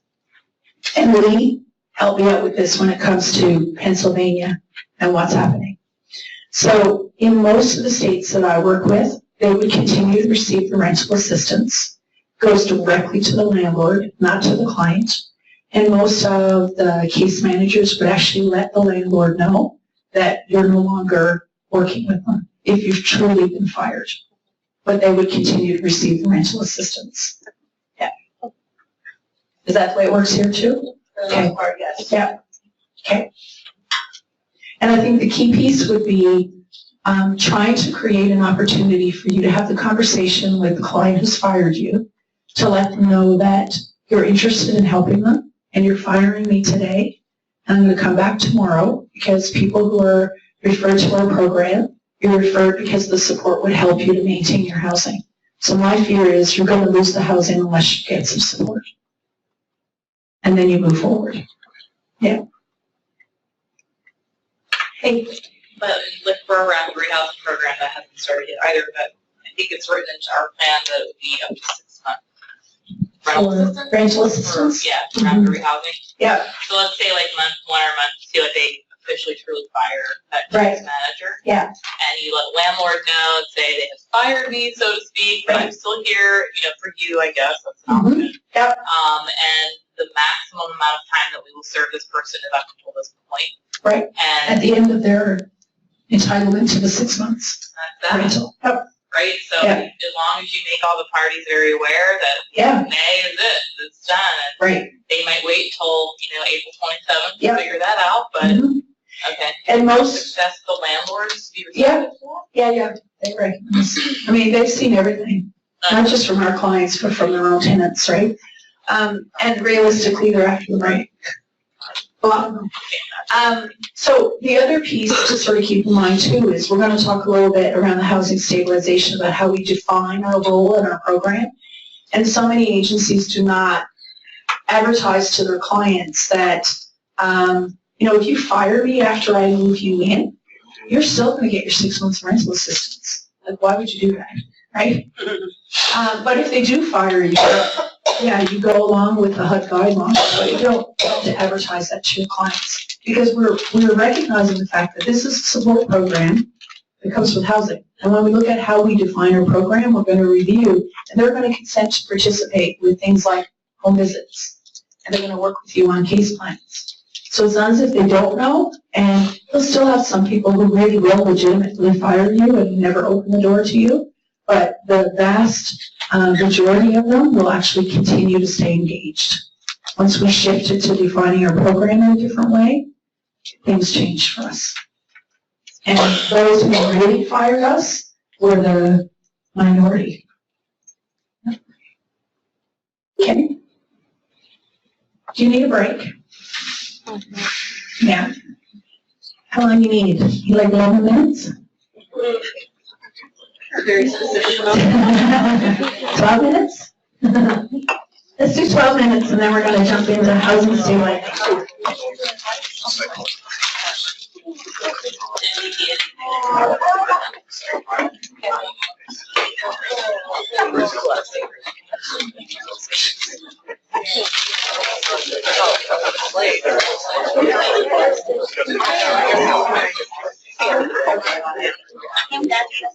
So tomorrow, our stopper. What, at night?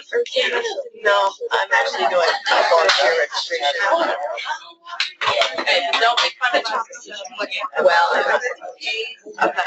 Here's the requirement. Well, sure, so it's a private shelter.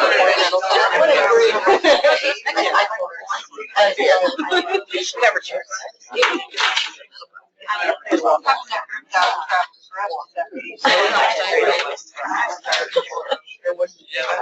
No, I didn't.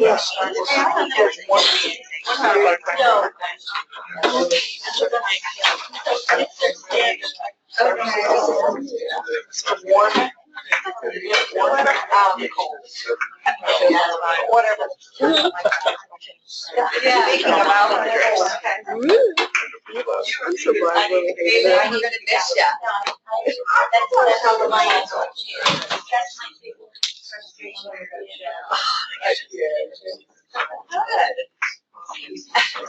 I connected.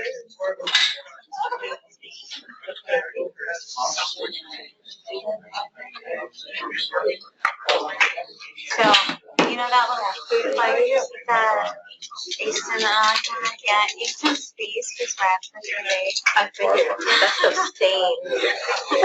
So horrible. We finally got it the brown tortoise, so all around the hairline. It was red for 3 days. It's horrible. I was like, you're just trying to inspire me. It's okay. I was like, you can draw black lines on your face? No, just for So then I took eyeliner.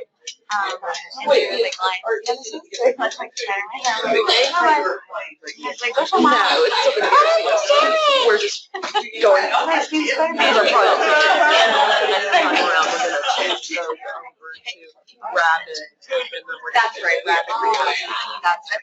Yeah, and then permanent supportive housing for the other ones. So we have two. I still have blue on me. I was gonna say blue and red, stay Yep, where right it's. there. Yep.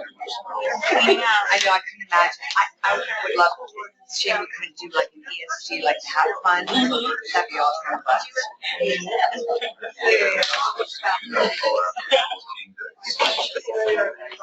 Very interesting. Yeah, it is. It is.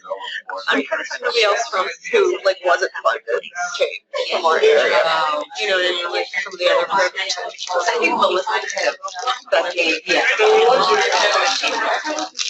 why we do it. Good though. How was yesterday? Good. It was quick. Was it quick? Good. But did you see what I'm saying? Right.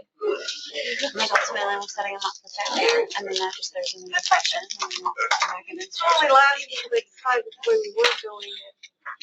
Works better, and we should all be doing everything for the client whenever they walk in, and then this will all go to the place. This is not reality. Yeah. It's not in my county, it's not the reality. Yeah. I get the concept. I do. I just don't understand the practical application of it. I get the concept too, but it's great to say I house them, but they're not gonna stay housed. Because you're gonna, well, if you house them immediately, if you go through the housing triage thing, that works, but you're not gonna get that done. That's true. Because we have no public transportation, Neither do we. you know, like that's what's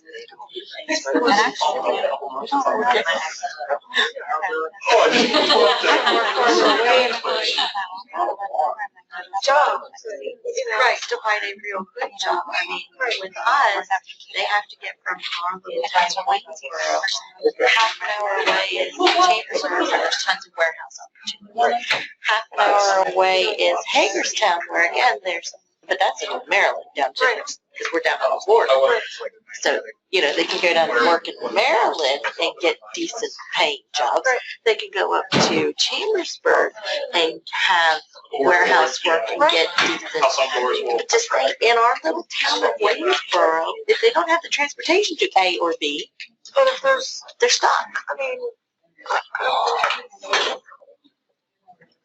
we better figure out a way to give us money to open up the vouchers. I feel so bad. Yeah, our county Section 8 vouchers have been closed for 2 years. They opened up accepting applications. There's places for 6 months. I know, but they did ours for free. And closed it back off. As far as I know, nobody's been able to move. They just opened up vacancies and said we're going to accept our new applications.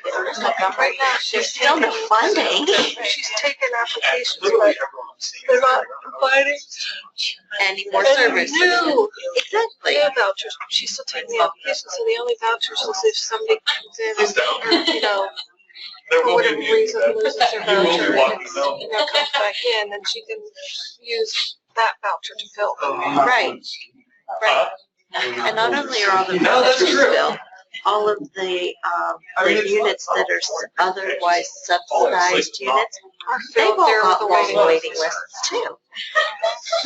So, like, our county is closed. Yeah, so is ours, and We're the not thing getting is, creative. yeah, that's what we find with our units. You know, they're popular, but we don't get a lot of clients. Yeah, So if you have those same 12 clients staying there, we can't, there's no room, like, we don't have any more money to get more apartments. No. So what we have is what we have, and then those clients can stay there. The concept is good, if they're gonna start giving us money to build more units and, you know, things like that, more buildings and more vouchers. And then, sure, but I Or what I've found in our area is the places that are open are the ones with the age requirements. They're only open to 62, they're only open to senior citizens. And have a waiting list for that. then they're only open to senior citizens if you have good credit. Okay, well, if you're you're in this situation, you've destroyed your credit because you've already exhausted everything else before you got to this place. So, you know. Takes about 20 minutes.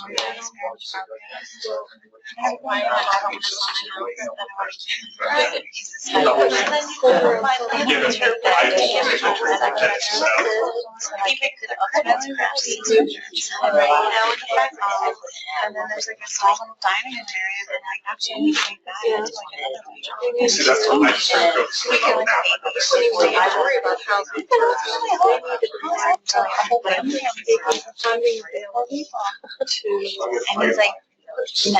And I'm like, why not? They wouldn't even need to go through this because they have home.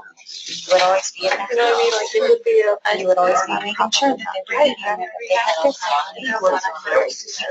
You know, but once somebody there, My bedroom's just like, I won't do it. I can sleep through every noise. At least in my barn, they need to do it. Yeah, but then they drown in the pond. Oh my God. Right. There's so the church, you know, like, okay, I got some house, I have to get out. And then they walk away and they're like, the next month, they don't pay the rent, the next month they're not. Like, that alert you. It's like, well, I don't know why you're worried about that because your moms aren't on your home. I'm like, don't want to work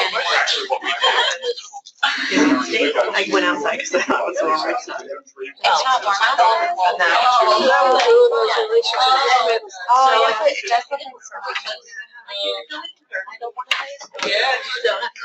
So Terry's gonna leave this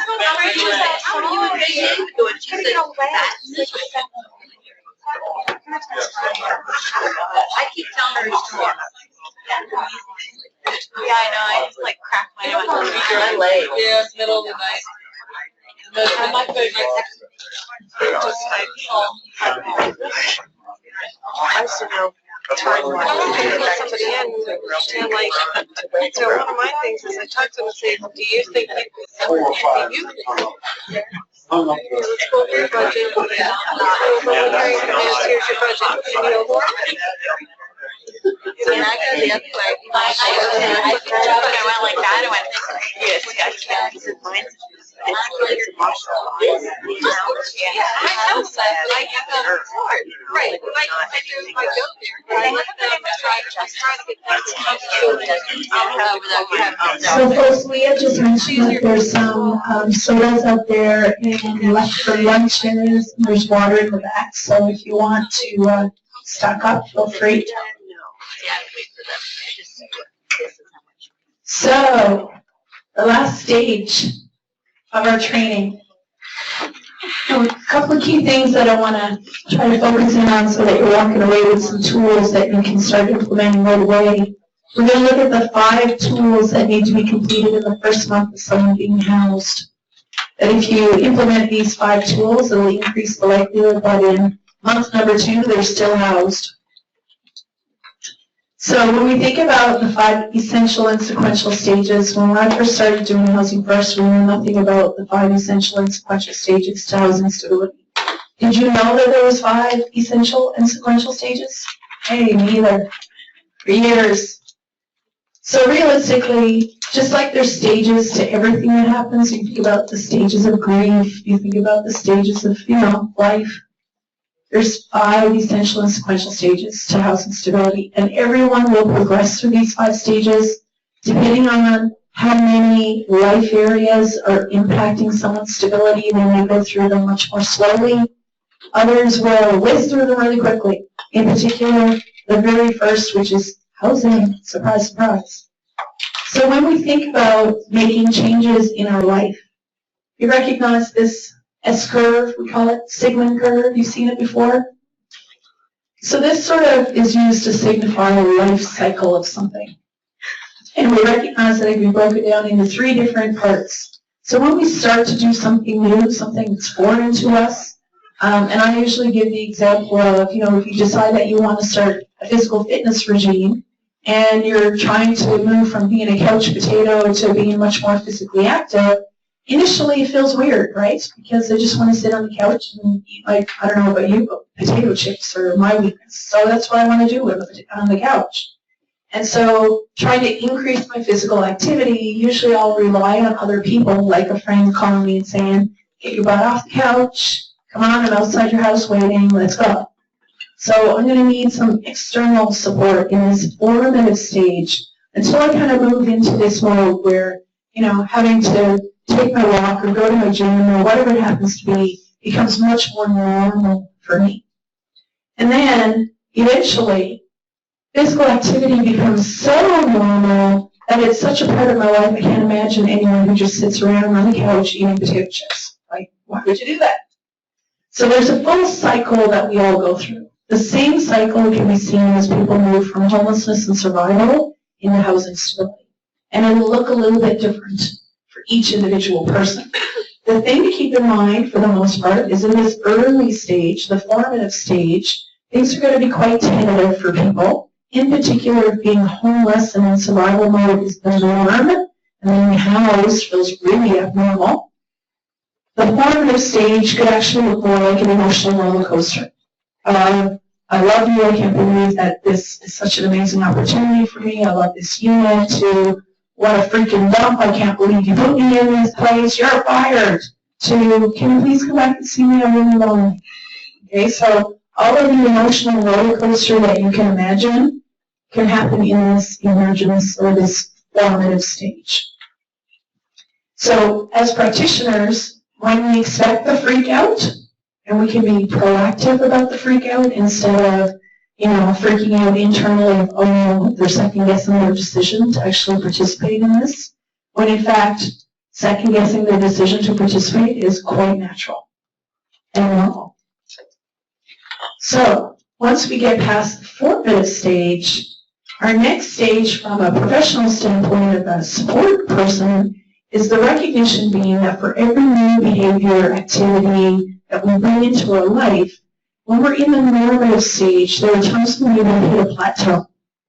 Meaning, if we go back to my analogy of physical fitness, I'll reach a point where I'm no longer quite getting all the positive benefits of doing this physical activity that I used to.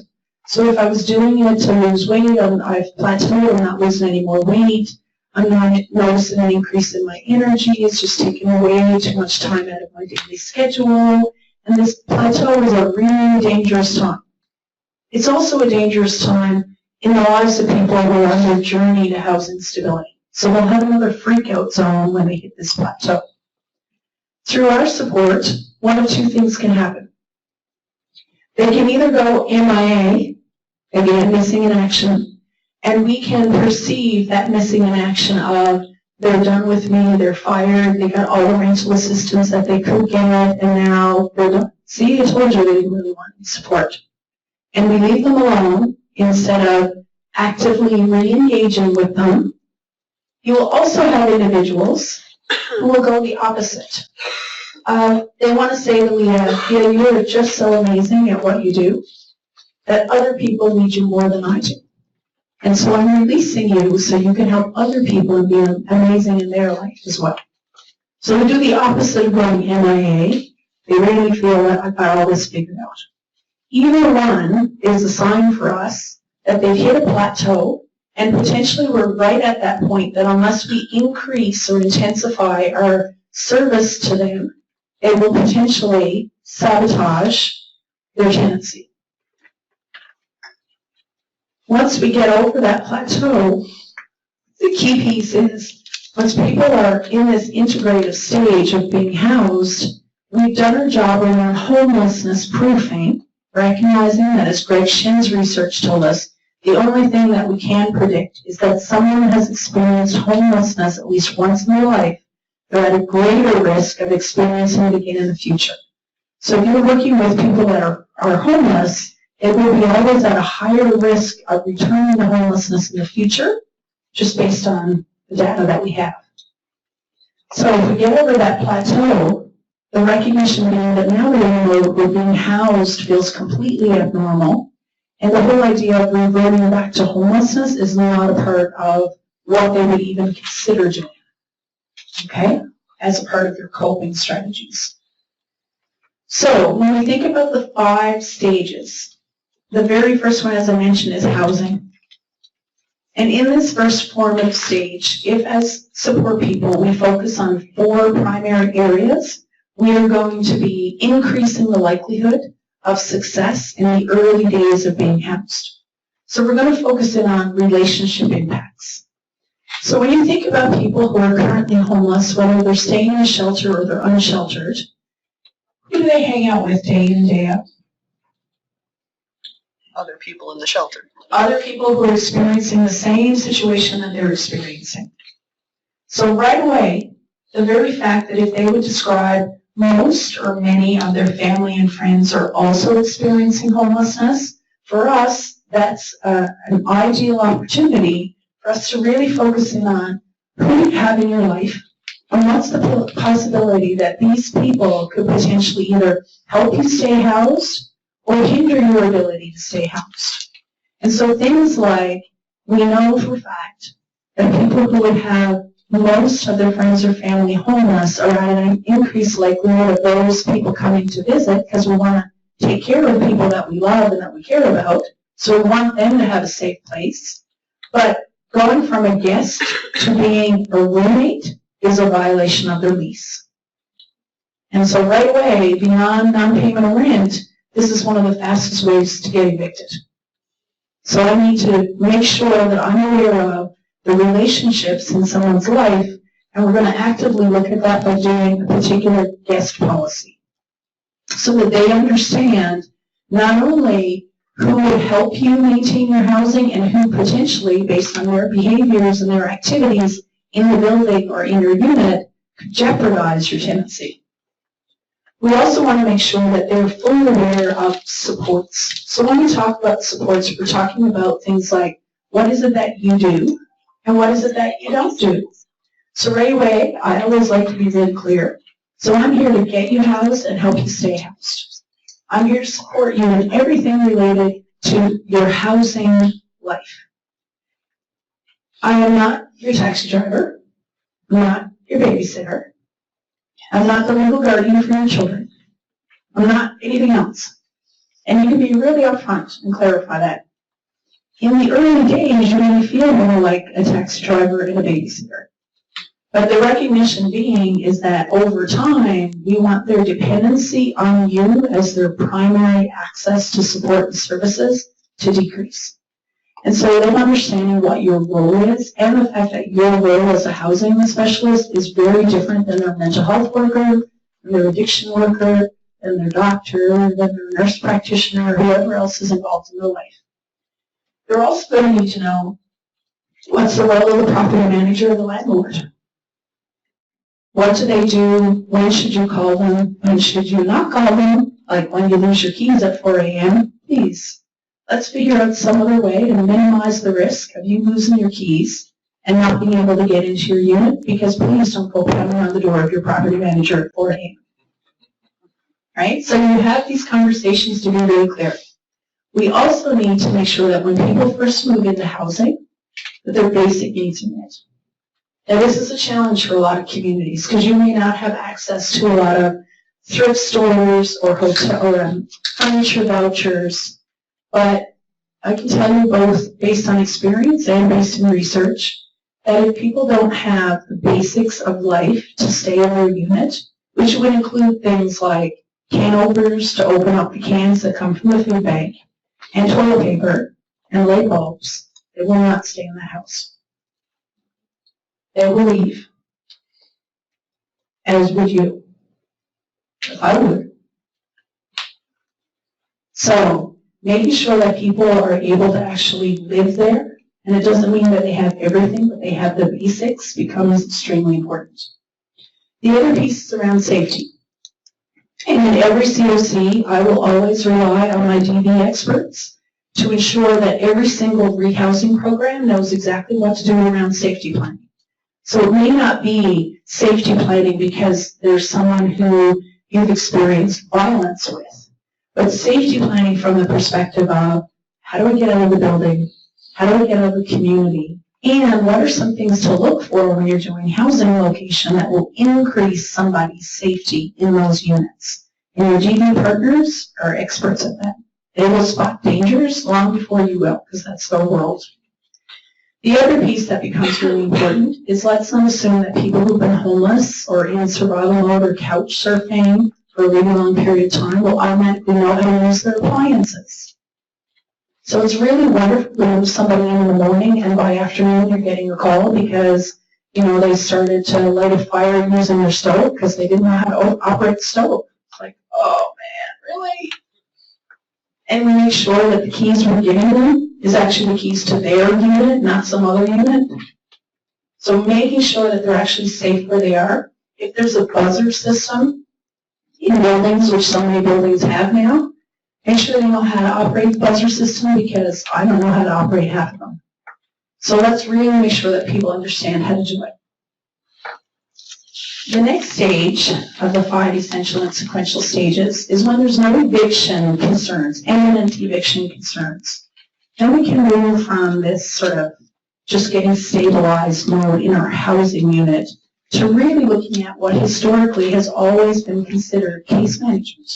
So we're going to look at things like life stabilization. We're going to look at, are there additional mental health concerns that you would have that now you're interested in getting connected to mental health services for, okay? Beyond, let's say, your mental health symptoms that are putting your housing at imminent risk, because you've already addressed those. Anything that's going to put your housing at imminent risk would be discussed in your first stage. So we want to look at meaningful daily activity to allow people to move from a very structured existence of survival, where your entire day is mapped out for you. You know where you need to be in order to get shelter. You know where you need to be to get breakfast. You know where you need to go in order to get lunch or to get dinner. Being homeless and being in survival creates a ton of structure in your life. Being housed is, we need to help people create a new structure. They don't know what to do with themselves. So here we're going to look at it, adding additional things in for those chronic, high acuity folks. If they're really struggling and moving into survival mode, only here will we look at employment and education.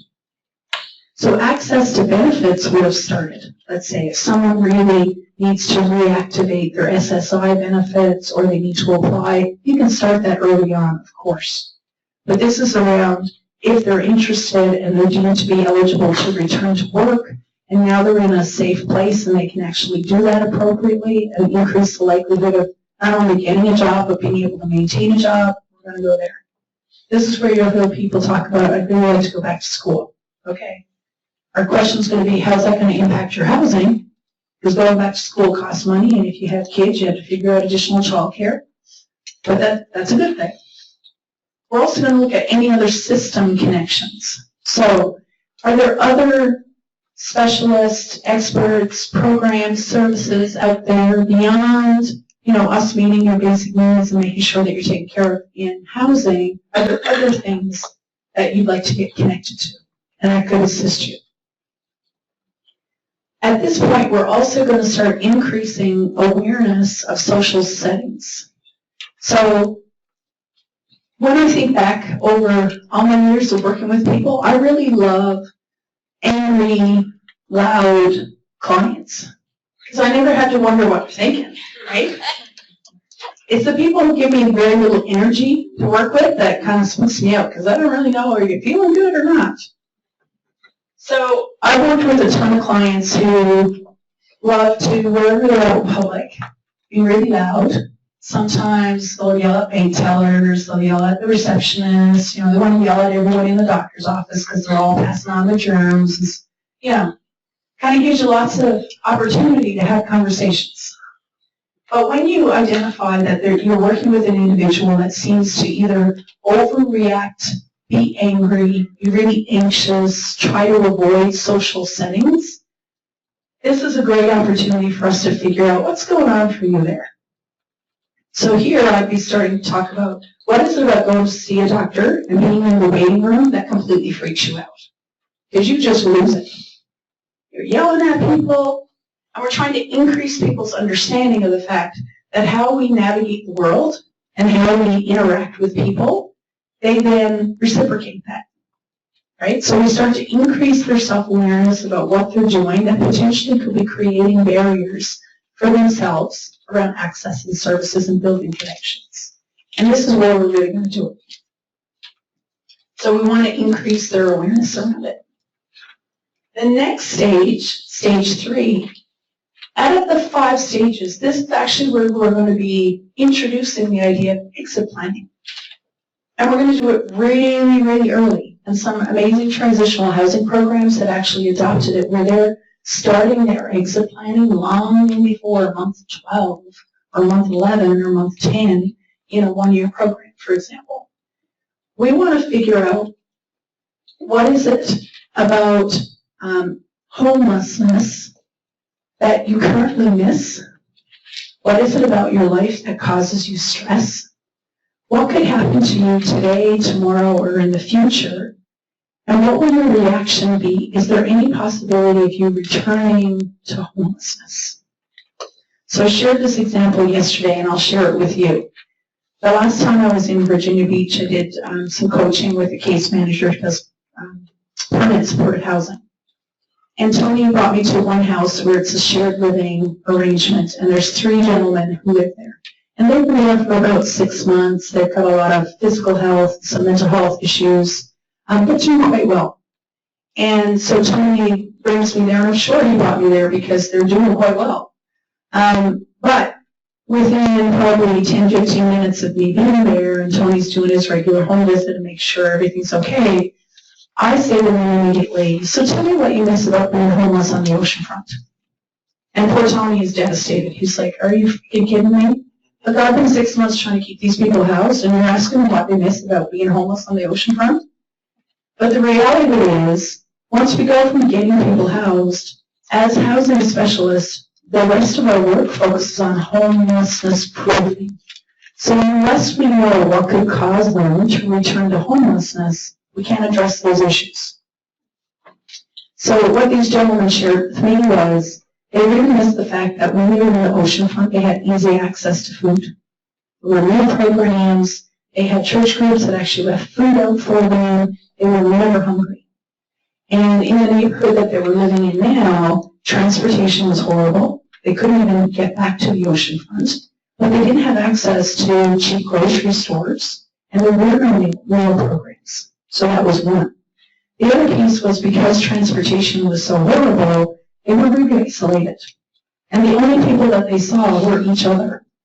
And, 6 months of seeing the same 2 other people, it's kind of annoying.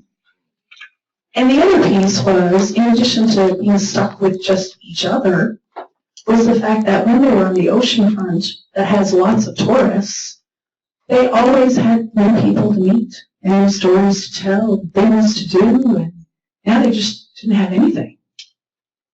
And so we went from Tony being flabbergasted and ready to beat me over the head for asking this question to having a conversation about how do we address your food security issues, how do we try to identify some other ways for you to have socialization, and what do we do about how isolated you are in this particular neighborhood.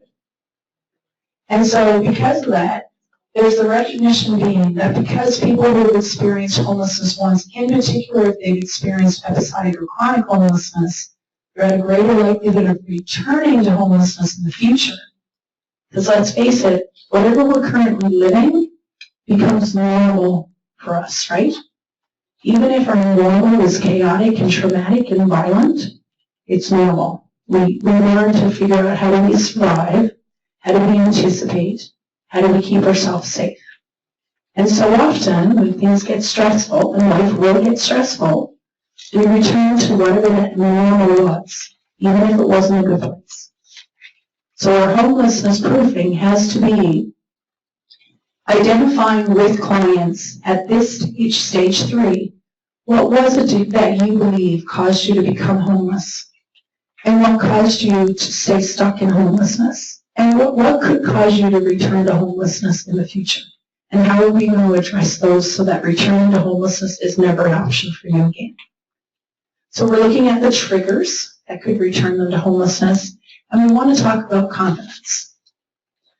So we're going to talk a little bit about how people make changes. And sometimes we think we make a change when it's really important to us, right? It's a priority to us.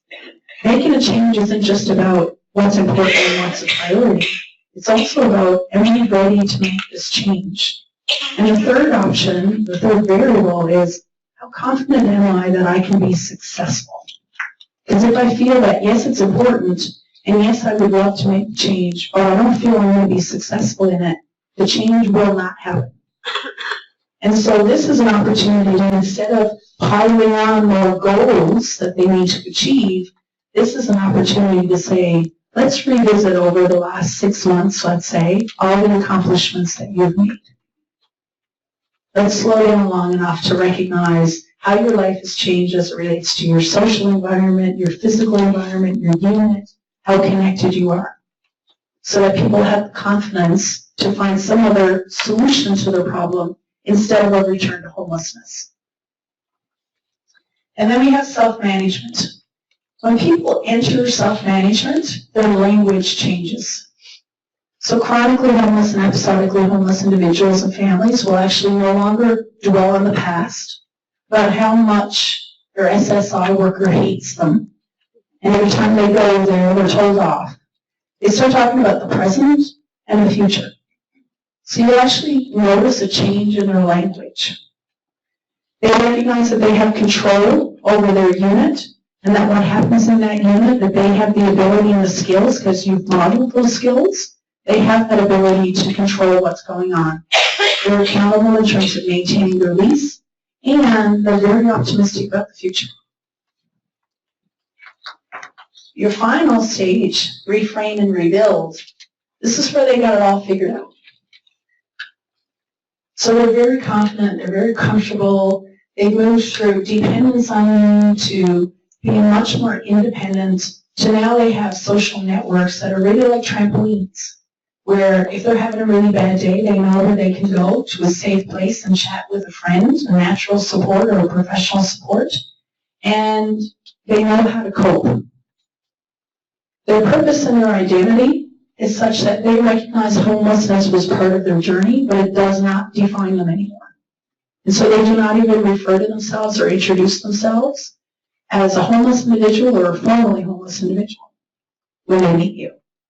Their identity has completely changed. So let's have a quick look. When we chart these 5 stages onto our life cycle, you will see that in this formative stage, until there are no longer imminent risk of losing our housing, because there's immediate issues happening, we're going to be in stability, a housing stability mode, and then we move into individualized service planning. So until we build a foundation of them being comfortable in their housing, all the other work that we would do, let's say trying to get them connected to other services, encouraging them to go back to school, it's like putting the cart before the horse. They're not there yet. So we need to build a good foundation first. So when we sort of think about some of our service delivery, you've probably figured out that Housing First delivery is not just Monday to Friday, 9 to 5. Darn it. And that we need to spend time face-to-face with clients from the safety and dignity of their homes so that we're able to monitor what's happening for them.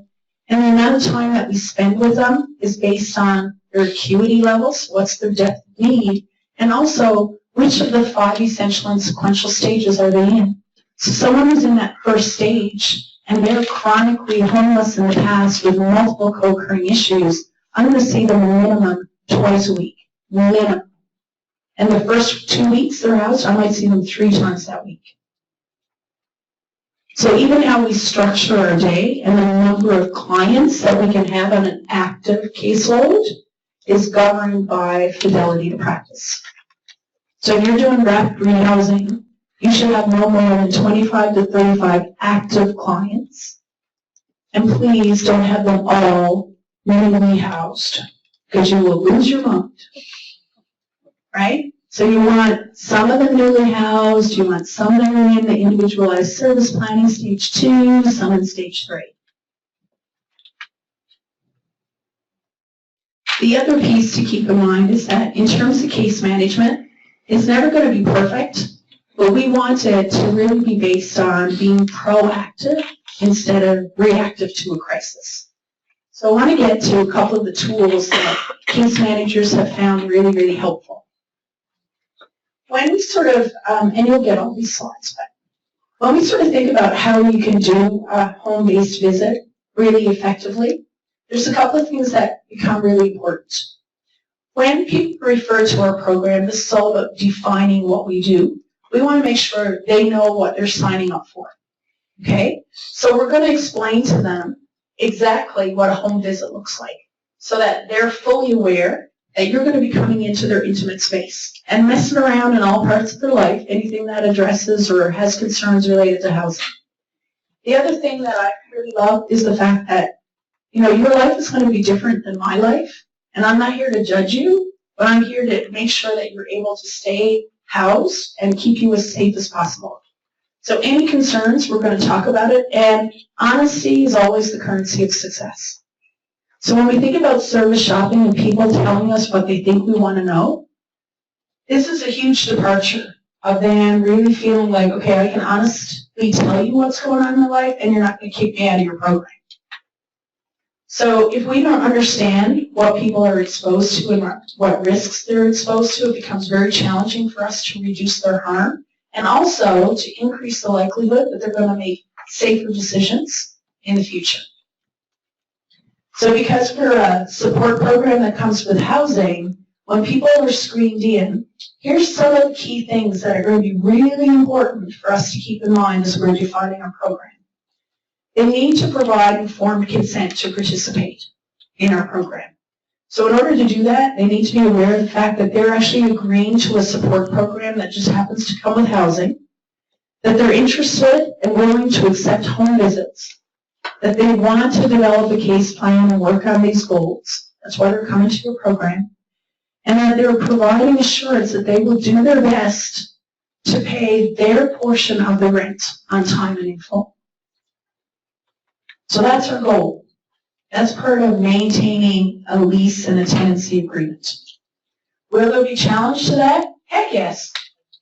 Will they fire you? Heck yes. You haven't been fired this month, you're working with the wrong population. It'll happen. But we want to let people know this is the goal. This is what we're striving towards. And throughout your entire time with them, you're going to continue to have this responsible tenancy discussion over and over and over and over and over and over again. So responsible tenancy means we pay our rent on time and in full each month. We don't disturb other people in the building. So when you're attending viewings with people, great opportunity to point out damage that was done in that unit prior to them coming in and talk about how do you think this happened? What do you think the landlord did? Do you think this could be the reason why this person is no longer living here? So you're increasing their awareness. We want to review the terms of the lease, and actually being a part of the lease signing becomes really important so that you can review that with them. That you engage appropriately with the landlord and the superintendent, and that you take care of your unit. That's what responsible tenancy looks like. When it comes to taking care of your unit, some of the key opportunities that become really important for us is actual moving. So we've learned the hard way, only do move-ins Monday, Tuesday, Wednesday. Because if you're moving in Thursday or Friday, even if it's the first of the month, for chronically homeless, episodically homeless individuals with high acuity, the vast majority of their friends and family may also be homeless. Come Monday morning, if you're not there to support them during the weekend, you will likely be moving them out. So save your money, keep them in shelter for a couple more days, and move them in when you have the ability within 24 to 36 hours to visit them again. Make sense? The interesting piece before you leave move-in, when you think about moving into your own unit for you. What do you do the minute you move into a new apartment, house? You clean? Because you don't want to be around other people's dirt, right? So moving in a housing first context means you take your tiara and your magic wand, which is plastic, it doesn't work, and your cleaning gloves and your cleaning material, and you truck off down the road to help people move in. And during the moving stage where you're actually cleaning with them, you learn a whole lot about what their capability is to take care of their unit. And for people who have been homeless for a really long time, the idea of cleaning a unit may be completely foreign to them.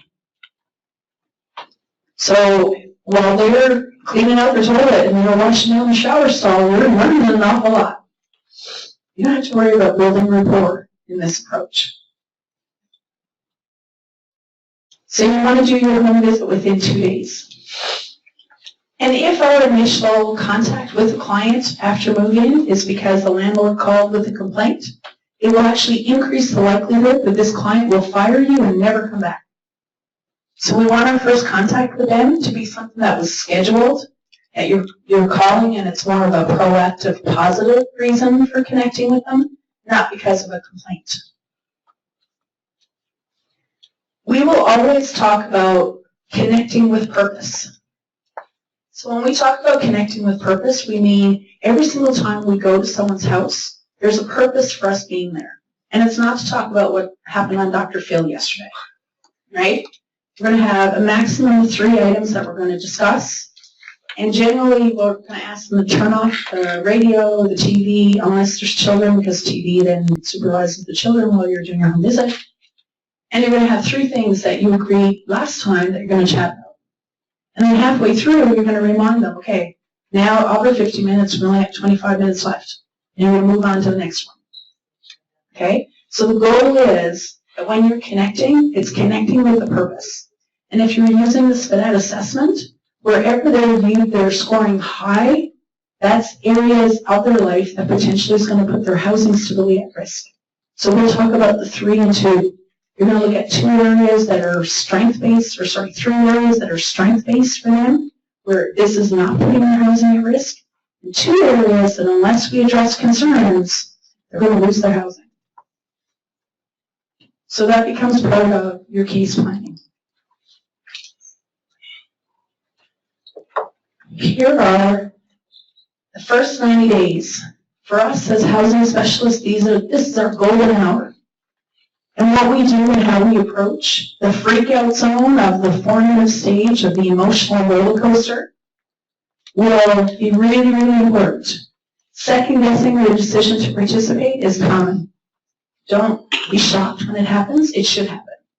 And in fact, when they're freaking out and firing you, as much as you want to freak out internally, my approach has always been, I'm going to do a happy dance.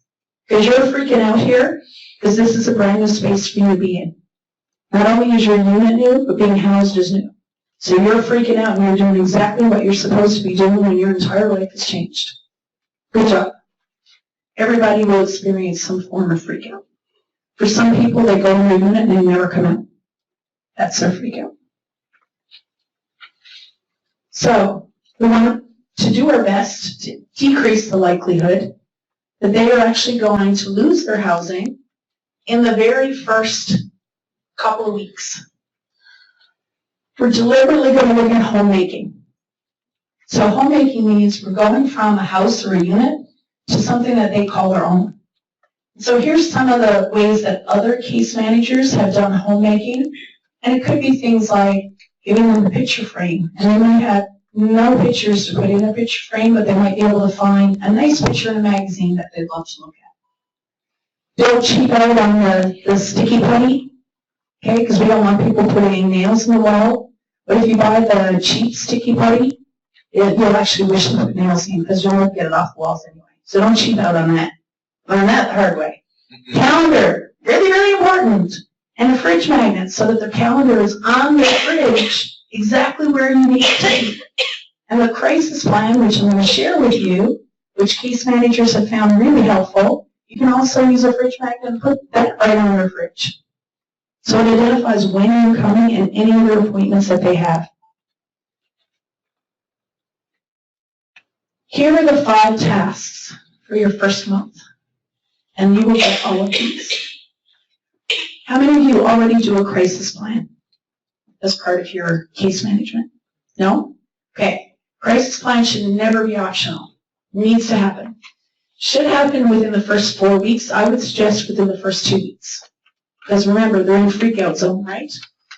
So, for the fridge, a great opportunity for them to identify any of their health information, emergency contacts, any other community resource that they use. They'll have easy access to it. Here is some of the questions that practitioners such as yourself have found to be really helpful. Things like, the signs that I'm about to go into a crisis are, so your client is responding to this. Remember, self-management of our symptoms or signs or issues can only happen when we're aware of what those issues are. So my job is to help people become more aware of what's going to get in the way of their stability. So I want to ask them, when you're going into crisis, what should I be looking for that would tell me, uh-oh, we're going to lose it? And then the client, I'm going to give them control over what's happening. So if the client, if they're answering this, they'll say, if you notice that I'm doing or saying blank, then for me as the practitioner, that's my sign of I need to give them space. So they have control over that. In the past, to deal with the crisis effectively, the client can identify what's worked for them in the past. If in a crisis, it is best to contact these people. So as someone who has compromised mental illness, I can tell you the most important piece of my recovery is having control over who my loved ones contact to let them know if I'm not feeling well. So I'm always really clear. If I'm not feeling well, you do not call my mother. Not helpful. You do not call my sister Karen, but you can call my other sister Annette or my sister-in-law Krista. They're helpful when I'm in a crisis. My poor mother is not. So I need to regain control. Recovery is all about awareness and regaining a sense of control over what's happening. And we're doing it through a tool. The other piece, if I'm about to be in a crisis, these are the special arrangements or things that I need to have taken care of. I cannot tell you how many people who really should go to the emergency department but stay home because they have a pet. Right? So it doesn't mean that you as their support person is taking the tabby cat home, but let's figure out who else could come and take care of your cat so that you can take care of you. So we're doing it in a proactive way. The budget, so this is a form that we've generated based on contact with other case managers, and we've done lots of different revisions, but it's pretty basic. So on one column, you're going to see all of the things that you spend money on, and on the other column, all of the ways that you get money. Now you're going to notice a number of kind of odd and unusual scenarios here. The key piece to keep in mind is that honesty is the currency of success, right? So what we want to do is if people are using their money, for example, to pay off street debts or gambling debts or child support or cigarettes or coffee or any other substances, we want to increase their awareness around what's the impact of you having to use your money or deciding to use your money on those particular items. And you would be shocked at how many people who are using substances have absolutely no clue how much money they're spending on their substances. And so one of the things that I've done in the past is if they have no clue about how much money they spend on their substances, their risk of losing their housing because they can't pay their rent goes way up. And so one of our case plans is for the next week, you need to track how much money you're spending. Because if you don't know how much money you're spending, you're going to put your housing at imminent risk. And the vast majority of clients that have used this as a tool to get them thinking about the role of substances or any other behavior in their life, they've actually reduced those behaviors over time. But they'll only start to reduce it when they increase their awareness about the impact that it's having now that they're housed. Okay? So there's a sample. In our first case plan, we're just looking at 3 areas related only to housing. So it might be the homemaking, it might be getting to know the community. Risk assessment. So we want to identify what's going to put you at risk, and we also want to figure out what are the people, the technology, the resources that can minimize that risk for you. Like losing your keys at 4 a.m. What are you going to do about that? So I'll share with you both the lengthy risk assessment, which is numerous pages, or this brief assessment. And it's really looking at, are there key areas that you've experienced in the past that we need to be aware of so that we can figure out how you can reduce your risk.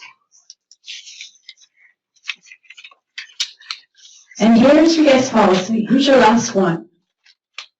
So this is one of my favorite things. Some people would like to do the risk or the guest policy story as like a craft project. I'm not Martha Stewart. I don't do that stuff. I think in words. But some people really like to, get the coloring pencils out and they do it together.